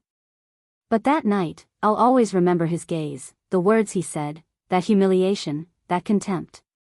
Croche's tone became hurried. And the panic in my heart at that time. It was as if I would soon lose all my value as a woman. From that day onwards, I understood one thing. The Archduke of Black Sand Region's female guard captain's gaze turned cold. The reason why I run into walls everywhere and no one accepts me is not because I lack ability, not because my physique is not good, and not because I lack experience. Croche straightened her body while trembling. She placed her weight on her sword and said coldly, "I don't have enough experience." She said coldly, but it was only because I was a woman. Miranda stared at her former best friend with grief and heartache. She felt a tightness in her chest. Croche, in Northland, they don't believe that a woman can become a warrior, fight with a sword, and survive independently. Croche's gaze became solemn. She staggered towards Miranda. They don't allow it either. This world can't tolerate women being stronger than men, because that's their exclusive privilege. Croche took a deep breath. It can't tolerate women surviving on their own without relying on men, because that's also their privilege. Once you think about this clearly, many things will be easily solved. Remember, in all the stories we read in the Tower, night novels, historical dramas, romantic poems? No matter what kind of woman she is, no matter how valiant, independent, loyal, and unyielding she is, if she wants to be liked by the readers, she must fulfill one condition. Croche panted, her gaze fierce. She must be able to be ked by men, by the protagonist. When a woman of noble status is king, the readers will feel a greater sense of accomplishment. When a dignified and virtuous woman is king, the readers will feel a greater sense of conquest. When a charming woman is king, the readers will feel a greater sense of pleasure. When a delicate and pitiful woman is king, the readers will feel a greater sense of dignity. When a pure and lovely woman is king, the readers will feel a greater sense of security. When a cunning and treacherous woman is king, the readers will feel a greater sense of satisfaction. As long as it's a woman, whether it's a protagonist or a supporting role, they must be appendages to men's lives, and exist for men. Croche leaned against the wall and gritted her teeth. From childhood to reality, from birth to death, from law to life, this is the story this bastard world repeatedly tells us, and it's also the king truth. What are you talking about? Miranda shook her head in disbelief. Her heart was filled with fear. Esh. Even if it's you, Mira, in constellation where women have the right to inherit, if you don't have a strong husband, your vassals won't obey you wholeheartedly.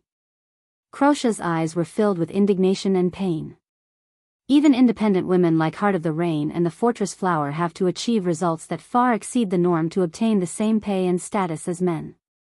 At that moment, Miranda suddenly remembered her past, the way her subordinates looked at her in the fortress, her father's expression when she was 7 years old, and Raphael. So, I also understand one thing. It's not the White Blade Guards or those suzerains who rejected me and women's independence. Croche walked up to Miranda. Her gaze was bleak and her voice was hollow. It's this damn world. Croche's voice faded away. Miranda stared at her in a daze. She was shocked by Croche's words, whether it was her past misfortune or her shocking opinion of the world. Croche calmed her breathing, then steadily raised the sword in her hand. There was a cold expression on her face. She said hatefully, F***ck them all. Sword light flashed. Miranda endured the intense pain in her ribs and rolled to the side in a disheveled manner, avoiding Croce's fatal sword slash. If it were not for the inconvenience of the other party's legs, she might have been beheaded a long time ago. Miranda reacted quickly. She turned around and threw the sword in her hand straight at the other party's abdomen. Just as Croce, who could not move easily, was about to draw her sword back to block the attack, Miranda's sword magically turned and stabbed straight ahead. It struck Croce's left ankle. It was as if Croce had moved away from the sword. Clang. The blade of the sword clashed violently against the armored boot. Croce fell to the ground in pain and gripped her ankle in the armored boot. Miranda's Pegasus music, which belonged to the same branch of the Pegasus family, tended to move the rhythm of both the enemy and herself in a continuous chain movement, creating an unintentional opportunity to defeat the enemy. It was like a concerto that went back and forth. Croce's Pegasus music, on the other hand, was used to taking the initiative to control the overall rhythm of the battle. Her attacks were swift, and it was clear between the enemy and herself. It was like a scherzo with a strong contrast between the strong and the weak. This was vividly displayed during the exchange of blows just now, when Croce struck her ribs heavily and Miranda attacked her opponent's ankle. Croce, forget about the unbearable past. Miranda shook her head and said anxiously, you're thinking too much. You're shifting your hatred to, thinking too much? Croce endured the double pain in her ankle and leg and snorted coldly.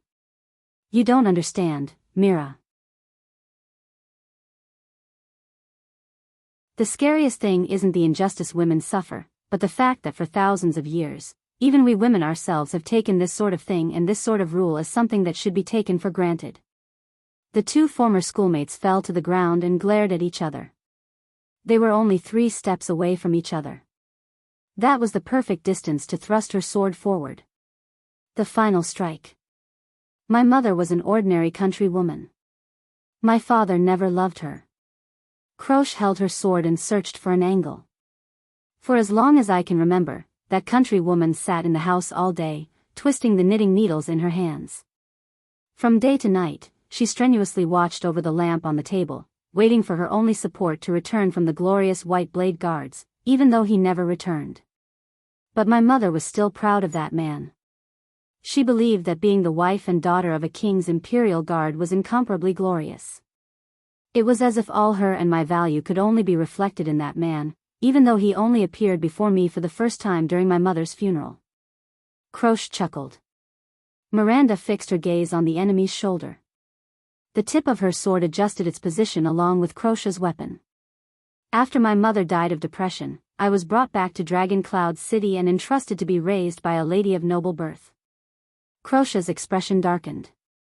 Madame Adele married one of the most honorable men in this country, the heroic, promising, forthright, and righteous Prince Soria Walton. You can't imagine what I saw. Croce could not help but quicken her breathing. If other people still know how to use flowery words to cover up the fact that women are property, then Soria Walton is probably an honest man. Property should be treated with a whip. When I was young, I hid under the bed countless times with my hands over my mouth, trembling with fear when I heard that damn bastard enter the door. I heard Madame Adele's pained screams, listened to that bastard prince treat her like the lowliest female slave, and vented his dissatisfaction with his wife time and time again. Adele did not leave her first night to her new husband, but to a knight from her hometown when she was young. He punished her for her disrespect and insults to herself. I always crawled out after he left, disheartened, to comfort Adele, who was covered in cuts and bruises because she was naked all over. She also always hugged me tightly in tears, and told me, and at the same time, she also told herself not to be sad, because this was her sin, and also a woman's fate. Miranda stared at Croce in astonishment. She had never seen this side of Croce in the past in the Tower of Eradication. Do you know, Mira, Croce said tiredly. In fact, from birth to death, we, women, are never, from beginning to end, a complete human being, compared with the other race. Her voice broke. When we were young, we were our father's property, which was used to exchange for another man's property. When we grew up, our faces and bodies were our future husband's faces, our first night and chastity were his dignity, our lower bodies were his territory, and our wombs were his storehouse for the continuation of his bloodline. Even our thoughts had to be theirs. When I carefully dissected my entire body from top to bottom, from the inside out, I realized that the only thing that belonged to me was this sword. Croce's eyes were filled with gloom. Esh. Miranda wanted to say something, but stopped herself. There was a mixture of regret, puzzlement, pain, and other emotions in her eyes. At that moment it was as if both of them had forgotten about the swords in their hands. In the end, Miranda sighed. What exactly do you want to do? Croce stared at her quietly and forced an ugly smile. I want to use the only sword I have left, to take back the things that women have been deprived of since they were born. To make women independent from then on. At that moment, Miranda swayed a little and leaned against the wall in a daze. I don't understand, she said with a pale face. But Croce only snorted, as if she was not surprised at all. Mira, I don't blame you. You are a happy, pitiful, innocent, pitiful woman who is content with the status quo and has no self-awareness. Miranda pursed her lips and looked at the sword in her hand, then at Croce. No matter what you plan to do, the world and history have been running like this for thousands of years. Even if you become a god, this nonsense. She clenched her teeth and shook her head. It's impossible for you to succeed. Croce raised her head abruptly. Of course I know I can't succeed. The female captain of Black Sand Region's guards had a pained and contorted expression, causing Miranda's heart to tremble. Croce took a deep breath. Her gaze was firm. Regardless of whether it's the world's habitual beliefs, Northland's deeply rooted traditions, or our own self-awareness. But in everything, someone must take the first step. Your Grace, he is the only person in Northland who can throw away the shackles, break tradition, and break the stereotypes. She regained her indifferent expression and spoke in an unquestionable tone. And it is only when he shatters everything that Northland and Extet believe in and negates the backward past inch by inch, that women will have the hope to obtain a brand new future in the new world that will be built on the ruins. They will not live as anyone's subordinates. Miranda did not know how to answer. She could only furrow her eyebrows tightly and shake her head continuously. Her heart was filled with grief. Esh. The other people in the world may not change. In the end, they may not even look at those women who yearn for independence and the future in the eye, Croce said coldly. But I must at least let them know that in that turbulent and earth-shattering era, there is such a woman under the Archduke who shocked the world. The world will know that she is a woman, but she can also bleed, contribute, fight, and survive on her own. She does not need to muddle-headedly become some man's wife, rely on her face and uterus to survive, and wear the identity mask given to her by the world to live. Just like Queen Erica, just like the Yao King. Pain and hesitation appeared in Croce's eyes, but they immediately turned into indestructible ice. Only like this, through me, through our repeated efforts, repeated attempts, and repeated failures. Only then can injustice be made up for, and difficulties be broken. In the next second, Croce suddenly raised her sword. Miranda also subconsciously raised the soaring eagle in her hand. Asterisk clang. Asterisk the two swords clashed against each other in the air, but neither of them showed the slightest intention to resist. Instead, both of them pierced into the enemy's body. Asterisk shick. Asterisk blood flowed out from Miranda's and Croce's chests at the same time. The two of them, who knew each other very well, guessed each other's intentions. At that moment, their postures were almost identical. They held their swords in one hand and thrust forward, while the other grabbed the tip of the other's sword. Their gazes met, and the atmosphere was solemn. So, for this baffling reason, you turned to Lampard. Holding the tip of her old friend's sword, Miranda widened her eyes in pain and trembling. You betrayed all of us. Across her, Croce revealed a smile that was a mixture of apology and relief. Bright red liquid spread out from under the two of them. No, Mira, it's not baffling, Krosh said softly. Her face trembled slightly, and tears flowed from her eyes. It's close at hand. It's just that you've already been trained by this world, to become accustomed to it. Miranda breathed absent-mindedly. She recalled everything that happened in the tower, and the scene before her eyes was a blur. His Grace, he carries the hopes and beliefs of so many people, including me. In her ears, Krosh's voice grew further, softer, and more indistinct. He will definitely succeed. He must succeed.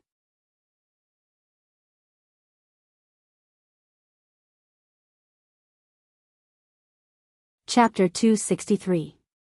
In the corridor near the armory of Heroic Spirit Palace, the Severing Soul's blade and the Soul Slayer pike were more than 10 meters away from each other. One of them was nailed to the wall, and the other lay quietly on the ground. The Soul Slayer pike let out a faint but ominous tremor that came and went intermittently. However, the two of them who should have noticed this did not have the time or energy to look at the weapon. Their battlefield had long since changed from the corridor to another place. Asterisk bang. Asterisk with a loud bang, a large wooden door was smashed open. In the darkness, two figures pounced into the room. This was an armory.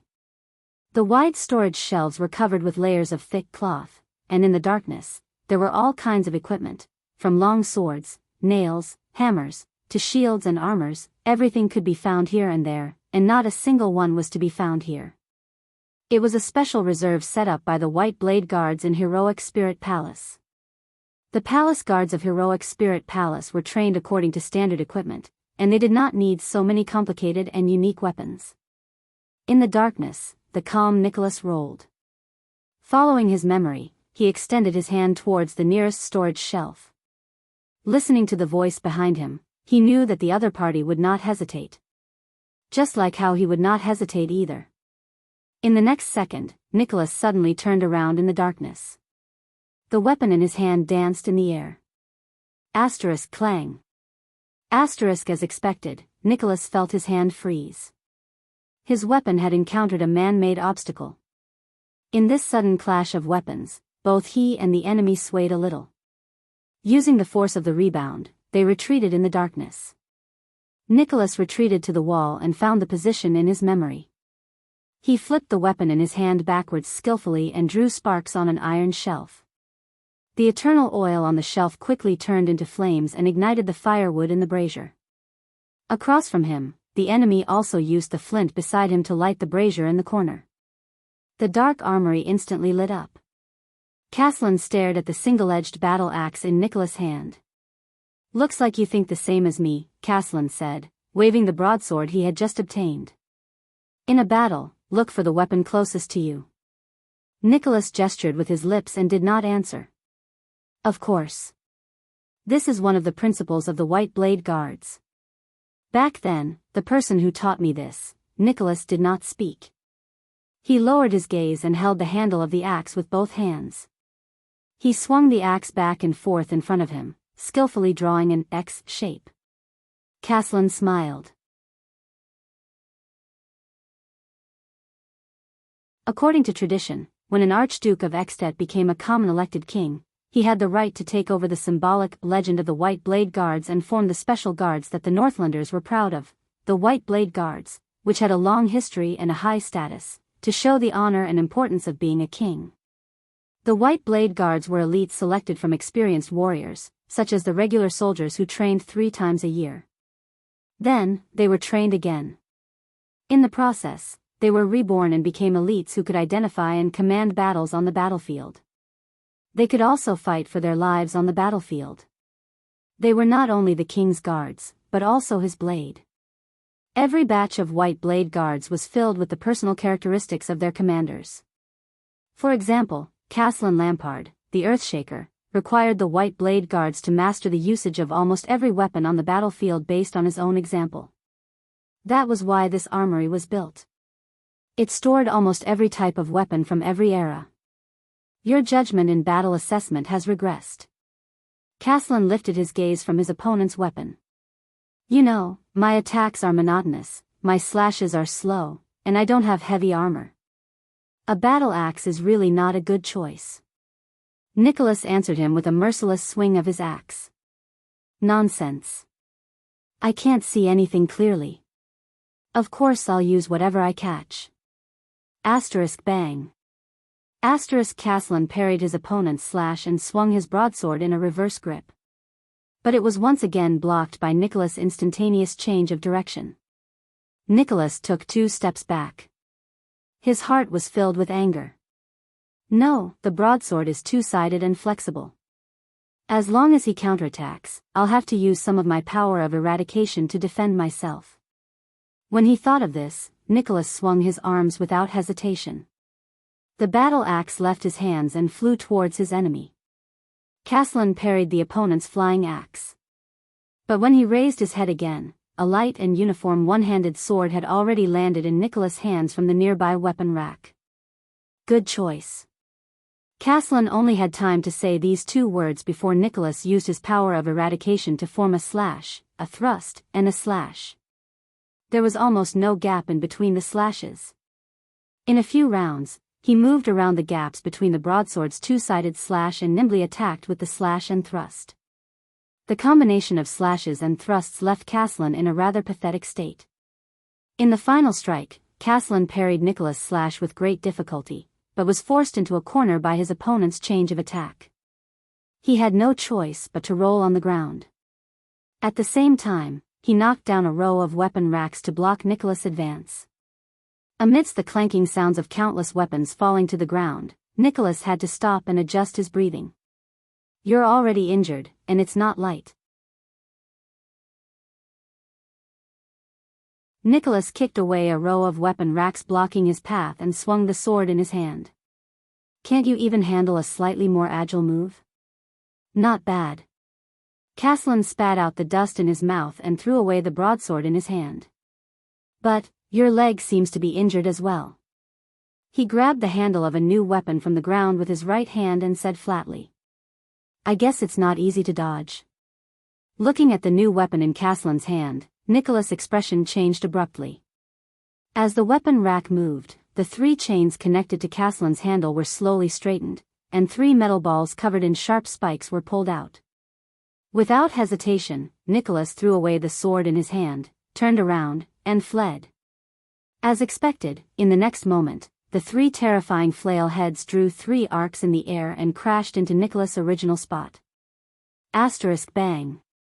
Asterisk stone chips flew everywhere. Nicholas knew that Caslin had found his weakness at the moment. The multi-headed flail. This weapon, which had a long handle and a hammer head attached to it, was truly a lethal weapon on the battlefield. Not only was it powerful, but when it was swung, it could break bones and snap tendons. It was also because when it was swung, the number of comrades who died under its hands was as many as the number of enemies. If it were any other time, dodging it would be a piece of cake, but now, Nicholas gritted his teeth and endured the pain caused by the arrow wound on his leg. He did not stop moving, but he heard the sound of wind behind his ears. Without thinking, the star killer rolled on the ground. A stone chip kicked up by the flail head hit the back of Nicholas' head. Nicholas quickly got up and continued to flee. Asterisk bang. Asterisk Caslin swung the flail horizontally in a practiced manner. The flail head with the iron chain grazed past the weapon rack beside Nicholas and broke it into 3 pieces. The broken weapons scattered in the air. Nicholas dodged a falling dagger. But he knew that he could not stop until, while evading Caslin's attack, Nicholas turned around a stone pillar and finally found what he was looking for. In the next moment, Caslin swung the flail again. But his pupils shrank. Nicholas fell to the ground, and when he got up, there was a long weapon in his hand. The star killer turned around and faced Caslin. Asterisk clang, clang. Asterisk the iron chain in the air coiled around an iron rod that suddenly appeared. Nicholas pulled back the long hilt in his hand. With a metallic sound, the iron chain circled around the iron rod twice and stopped moving. The flail head was locked tightly to the axe-shaped top of the iron rod.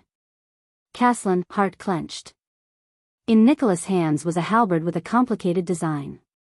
The protruding tip of the axe, the shape of the axe's blade, and the specially made hook were all forged to deal with cavaliers. As long as there was enough strength and familiarity, infantrymen could easily use this long weapon to hook cavaliers off their horses. And now, it had locked its flail perfectly. Nicholas panted lightly. He could feel the fatigue in his body. Even though he was strong, he was still very tired after going through a few hours of high-intensity battles. Fortunately, the other party was the same. He did not stop. He stretched his right hand behind him, and with the halberd in his hand and the flail, he stabbed towards Caslin in a practiced manner. Caslin let go of the locked flail in a flustered manner. This time, it was his turn to stagger to avoid Nicholas' erratic halberd, which could change direction at any moment. Asterisk bang. Asterisk the halberd knocked down the row of bow racks beside Caslin. The unstrung longbows fell to the ground. Caslin did not stop. With a stern expression, he continued to roll in a circle to avoid Nicholas' sweeping long weapon. Nicholas tightened his grip on the weapon in his hand and swung his halberd without hesitation. Asterisk bang. Asterisk with a slide kick, Caslin dodged the attack. At the same time, he kicked down a weapon rack. The weapons on it fell to the ground with a clatter. The old man folded his arms and held 3 or 4 weapons under his left armpit. He then ran 7 or 8 steps before he turned around to face Nicholas again. When he saw the weapon in Caslin's hand clearly, Nicholas was alarmed. The old man stretched out his right hand and pulled out an outdated weapon that had disappeared from the battlefield a long time ago from his left arm. A javelin. Caslin raised the javelin with a stern expression and pulled his right arm back. Asterisk whoosh. Asterisk the javelin slipped out of his hand. At that moment, Nicholas could not care less about the halberd in his hand. He crouched down and ducked his head. Asterisk clang. Asterisk the javelin whistled through the air and brushed past Nicholas' head, which had just lowered, before it stabbed into the stone tiles behind him. Nicholas could not care less about the cold sweat on his head. He decisively threw away his halberd. But in the next second, there were 2 more whooshing sounds. Nicholas used all his strength to avoid the 2 javelins that were aimed at his chest and head, but the arrow wound on his leg started to hurt again. The star killer ducked behind a stone pillar. Just as he hid, a javelin flew from afar and stabbed into the spot where he was just a moment ago. Nicholas leaned against the stone pillar and panted. He anxiously searched for a new weapon, and cursed in his heart. As a white blade guard trained by Caslin, no one knew better than him how terrifying Caslin was. Caslin's strength and reflexes were terrifying, which earned him the title of Earthshaker. But the old commander's ultimate skill was that he was proficient in the usage and characteristics of almost every weapon. Any weapon he grabbed on the battlefield could become an unparalleled killing tool. For example, right now. Every time he changed his weapon, the pressure on him increased tremendously, and the star killer could only deal with it passively. A sound came from behind the stone pillar. Caslin picked up another bundle of javelins and tore open the rope. "You've neglected many skills, Spiky." Caslin's voice traveled through the stone pillar. "I can tell from the weapons you chose. Have you forgotten what I taught you?" As a white blade guard, understanding the characteristics of every weapon is. Nicholas gritted his teeth as he leaned against the stone pillar. Resentment and pain rose in his chest. "Why?" he asked with great difficulty, interrupting the other party. "Why what?" Caslin's voice rang out. Nicholas panted and clenched his fists tightly. "You damn bastard, from just now until now." The star killer gritted his teeth. "Why the F***ck are you still bringing up so many things from the past?" He roared angrily. "Do you think we're still sparring on the training field like in the past? Traitor." The old man behind the stone pillar fell silent. "It's you," Nicholas said in pain. "It's you who turned us into white blade guards from recruits who only knew how to fight for food and clothing, for money, for pride, for glory, and for promotion." Nicholas shut his eyes tightly. He could feel the blood surging through every vein in his body. "That year, when you were cracking the whip, you told me those words." In the next second, he grabbed the javelin by his feet and dashed out from behind the stone pillar. "Are they all fake?" 2 javelins were thrown from the hands of the 2 men towards each other. Asterisk whoosh. Whoosh. Asterisk Caslin's javelin grazed past Nicholas' calf and cut through the leather armor on his leg, drawing blood. Nicholas rolled again and hid behind another stone pillar. He touched his calf. It was wet. But he had no time to care about it. There was silence. "Judging by your expression just now, I thought you only wanted to kill me." On the other side of the stone pillar, Caslin looked at the still trembling javelin beside him with a mournful expression. He wiped the wound on his forearm. "You'll never ask. A commander will always think 1 step more and take 1 step less than his subordinates on the battlefield." Nicholas could not stand it anymore. "Isn't this what you told me? You told me how to be a qualified commander, to become a strong shield, an iron wall, and a flag that our comrades can rely on for protection on the battlefield. But what about you?" The Star Killer was agitated. His face was contorted as he roared, "What about the oath of the blade you swore? To defend against powerful enemies, to be the first in 100 battles, until my blood runs dry," Nicholas said while trembling. "To pass on hope, to shine with glory, until all things fall into eternal sleep. Where's your blood? Where is your glory? Boss." Nicholas' furious roar shook Caslin's heart. The armory fell into a long silence. Only the 2 of them were left panting. One was panting intensely, and the other was unstable. Finally, the old man spoke slowly. "Spiky, being a commander must be very tiring." Nicholas froze. Caslin lowered his eyelids and spoke softly. "It's been almost 20 years. How much darkness has King Niven made you bear? How many secrets have you shouldered? How many things in there will make you feel guilty and unable to sleep at night? How many things will make you unable to talk about them?" The Star Killer gritted his teeth and did not answer. But there was an indescribable sorrow in his heart. Caslin said quietly, "And you can only continue to instruct your subordinates in a righteous manner on the 2nd day of training to be loyal, glorious, upright, and heroic White Blade Guards." I know it from the bottom of my heart," Caslin said bitterly. "That's right.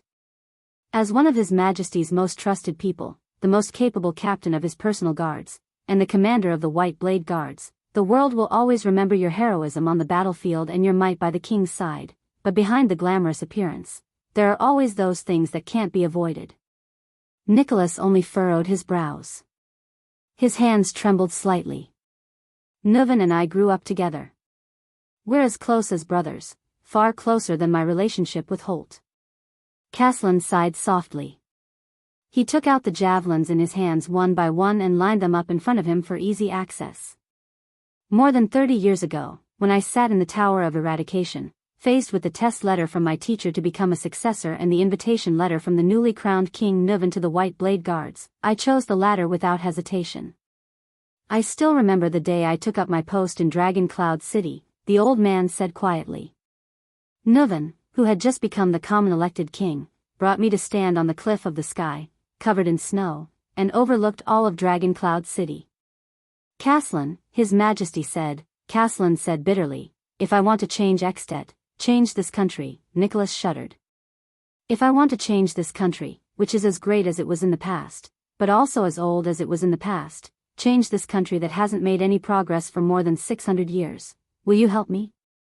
I didn't hesitate. Caslin heaved a long sigh.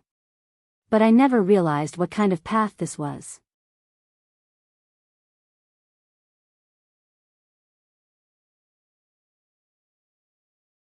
Chapter 264.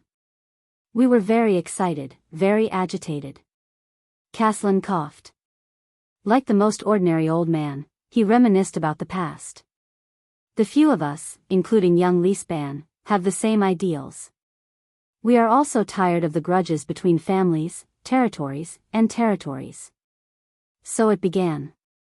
Caslin stared at the stone pillar Nicholas was leaning against. His tone was mournful. You can't imagine what we've been through over the decades for Extet by Nuven's side. Nicholas subconsciously raised his head and looked at the ceiling. In the beginning, it was just a small matter. We had to consolidate the prince's authority and influence, protect the dying families loyal to the prince, and punish the vassals who embezzled money.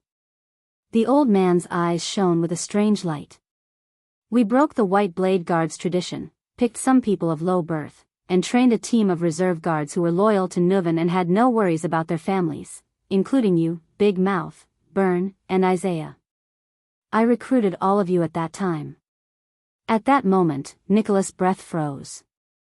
The words that had been stuck in his mouth almost slipped out. The day I was recruited into the White Blade Guards, boss, everything was so that a future king could fulfill his ambition and be prepared. Caslan's expression darkened. His tone changed. But as Nuven ascended the throne, things began to change. His enemies increased in number and strength. He needed a sharper blade and a sturdier shield. My missions also became more and more unscrupulous, and there was no bottom line.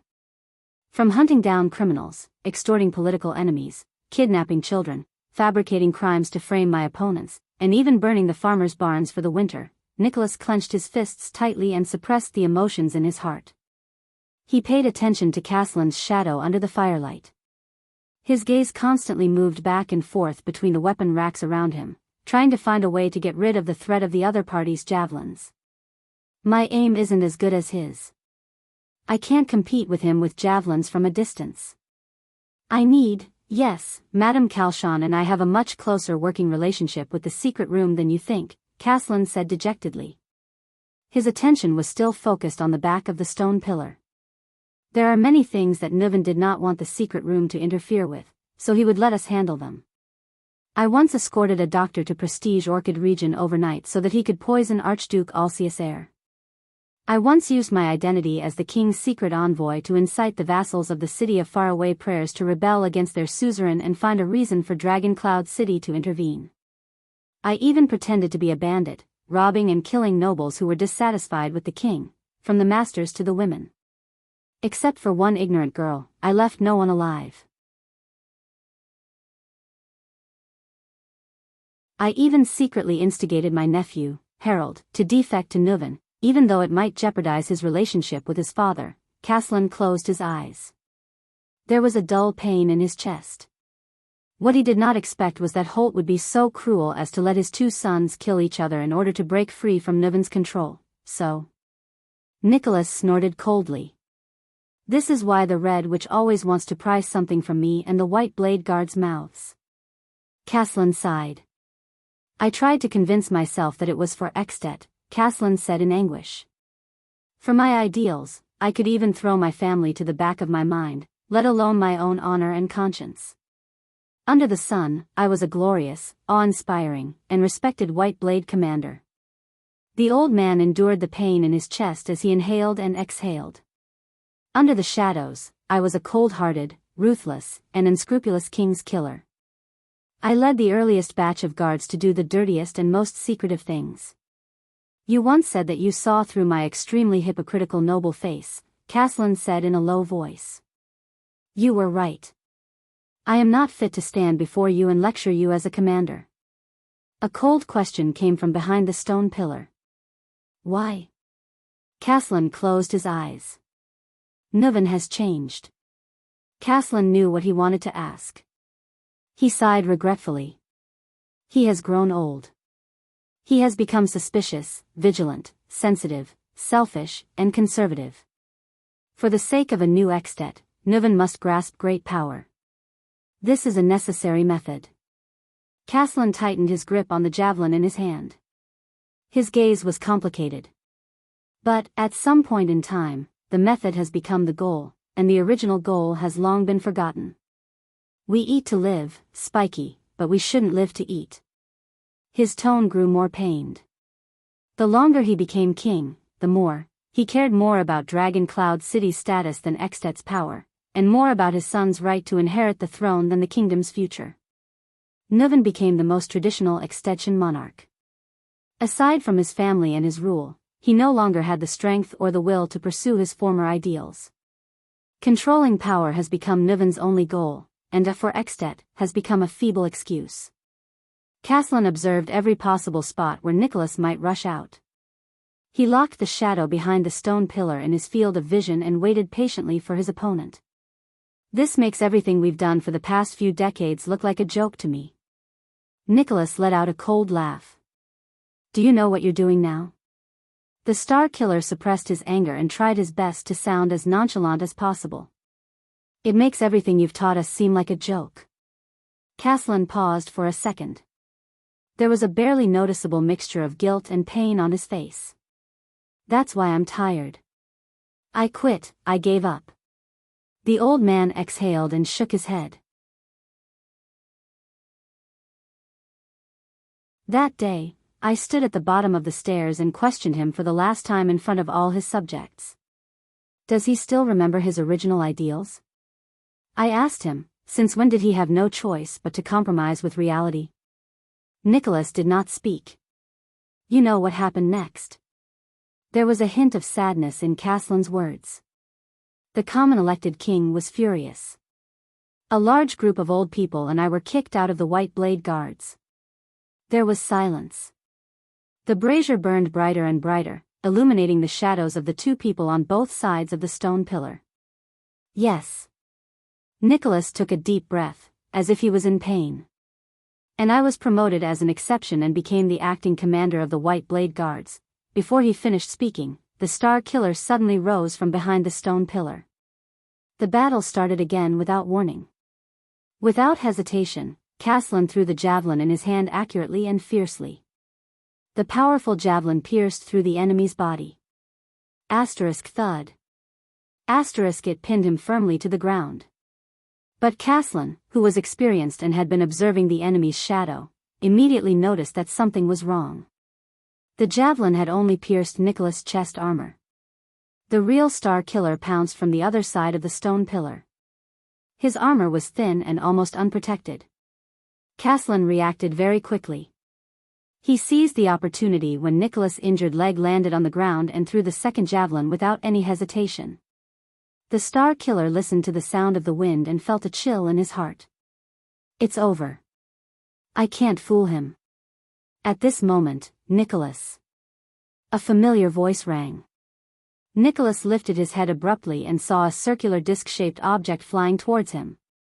The Star Killer did not hesitate. His power of eradication erupted, and with an unbelievable twist of his feet, he caught the object in midair. The javelin flew towards him.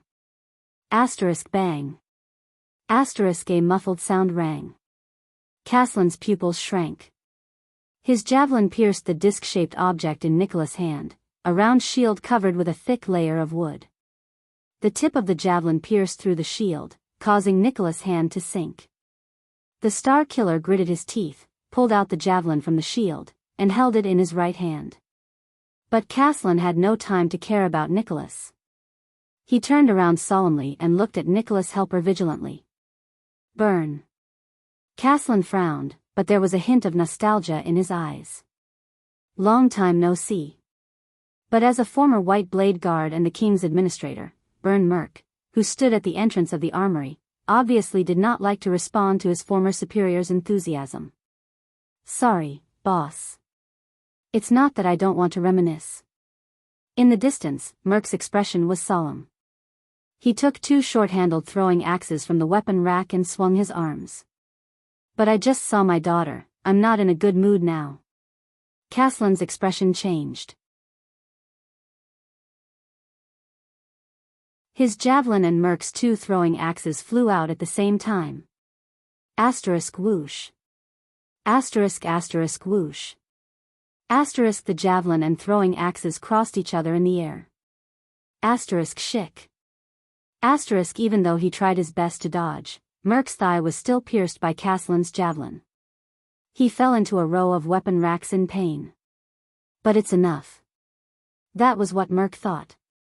Amidst the clanging of metal, Caslin used his javelin to deflect a throwing axe. But another axe cut his left arm, and a large piece of flesh was torn off. The old man took a deep breath and endured the pain in his chest. Burn is still as good as ever when it comes to throwing.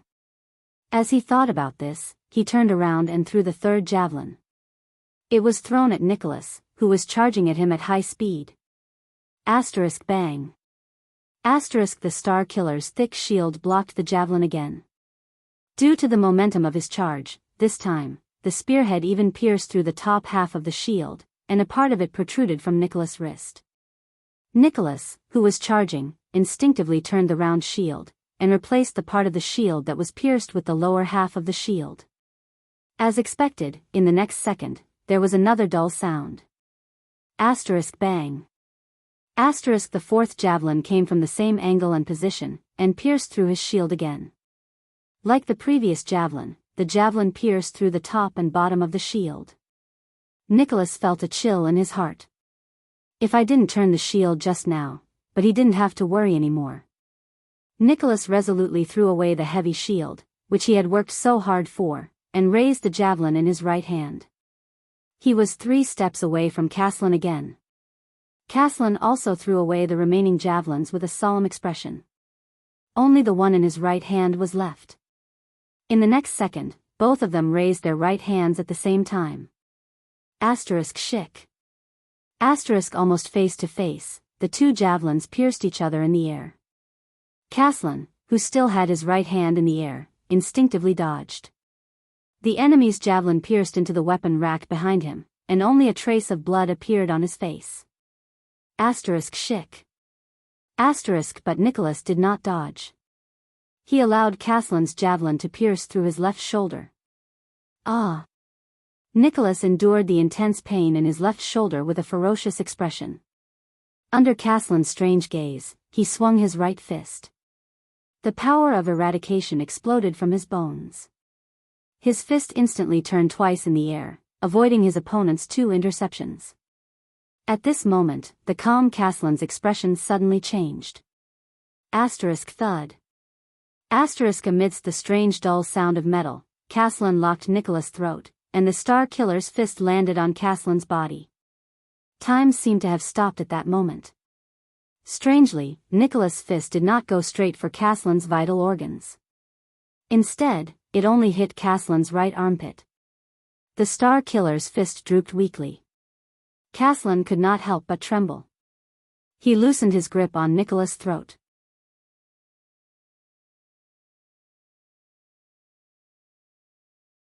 Nicholas, whose face was red from holding in his breath, finally let out a breath. Both of them stood on the spot and swayed. Asterisk thud. Asterisk Nicholas could no longer withstand the heavy injury on his left shoulder. He fell to the ground with the javelin. But what was equally unexpected was that Caslin's face was pale. His lips trembled, and his upper body trembled. He painfully stretched out his left hand, which he could barely control, to cover his right armpit. The old man's face twitched continuously, as if he was enduring great pain. The next moment, Caslin violently spat out a mouthful of blood and collapsed on the ground. He was like an old man in his twilight years who had completely lost all his strength. His face became gloomy. How did you know? Caslin's teeth chattered as he carefully spoke in the softest voice possible, as if he was afraid of waking up a kitten. Right armpit. Blood flowed continuously from the corner of his mouth. It was a terrifying sight. Nicholas lay on his side on the ground powerlessly. He extended his hand to reach for the javelin on his left shoulder. Monty, he has the best eyesight and the steadiest hands, the Star Killer said with difficulty. That's why he was chosen to be your assistant the night you were on the verge of death and had your metal ribs replaced. He knew. Caslin's gaze froze. The big-mouthed Ned Monty. That annoying coward from the countryside. All he thinks about is women. Humph, Caslin chuckled in resignation in his heart. Monty only told me one thing. Nicholas shut his eyes tightly and gritted his teeth. There's a weak joint at the side of your new skeleton. That's your weakness. As long as you have enough strength, he told me to keep an eye on your safety during the battle. Nicholas' eyes were tightly shut. When he said this, Nicholas felt a tightness in his chest. He actually could not continue. The leader's weakness. That's the place they should have sworn to protect. But Nicholas clenched his fists tightly. His eyes were filled with tears. Caslin sat on the ground, trembling. He leaned against the weapon rack behind him and let out a sigh of relief. As he breathed, blood gushed out continuously from his mouth and nose, staining the clothes in front of his chest. A javelin?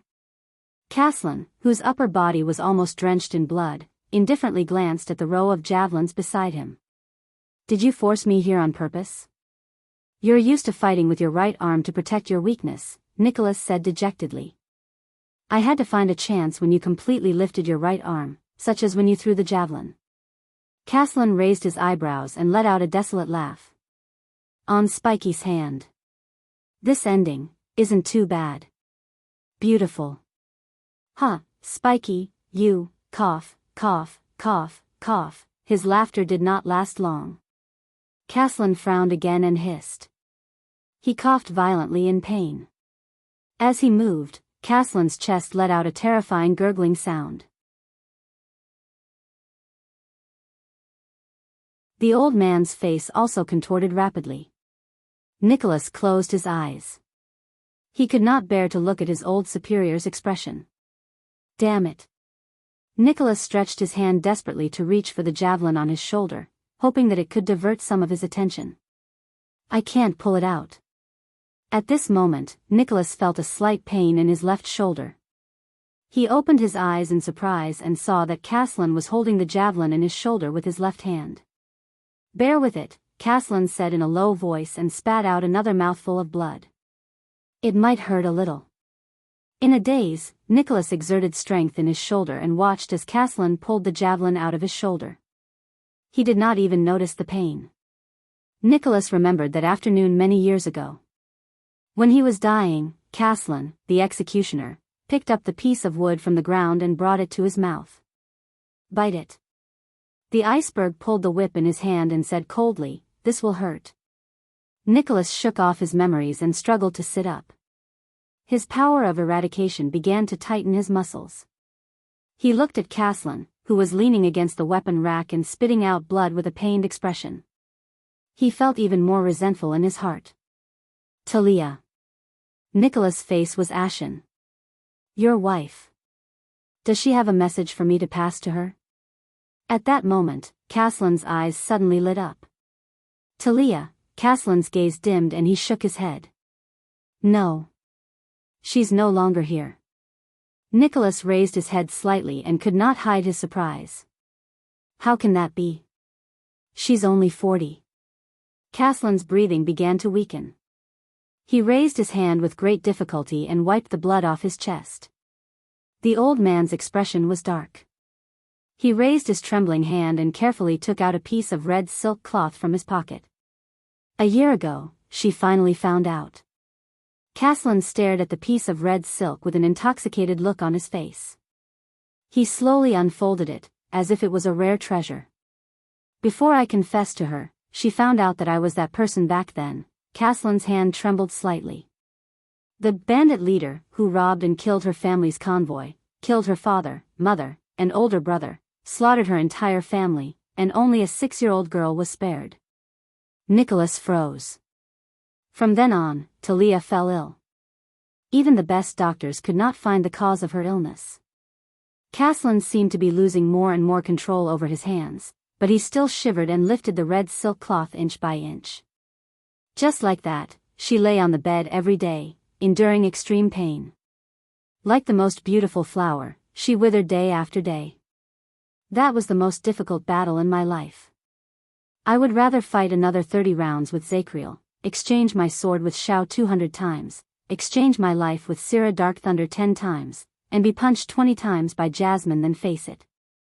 Caslin coughed violently. His expression was pained. But I could only watch Talia die day by day, and try to explain to her that it was the king's order, and that I had no choice but to do so. Caslin finally lifted the red silk cloth. His eyes were sparkling. At the last moment, Talia forced a smile and told me that perhaps this was God's will. She was destined to atone for my past sins. Nicholas stared blankly at the item in the silk cloth. It was an inconspicuous black stone. Two small figures were carved on the stone. One was slightly larger, and the other was slightly smaller. The carvings of the small figures were crooked and extremely crude. It was basically a circle with four limbs propped up against it. It was obviously a child's play. But Caslin stared at the stone in an infatuated manner. The trembling in his hands grew stronger. In the end, I held her almost weightless body in my arms and asked myself, Caslin Lampard, the Earth Shaker, what is the meaning of your life? The sound of someone dragging the ground could be heard from afar. Merc was dragging his pierced thigh as he crawled towards them, bit by bit. Caslin's eyes were bleak. He flashed a weak smile at Merc, who was crawling towards them. There was a moment when I started to hate Nuven. Until a few months ago, when Nuven's last son died in Constellation. The old man shook his head. Every word he spoke was mixed with a lot of blood that seeped out of his mouth and nose. Looking at the sunset that day, I suddenly pitied him. We all lost everything that we cherished. Half a lifetime's worth of hard work vanished into thin air overnight. In the end, that once high-spirited Prince Walton fell into the vicious circle he weaved. He fell into the fate of the suzerains of Extet and couldn't get out. He was as miserable as my elder brother and nephews. Nicholas tore off a piece of clothing and tied it around his injured shoulder. He gritted his teeth and said, "Idiot." Merc crawled to Nicholas' side and stared at his old superior with him in a daze. At that moment, it was as if there was a ball of fire burning in my chest. The pain was indescribable, and I didn't know why. Caslin's voice grew softer.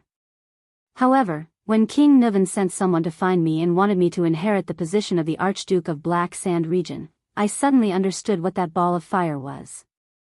Caslin's eyes brightened. He exerted force in his hand and gripped the stone in his palm tightly. I don't hate him anymore. But it's not over yet. Everything that Nuven and I started back then, Caslin said as he struggled. Tears streamed down his face. It's not over yet. What Nuven couldn't do, what Nuven gave up, and what Nuven didn't dare to face, Caslin coughed violently. His face was pale and he trembled as he said, I'll fulfill his wish, and be loyal to him. This is the meaning of the rest of my life. Merc stared at him in disbelief. Nicholas pressed down hard on his shoulders, lowered his head, and did not say a word.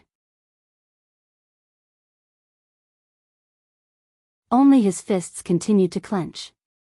At this moment, boss. Merc, who was lying on the ground, spoke in a low voice. When you knew that you were betraying him, betraying his majesty, how did you feel? Merc's expression was sorrowful and pained. His words came out in a stutter.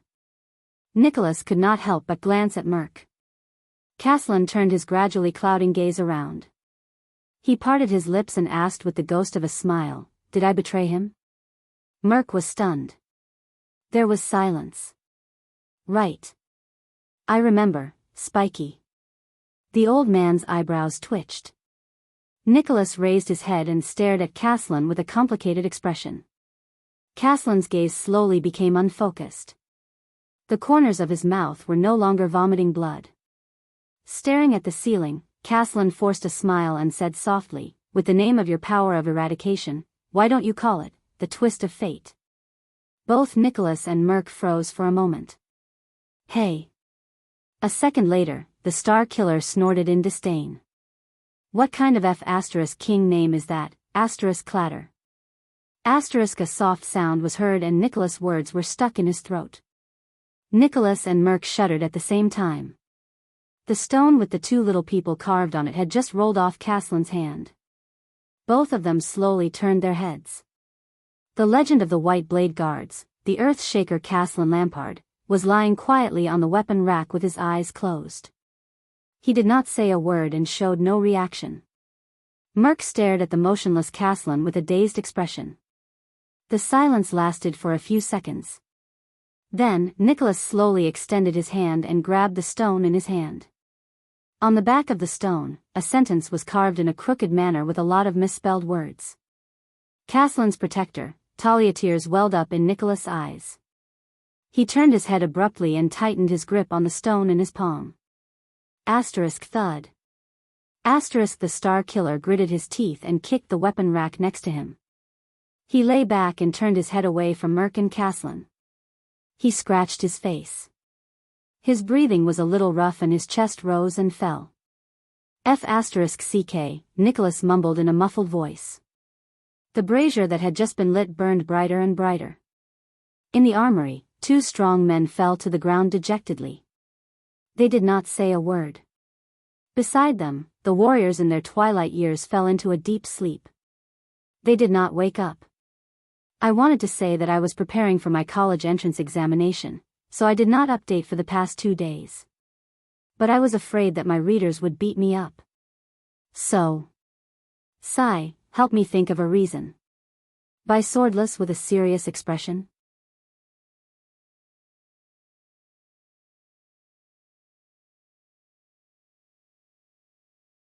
Chapter 265.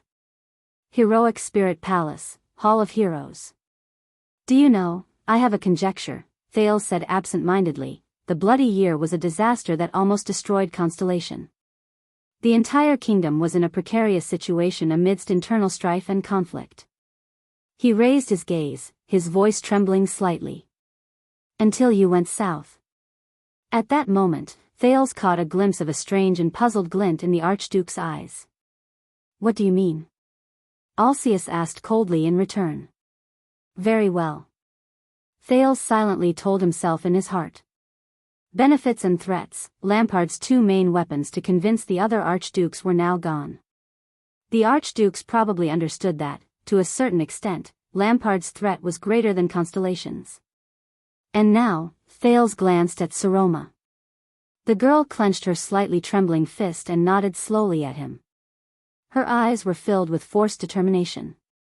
Now, he still had to convince the archdukes that the benefits Lampard promised them were not as delicious as they had imagined. Thales raised his head. I have never seen the tragedy 12 years ago. Thales recalled Gilbert's tireless narration of the bloody year and said with a serious expression, but I can imagine it from the elderly's narration. The disaster that befell the Jade Star royal family caused the disaster to reach its peak. The 19 vassals all felt insecure, the nobles spread rumors everywhere, the army was leaderless, the people of the kingdom were furious, Eternal Star City entered the most critical state, and perhaps Constellation was on the verge of destruction. Speaking of this, Thales sighed. Mindes III probably did not expect that the game he laid would usher in such a storm more than 100 years later. The archdukes exchanged a few worried glances. Lampard, on the other hand, tightened his grip on his saber. But during the autumn and winter 12 years ago, when the Ekstedt army, for whatever reason, headed south, and especially when the news of the fall of Broken Dragon Fortress spread, all of Constellation was probably stunned, Thales continued to say. I'm guessing that the new war has broken the original situation and injected new excitement into Constellation, which is on the verge of death. Archduke Letko's murky eyes brightened slightly. His expression became more solemn. Alcius and Trent Ida looked at each other in puzzlement. Ekstedt, the strongest force in the Western Peninsula, is invading from all fronts. This is not like the internal strife of the rebel army or the assassination of the royal family. While trembling in fear, most of the people in Constellation had no choice but to compromise. The great vassals, minor nobles, government officials, merchants, armies, farmers, and so on. Based on the known information and the ideas approved by the archdukes, Thales deduced the logic step by step. He thought hard about his next sentence to make it sound more believable and convincing. Under the shadow of the Great Dragon, they quickly came to a consensus, to end the current chaos as soon as possible, to welcome the last prince back to the capital, and to crown him amidst the blood and death. The forces that should have been split up in Constellation Realm gathered as one, just to resist the greed of the Great Dragon of the North. Grand Duke Letko narrowed his eyes. What do you mean? Thales sucked in a deep breath and tried his best to make himself look more neutral and unconcerned about Constellation. It's very ironic, but it's also very possible. It was Ekstedt's aggressive invasion that forced us to mend our internal conflicts, and saved Constellation from falling apart. As soon as he said this, all the Archduke's breathing changed. Even though the self-restraint of those who had been in power for a long time made their expressions not change, Thales still felt the strangeness in the air. All of you are older than me, wiser than me, and more experienced in the past. Why don't you think about it again? If all of you had not gone south 12 years ago, what would have happened to the chaotic constellation, which had just lost its king and was without a leader? Thales said flatly.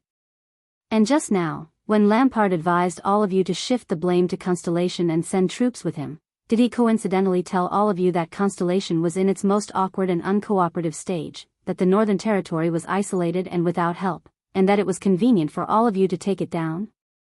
Will your sending troops to Constellation really achieve the effect you imagined? Unlike a certain Archduke who can't wait to tell you the answer and instruct you to do things, Thales nodded slightly at the Archdukes. I've raised the question, but I'll stop here. Please think about it on your own and decide on your own. A strange and complicated expression appeared on Lampard's face. The Archdukes looked at him one after another. Thales exhaled from the bottom of his heart, but there was a lingering haze in his heart. What he said earlier about Ekstedt's invasion was only a guess, and it was only to make the Archdukes reconsider the price of invading Constellation. But Thales kept trying to convince himself that it was just a guess. What if it's true? What if Ekstedt's invasion did temporarily force the Constellationates to stand together again? He could not help but recall what the born king had said last night when King Nuvan was telling him about Soria's death. Thales, 12 years ago, we did not send troops south to Constellation without reason. It was an assassin from Constellation. When Constellation was at its most precarious moment, a strange assassination from Constellation triggered Ekstedt's invasion to the south. King Nuvan mentioned the assassination attempt. Prince Soria had died in that assassination attempt. During the negotiation between Nicholas and the Red Witch, that assassination was mentioned. Even Putre hinted that he had something to do with that assassination when he parted with the prince just now. What is the secret behind that assassination? Thales clenched his fists slightly. Lampard stared at the prince. If his gaze could kill, Thales would probably be dead by now. But Thales ignored him. So, Thales Therangerana Kessel Jadestar, descendant of Tormund, king of Renaissance. Thales raised his chest and put on a solemn expression. In his mind, he imagined the scene in the Hall of Stars in front of the vassals, and tried his best to bring out the imposing manner of a prince. I am standing here, with the most humble wish and the most peaceful hope, to earnestly ask all of you to reconsider the war between our two countries, and to think about the price and meaning behind it. At that moment, the four archdukes, Letko, Rockne, Trentida, and Alcius also looked back at him seriously. Their expressions were solemn. It was as if the person before them was not a weak child, but a ruler who could stand on equal footing with them. At that moment, Thales thought of many people whose fates had been changed by the war, and said desolately, "You cannot guarantee that it will bring about the results you want the most, whether it is for you or for us. No one can guarantee it." The hall fell silent again. One of the braziers went out again. The archdukes treated their words like gold. Each of them was deep in thought. This time, they did not even bother to exchange glances. Lampard did not speak either. But his knuckles were pale and the veins on the back of his hand, which was holding the saber, were protruding. A few seconds later, "It's done." Archduke Letko closed his eyes and sighed softly. "Please don't say anything else, Prince Thales.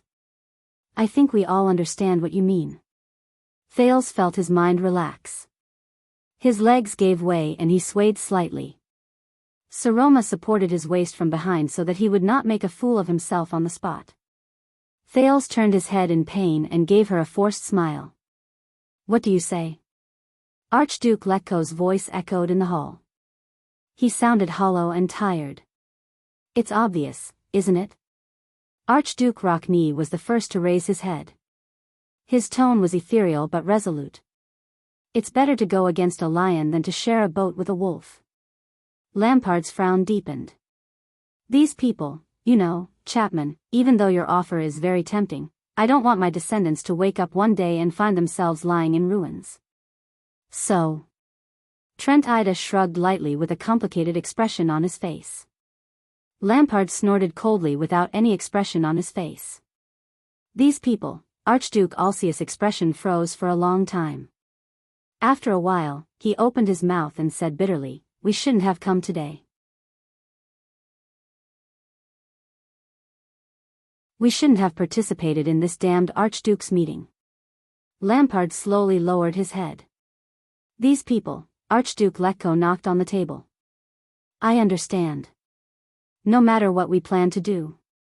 The old Archduke's face seemed to have gone through more vicissitudes. "Let's postpone the matter of framing Constellation and sending troops to the Northern Territory for the time being. Of course, today's matter must be handled properly. Especially regarding King Nuven's death." His gaze focused again and he looked at Lampard. "If we don't plan to frame Constellation, we need a good reason." His gaze was cold. At that moment, even Saroma felt the atmosphere in the air freeze. In the hall, everyone's standing positions had changed. Without realizing it, the four archdukes stood together. Rockne and Alcius stood in front, while Thales stood beside them. Opposite them, Lampard stood alone in front of the brazier. The firelight and shadows divided his face into two parts, one bright and the other dark. It was strange and disturbing. Lampard slowly raised his head. "These people are the obstacles to Ekstedt's advancement." He glanced at the archdukes one by one, and the latter responded to him with different expressions. "All of you have made up your minds, haven't you?" Lampard said in his calmest tone, "For experienced and wise Ekstedt archdukes, the situation has been turned around by a constellatiate brat with just a few words. He used his mouth to make you waver." He snorted softly and glanced at Thales. "Pathetic." Thales held Saroma's hand tightly and quietly watched the Archduke's interaction from the sidelines. He gritted his teeth, knowing that the situation was irreversible. He can't turn the situation around with just his mouth. Archduke Letko's tone also became cold. "No one can." The bald old Archduke narrowed his eyes. "But aren't you the one who used actions and facts to help him convince us, Chapman Lampard?" Lampard mocked in a gloomy voice, "So this is your answer? First, for Ekstedt's sake, you decided to cover up the king's death together. A few minutes after swearing an oath of alliance, you rediscovered your conscience and decided to send me back to the Kingslayer's execution platform? We can still talk about this," Trent Ida said gently. Lampard's gaze was as sharp as a knife as he glared at him. It made the suzerain with the bowl-cut choke. Lampard turned his head again and swept his gaze over the suzerains again and again with extreme seriousness. It was as if he wanted to see through their souls. These people. Ekstedt relied on these people to get to where it is now? Ridiculous. Pathetic. Finally, after a while, Lampard lowered his head and let out a chilling laugh. "Ha ha ha ha," Thales felt uneasy. He knew that the matter was far from resolved. "Chapman." Alcius furrowed his brows and only said one word, "Don't." Lampard raised his head abruptly. "Do you really know what you're doing?" Facing the archdukes, the Archduke of Black Sand Region's tone had never been so terrifying. "Your hesitation and cowardice are allowing a once-in-a-lifetime opportunity to slip through your fingers." "You heard what he said, Constellation's current situation," Archduke Letko replied flatly. "Your plan may not be the best choice for Ekstedt." Thud. Lampard's scabbard hit the ground again. "So, you believe him?" Lampard asked coldly. "Don't you understand? As long as we work together, power, wealth, status, all our problems can be made up for with the benefits we plundered from our enemies." His eyes seemed to be burning with fire. "For Ekstedt, we must." Archduke Rockne's expression suddenly changed. He said loudly, interrupting Lampard, "Listen up, King Slayer. I am also the master of this country, and I also own Ekstedt." The long-haired Archduke stood in front of all the other Archdukes like an iron warrior. "And you have neither the right nor the ability to tell me what I must do for my country. And don't you dare force the rest of us to follow your methods and pledge loyalty to your Ekstedt." Lampard clenched his fists. There are 10 of us, and there are 10 extensions. The Archduke of Black Sand region gritted his teeth. This is where the problem lies. Archduke Rockney sneered. So, you still admit that you want to kick the rest of us out of power? Lampard's expression was as cold as ice. He almost broke the hilt of his sword. Trent eyed aside and interjected like a peacemaker. Chapman, you have to understand us. Imagine a day when a son or grandson of the Lampard family lives on the streets like the most lowly, so what? Lampard suddenly said, interrupting him like a raging lion. Will it be worse than now? Trent Ida was speechless. He looked at Lampard with an increasingly strange expression. The other archdukes furrowed their brows and stared at Lampard. At that moment, the 4 archdukes had a clear realization. This Archduke of Black Sand region might not be one of them, but in existence completely different from them. Rockney coldly took over the conversation. Of course it's better for those who benefit from it. Unfortunately, I'm not one of them. There was silence. Lampard took a deep breath, as though he was trying to suppress his rising anger. He. He let out an unsettling chuckle through his nose. It's been 600 years. He coldly swept his gaze over everyone, not even sparing Saroma. From the moment we were born, we were like hounds with a collar. We racked our brains to scheme against our vassals, and fought openly and covertly against the king in every possible way. Even if we became kings, we would just be repeating the same fate in this sorrowful shackle. For 600 years, generation after generation, we've been walking in circles like headless ants. Lampard's face was contorted. Don't you feel bored? The joint ruling pledge?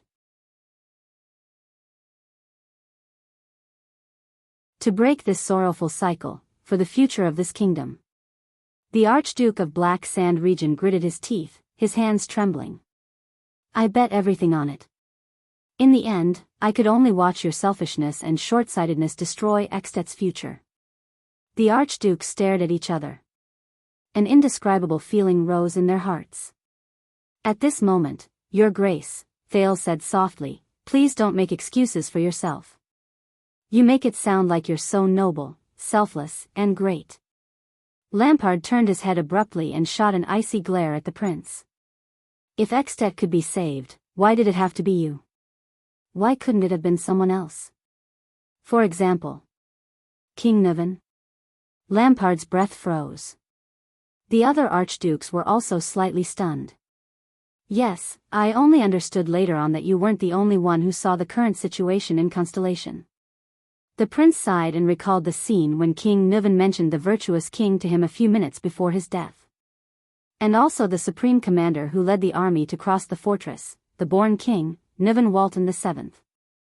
If you really only had Ekstet in your heart and nothing else, why didn't you seize the opportunity and hand over your authority to King Nuvan? Thales stared at the twisted Lampard and enunciated each word clearly. In the struggle between the vassals and the royal power, you could have accepted the king's officials, the king's orders, and the royal power's infiltration into Black Sand region. You could have willingly become the next beacon illumination city.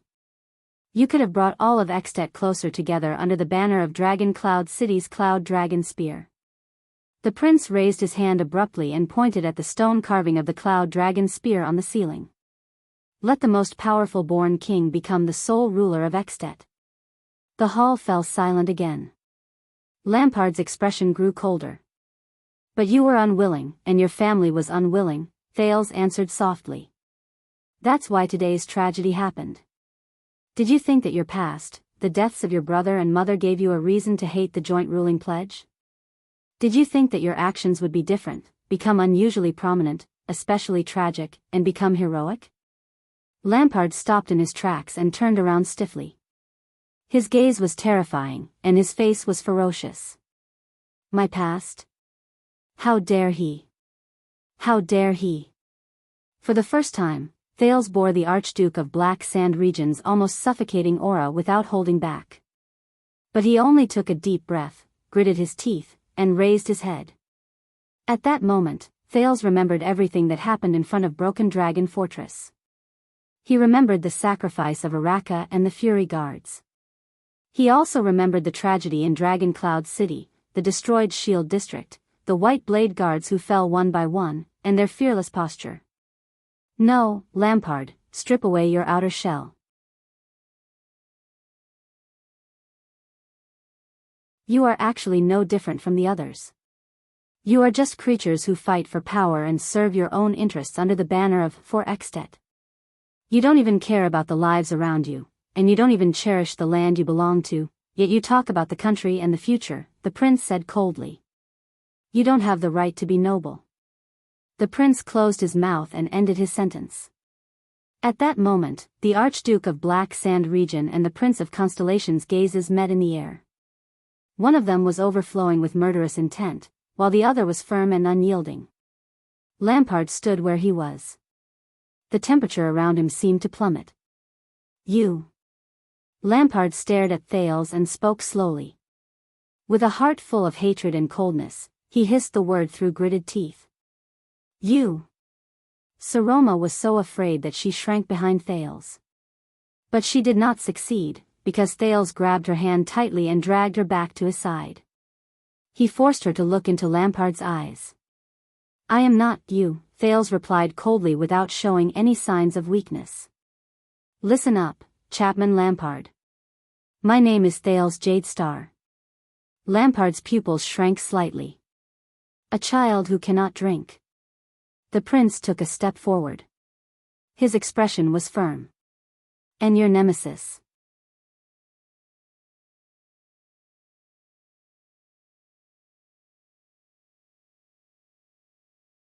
Chapter 266.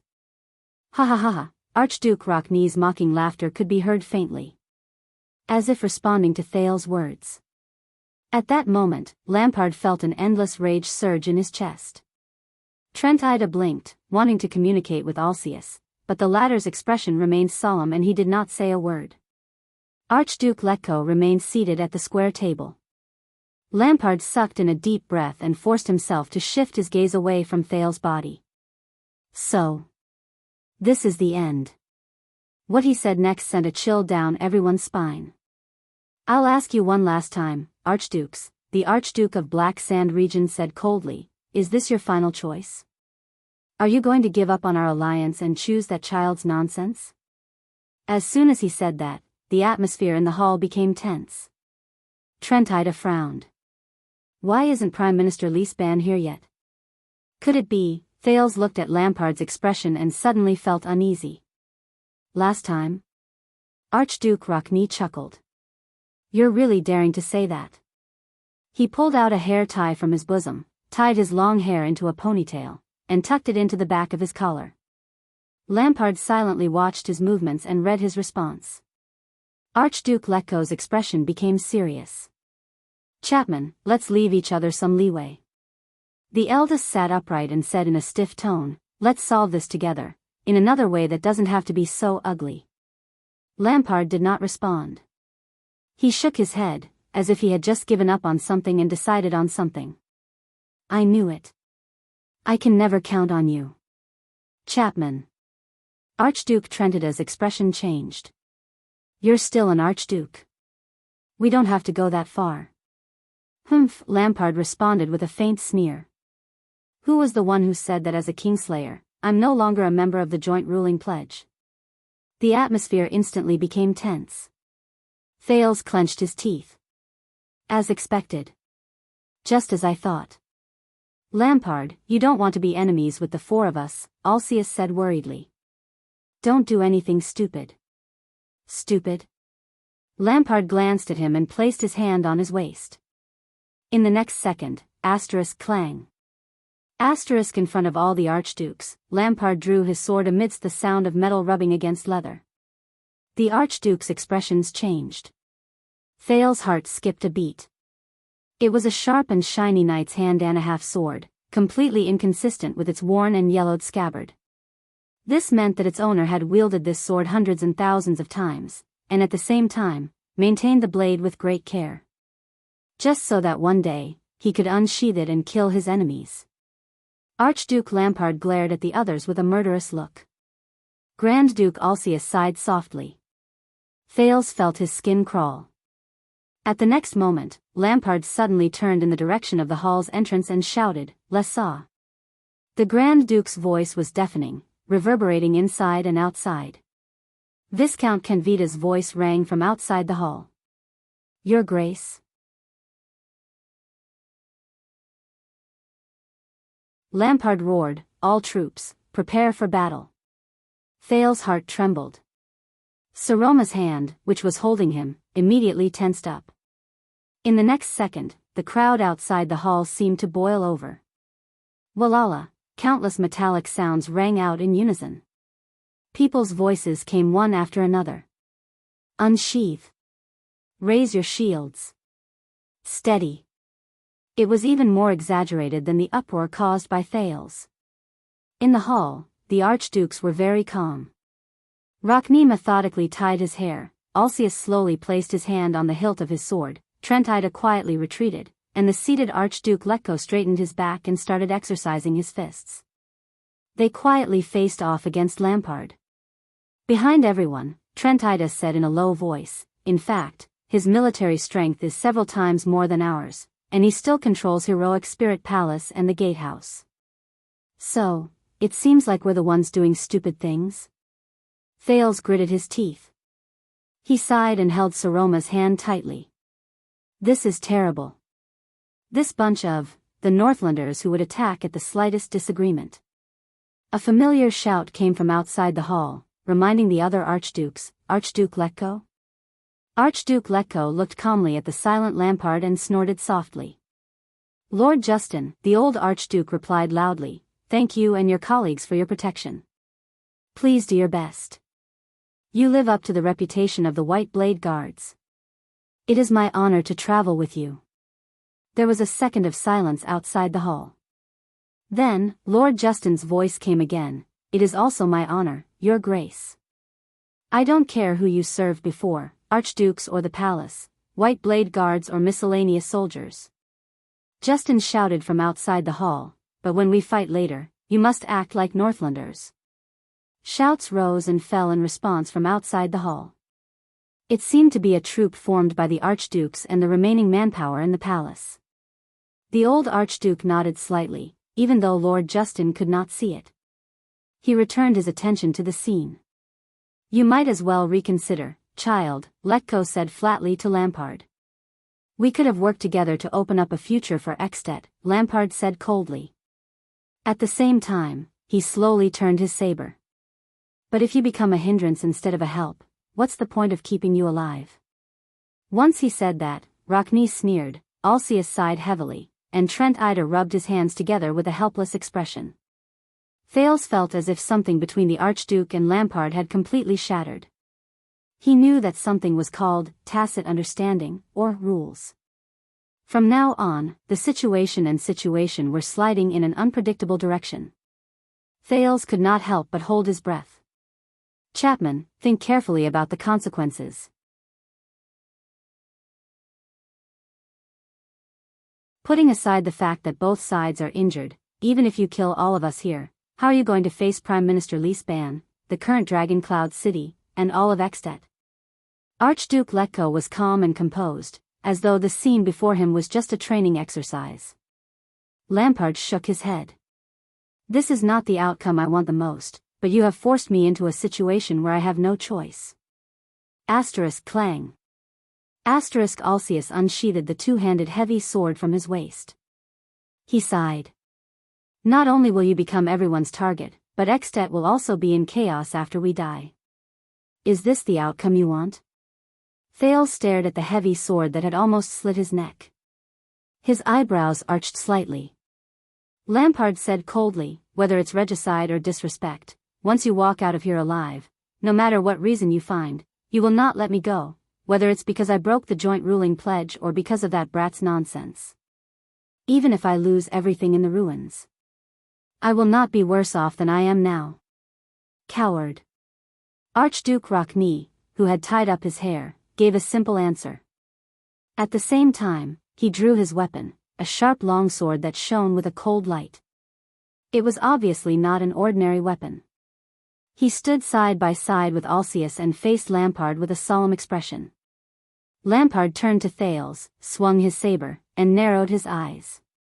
As for you, I will give you the ending that is most fitting for your status, Prince Thales Jadestar.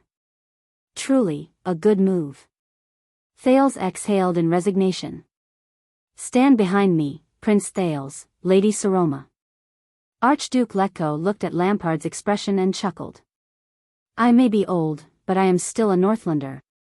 Before I fall, no one can hurt you. The old Archduke stood up slowly. There was an unquestionable might in his words. He drew a short knife, like a huge beast that had just woken up. Thales responded with a smile. Trent eyed aside. Holding the short sword at his waist, he stood a little further away. I hate today. In the field, Rockne, Alcius, and Lampard were already at each other's throats. I heard that your brother stood still and let you stab him 3 times before you killed him. Rockne swung the saber in his hand disdainfully, provoking Lampard without the slightest scruple. But we will not wait to be captured. Rockne snorted. 1 against 2. Are you prepared to die here, Chapman? Alcius held his sword with both hands. His expression was solemn and he did not say a word. Are you joking? Lampard did not seem to be affected by the words at all. He was abnormally calm when he entered battle mode. Since that day 12 years ago, I have been prepared for every second. The tips of their swords were pointed at each other. Like the most sincere Northlanders, they showed no mercy. At that moment, Thales subconsciously glanced at Saroma.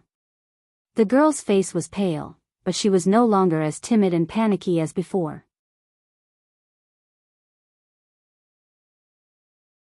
She only looked at him calmly with a questioning gaze.